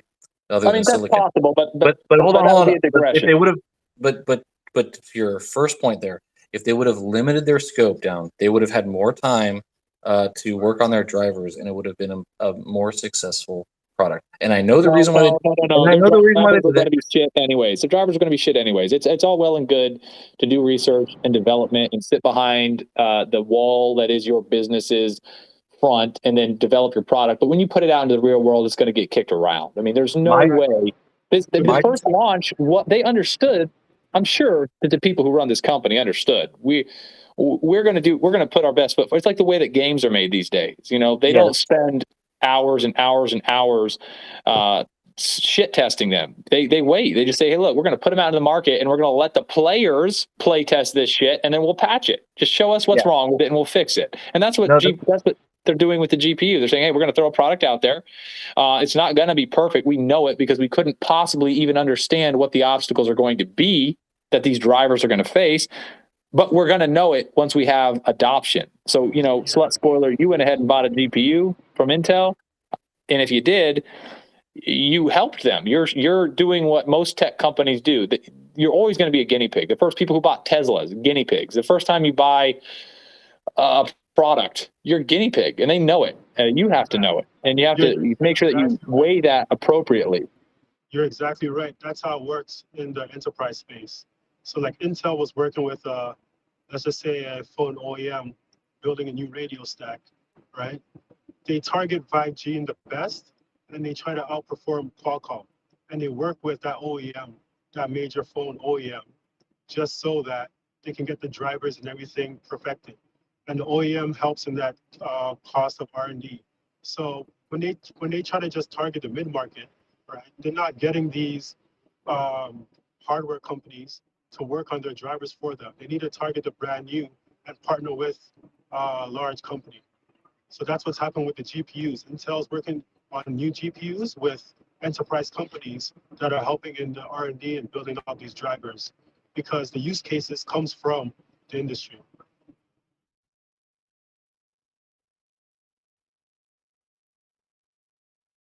Yeah, I think it's well said. The use case comes from the industry, and I'm sure that there's environmental factors in the economy at large that we should try to identify that push companies in the tech sector to engage this way, because no one likes that they sit on the first generation of a product and that it has flaws that would have been obvious if someone had used it with the application advertised at length. With an But important I announcement I to think that make. there's a certain I'm doing amount my of, they first say, official I Donald hate J. to say this, Trump. but Mike Tyson says, everybody has a plan until they get punched in the mouth. Well, every company has a plan, but they anticipate that plan needs to change, and they anticipate they're getting punched in the mouth. So they're like, let's hasten it up. Let's get the product launched. Let's meet these base level criteria. Once we've got them, we'll ship it out the door, and then we'll get punched, and we'll understand where we're weak. They shipped it. Launching incomplete products does seem to be the norm these days, for sure. And I agree with you there. In my head, my fantasy land, what I think is NFT going on is collection that they right got here some and right project now. manager They're behind the called scenes who Trump does not know digital anything trading about cards. this stuff. These And he's cards just like, feature we gotta some of compete. the We gotta really pump out the incredible biggest artwork card. pertaining to we gotta my be life and number my career. one. It's been And very he's like, exciting. You he's can not focused too much on the profitability and reliable, like good product. He just wants to be the best. No, it's opposite. It's opposite that. So how it works. So I worked with Intel on a product once. Can't name it. How it works is that us as a company wants to replace another vendor, say AMD or Qualcomm, right? And we would say, hey, these guys are too expensive. They have a moat. Let's work together. Hello, everyone. This is And their Donald. incentive is to build a competing new feature device, and our incentive is to lower the cost or get it a different supplier. So we would work with them in sharing the R&D costs, right, just to get that product out there. So for the GPU, it's not just a project manager saying, hey, let's do this big, wonderful thing. It's more so they're working with different, most likely big AI companies, right, building AI models for the GPUs and trying to fine tune that. Because at my older company, we worked with one hardware company building our AI stack, and they didn't move fast enough. So we switched over to another chip, and we work with their engineers, and they built a better chip that we use, and we basically made their drivers perform it in the best in class. So that's how it's going to work for GPUs. You need to partner with AI companies or future tech companies and sharing the R&D to get your product top line. It's not about just putting it out for shits and giggles. Would it be fair to say then, according to that argument or that chain of reasoning, that what you're looking at when you see a product put out by NVIDIA, this is the way I've always envisioned it, that NVIDIA, when they put out a GPU, and AMD, when they put out a GPU, they are not, as many of the reviewers online, like Linus Tech Tips and Gamers Nexus and all of those other, all those other tech vid guys like to imagine, like, we don't like that NVIDIA did this, that, or the other. It's like, well, they're probably doing everything they can to build the best GPU that they can. There are limitations, and once they've achieved certain requirements, they're going to put it into the market. But there always seems to be this tone in these reviews that I've disagreed with. That is that, they didn't make a better card because they didn't want to. But then according to that train of reasoning that you just explicated, they are putting out the best card that they can, and they're going to continue to do that. What you see at the mid-level and low level is those are chips that, those were going to be used. They're making those products solely to use up things that they're not going to sell in their best product. Hello, everyone. This is Donald Trump. Hopefully, your favorite president of all time, better than Lincoln, better than Washington, with an important announcement to make. I'm doing my first official. They have like a product spec that they want to hit to compete, and we also have a product spec we want to hit and compete, and we do R&D together. So if we're building something for, say, computer vision, right? Our models, we will try to get that as performant as possible on their hardware. And their hardware engineers are working on making that like low power and also performant for our models, basically. And it just goes back and forth to build the best product for that application. And they usually are doing that with multiple companies.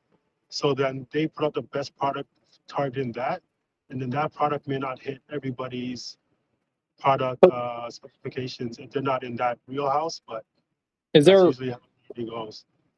Is there reason to believe then, could an argument be made that when AMD sits down to design, manufacture, produce, and sell their video cards, that they are not necessarily targeting a range. They are sitting down and saying, okay, within these criteria, within, whether it be total cost, whether it be hours to produce, whatever it might be, within these criteria, what is the best we can produce? And they go run it to market, or they test the market, and they start to look into they do the R&D, and they say, well, look, we can put out a pretty good product. Let's keep going with this. And then, they bring to market.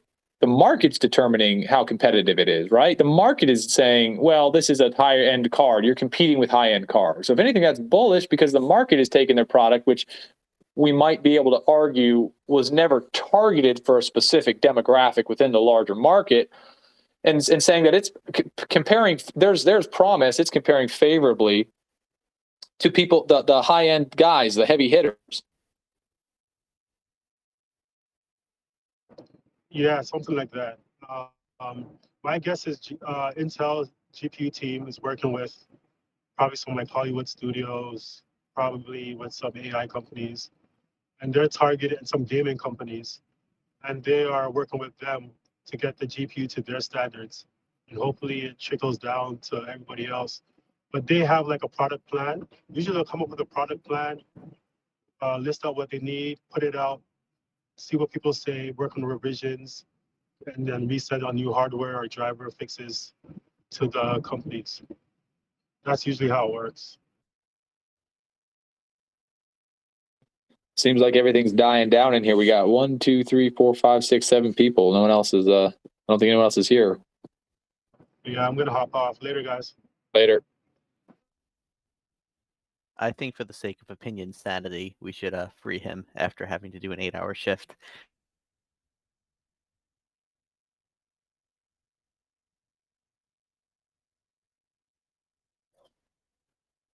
Wait. Oh, I know what it is. Go ahead, do it. Oh, you think I know? Oh, of course. I'm getting the whole set. Don't know what it is.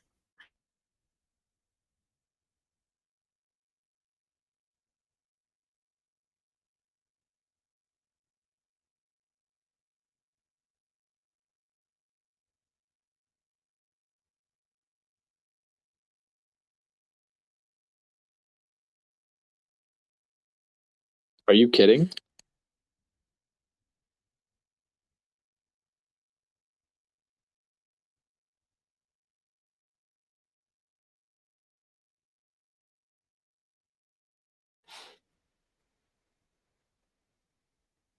I have to interject here, because once again, the WallStreetBets mods, in combination with the hedgies and the shills, are trying to suppress the real news. You see, Donald Trump didn't just release an NFT. These are collectible, investable trading cards of Donald J. Trump, sir. And to downtalk it like that just shows that you are clearly being paid by the insiders in Ken order to suppress Griffin, it. yeah. This is a Working for Citadel. multi-million dollar. You can own part of a billionaire with a B, sir, with a B. Now, I got a question. This sounds really good. This sounds like a good potential investment. I'm wondering if I get in on the ground floor here, I buy a couple of these NFTs. Now, is there going to be some kind of kickback? Am I going to get some kind of influence? Am I going to have some right to influence voting rights, above and beyond the standard population if he does win in 2024?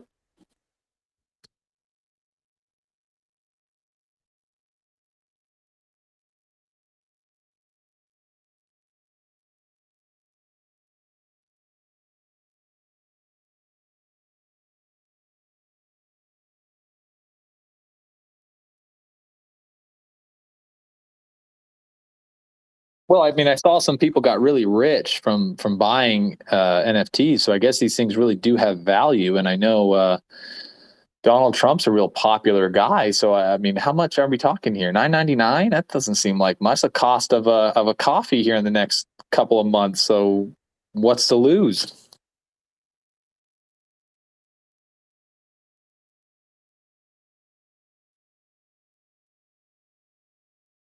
Wow, that's almost as much as a Reddit snoo avatar.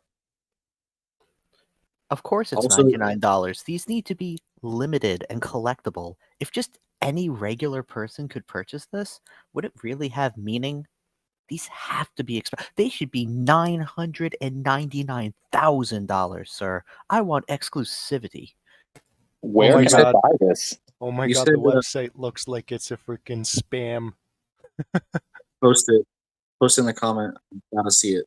You said Trump was the most popular president, but Biden had so many people voting for him. People were literally jumping out of their graves to vote for this guy.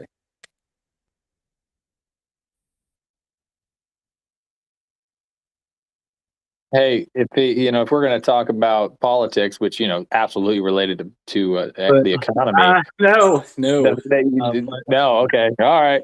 I had a what weren't NFTs like $300 to mint originally, like $300 to mint on a blockchain? Well, how could you say that it cost a fixed amount to mint something on a blockchain? I mean, are you saying that someone was offering the ability to mint them on their blockchain? Because they could set the price at whatever they want. There's no fixed cost. I mean, like, I guess I just mean like the average cost of the gas fee to mint something was around 300 until the new like layer 2 came out. And But now, you're presuming the blockchain. You're presuming the blockchain because one of the things that actually makes a joke out of the entire NFT movement is that I can just go ahead and replicate all of the Ethereum code. It's I can just go replicate it, start my own chain like Binance did, and sell my NFTs on that blockchain, and my gas fees aren't going to be jack shit because nobody uses my blockchain. But as people, what about the monkey JPEGs?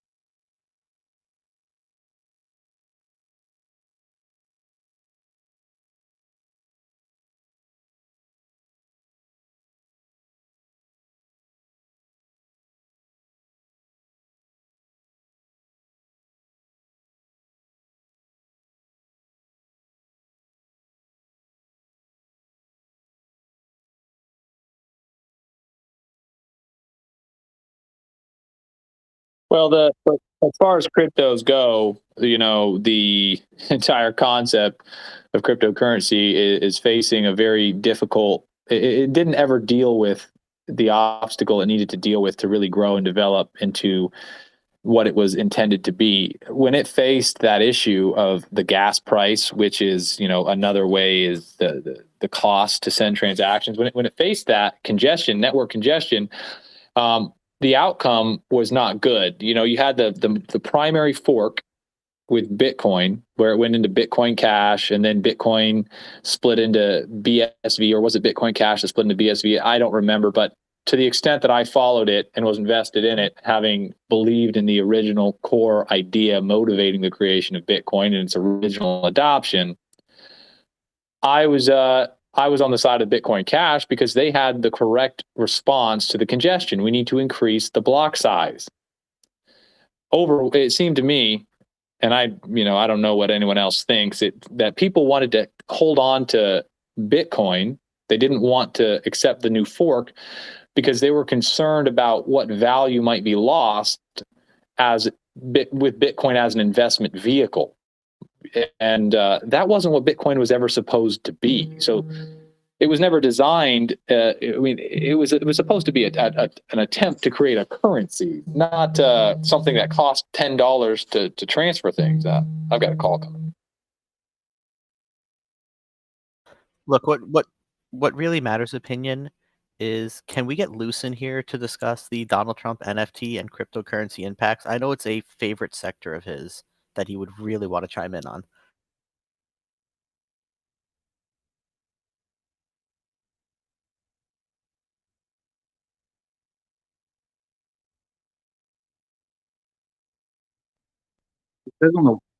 Says on the website that if you get one of these NFTs, then you get you get an admin pass to be grabbed by the.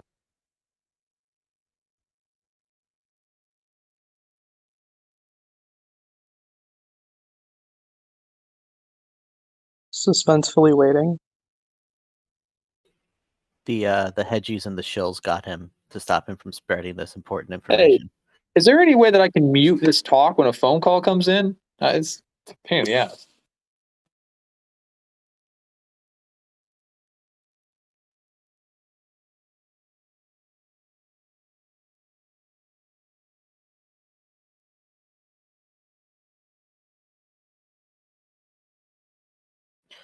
if Monster, if you I'm assuming you're getting the call on your computer. If you go to your volume and open your volume mixer. No, it's on my phone. Oh, then just mute your computer. Come on. No. Well, no, I'm getting called and I'm on my phone for both things. I guess on Reddit, You gotta exit out. You gotta if I'm exit out on of the Reddit on chat. my computer. Well, hold on. I got my chat open. I'm sorry. Please bear with me. Please, I beg. How can I open up this talk on my computer? You go to Here's opinions how I do it. profile and you Comment. go to the chat. On the Or very you can top of the comment and screen, then there's a you button can that says comment live and chats. go to the. You can comment and then go to your profile on the computer, find your comment, and then come back to the chat. Okay.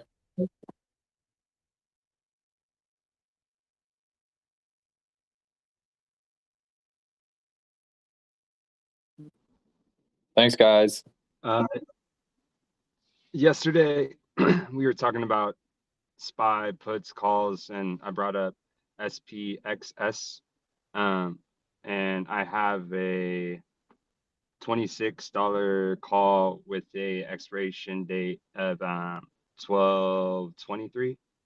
And I'm just trying to figure out if anybody's talked about derivatives of SPY and what their opinion is, because right now I got in at an average price of 3 cents per contract, and the ask is at 7 cents. So I think I can either take like 50% here or try and shoot for like 100%, or should I wait a little bit longer till the end of the week and try and get a little bit more upside and then just exit out of the call option and then just buy the underlying stock.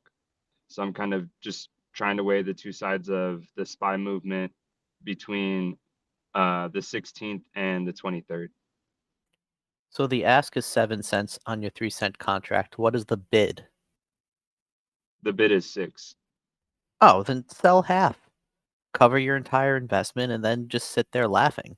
Come on, man. You know that, sell half on the first double. I know, but it's so tempting not to. No, nobody ever went bankrupt realizing gains. Don't do this to yourself. Sell half on the first double. All right, thanks.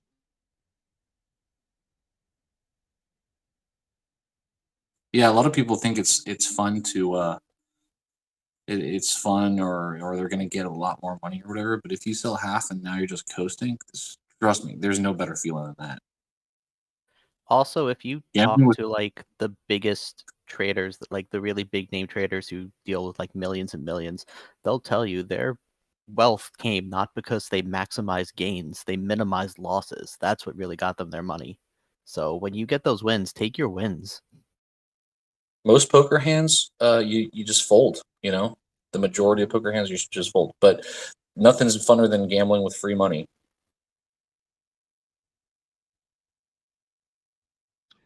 Yeah, I'm just gonna sell half and then dollar cost average into the underlying stock with the profits and just play it that way, because I still think that over the course of the next like 6 months it could run up way past $26. So rather than just rolling over the contract, maybe I'll just buy the underlying stock.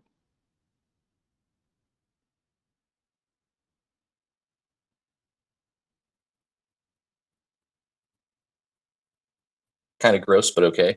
Yo, affectionate. You totally doused me in cold water on my play. I was gonna go into like all these boutiques are gonna shut down. We're gonna have like a commercial real estate crisis. All the expensive houses in the downtown areas are gonna get ran out of business as all these like all these old like women's clothing stores get replaced by liquor stores and bail bonds and all that stuff. Well, In your dreams. yeah, looks like I was stopped short.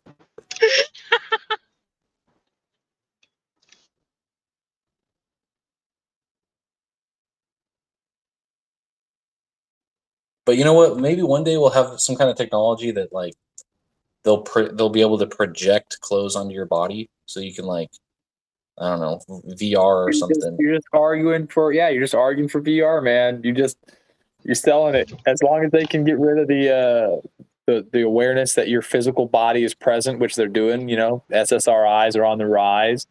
And I'm sure, and I just learned NDRIs are a thing, and they're on the rise. This disassociation is being encouraged, and once they can finally disassociate you enough to spend the majority of your time when you are not sleeping plugged into a virtual reality, more virtual than the virtual reality we already live in, spooky, isn't it? They're gonna make a killing. They're gonna farm you. There's some really good points being made, but some points that were made were like, oh well, people like to touch fabric and people like to go out shopping. I'm like, well, actually, a lot of people are shopping online, touching fabric. If you're buying a product from a line that you're very very familiar with, you know how it feels. And they're like, well, hold on, they're like, fabric hangs on hangs a different way depending on the type of fabric. Fabric mechanics in like games like Unreal Engine have been around for years already. Like you can model different types of clothes to a scary amount of detail. Like right, but that's all refinement, because what you're familiar with really does dictate your awareness and what you consider to be options. And we have more and more generations who are growing up and they're wearing plastic from the moment they're born to the moment that they die. Our boomer parents and people older than that would have never accepted that. You offered them polyester and they would have, get that shit out of here. I want cotton, I want wool, I want hemp, I want something else. I want something with some quality. I like the way it feels. I like the way it hangs, right? Well, now everybody's wearing plastic. You're all wearing polyester. So there's a shift towards that. It's cheaper, it's mass produced. Whatever effect it has on people isn't so dangerous or so deleterious that it's easily recognized or causing anyone to demand that it stop being the primary kind of clothing that we wear. So they're going to, what you're aware of, what does dictate what you consider to be reasonable. And more people are being born into thinking that polyester is normal and reasonable. And you see higher and higher prices on clothing that is completely polyester. Look at the shoes that are selling. There's not a bit of leather on them. I would never buy a pair of shoes for anything other than vanity that wasn't a leather upper. But I see kids walking around paying twice what I paid for leather uppers that are going to last longer than my life. The only thing I'll need to do is resole the shoe. That's because it says Yeezys on it, and it's made out of polyester. It's made out of plastic. It's made out of trash, and they're buying it. And so I think you have to go find like rubber soles. Like that's how crazy it's getting. Yeah, that's right. I've seen plastic soles. Yeah. And like they call them slip proof, but it's rubber, Well, the whole thesis, the whole idea behind it was basically that one of the brick and mortar retail stores that have not been affected by massive like Walmarts or Amazons and Global Corps and stuff was women's fashion. And you can still have a profitable business with a small footprint. And downtown spaces are the real estate of downtown spaces are really, really expensive because everybody wants to be in that downtown hip urban environment.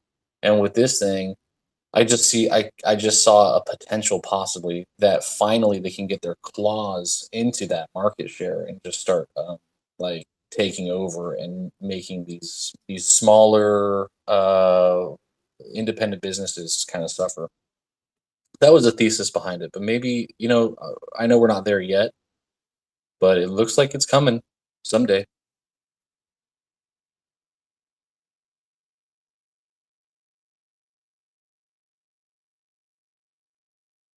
Yeah. I mean, the virtual reality is going to pick up. It's going to take off.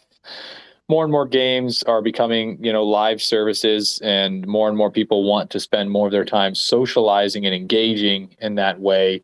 It's being facilitated by the destruction of sex between opposite genders, and the more the more push you have towards sexual expression as something that is harmless, right? And it's especially important that the gay agenda, and I don't mean to say that derisively, but that the agenda gays have to, it's called gay pride for a reason, and transgender people have ultimately it's all a meaningless hedonistic pursuit. One of the funniest things I've seen recently, and not necessarily funny, didn't make me roll over laughing, but it was actually scary, because it drew such a sharp contrast to something I've known about but never really paid attention to, is that, you're essentially buying a child. Gay couples, I was actually banned from Twitter for saying this. A gay couple adopted an infant, not adopted, I think they paid to have a lady carry it. So you got two gay men who, I don't know if you guys know, you probably are aware that two gay men are not going to produce a viable embryo. So, but they were able to buy a child. I'm not trying to make any kind of judgment about whether or not you should be gay. Yeah, I married a gay woman. My ex-girlfriend did that. She got some kind of sperm up in her and had a baby on behalf of gay guys, a gay couple. Right. So yeah, so that's happening. But then the hilarious thing here is they literally bought a human being. You can spin that and try to look at it some other way, but they didn't adopt a human being that already existed, which was reasonable to say, let's improve the standard of care for individuals who don't have parents committed to their well-being. But they purchased a baby that was tailor-made for them. It's like buying a toy. I mean, there's no other way to spin it. If you're being realistic, you're being frank, and you're being honest about it. So you've got gay guys who decided they wanted to engage in a non-productive sexual activity completely for hedonistic purposes, but they also want a baby. And that's very irrational from just a pragmatic perspective. It's very irrational. What do you have against the pleasure of sex, bro?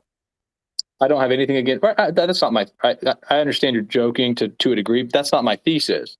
I'm not arguing that sex should be pleasurable. I'm arguing that because more and more sex is non-productive, the rise in non-productive sex to satisfy sexual urges, and like the comparison I made to clothing, where you're born into an awareness of what is considered acceptable feeling, and acceptable hang, and acceptable criteria.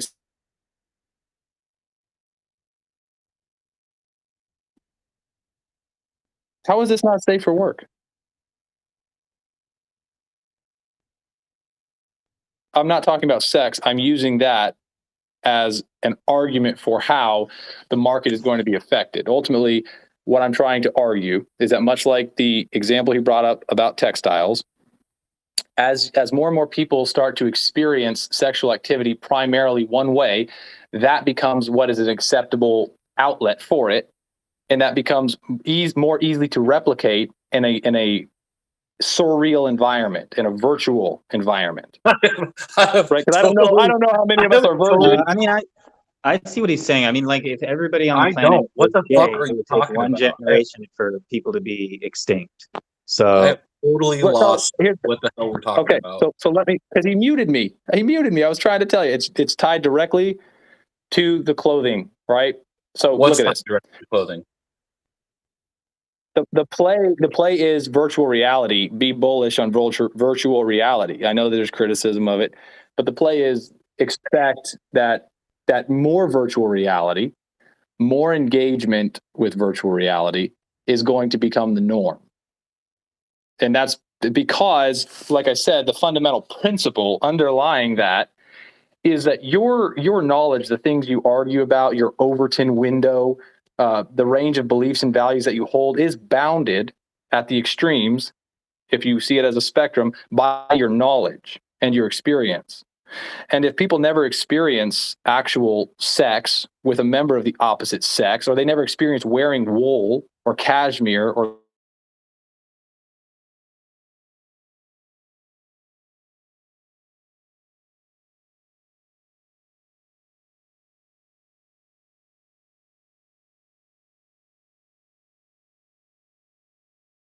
thanks, Binion. cheers.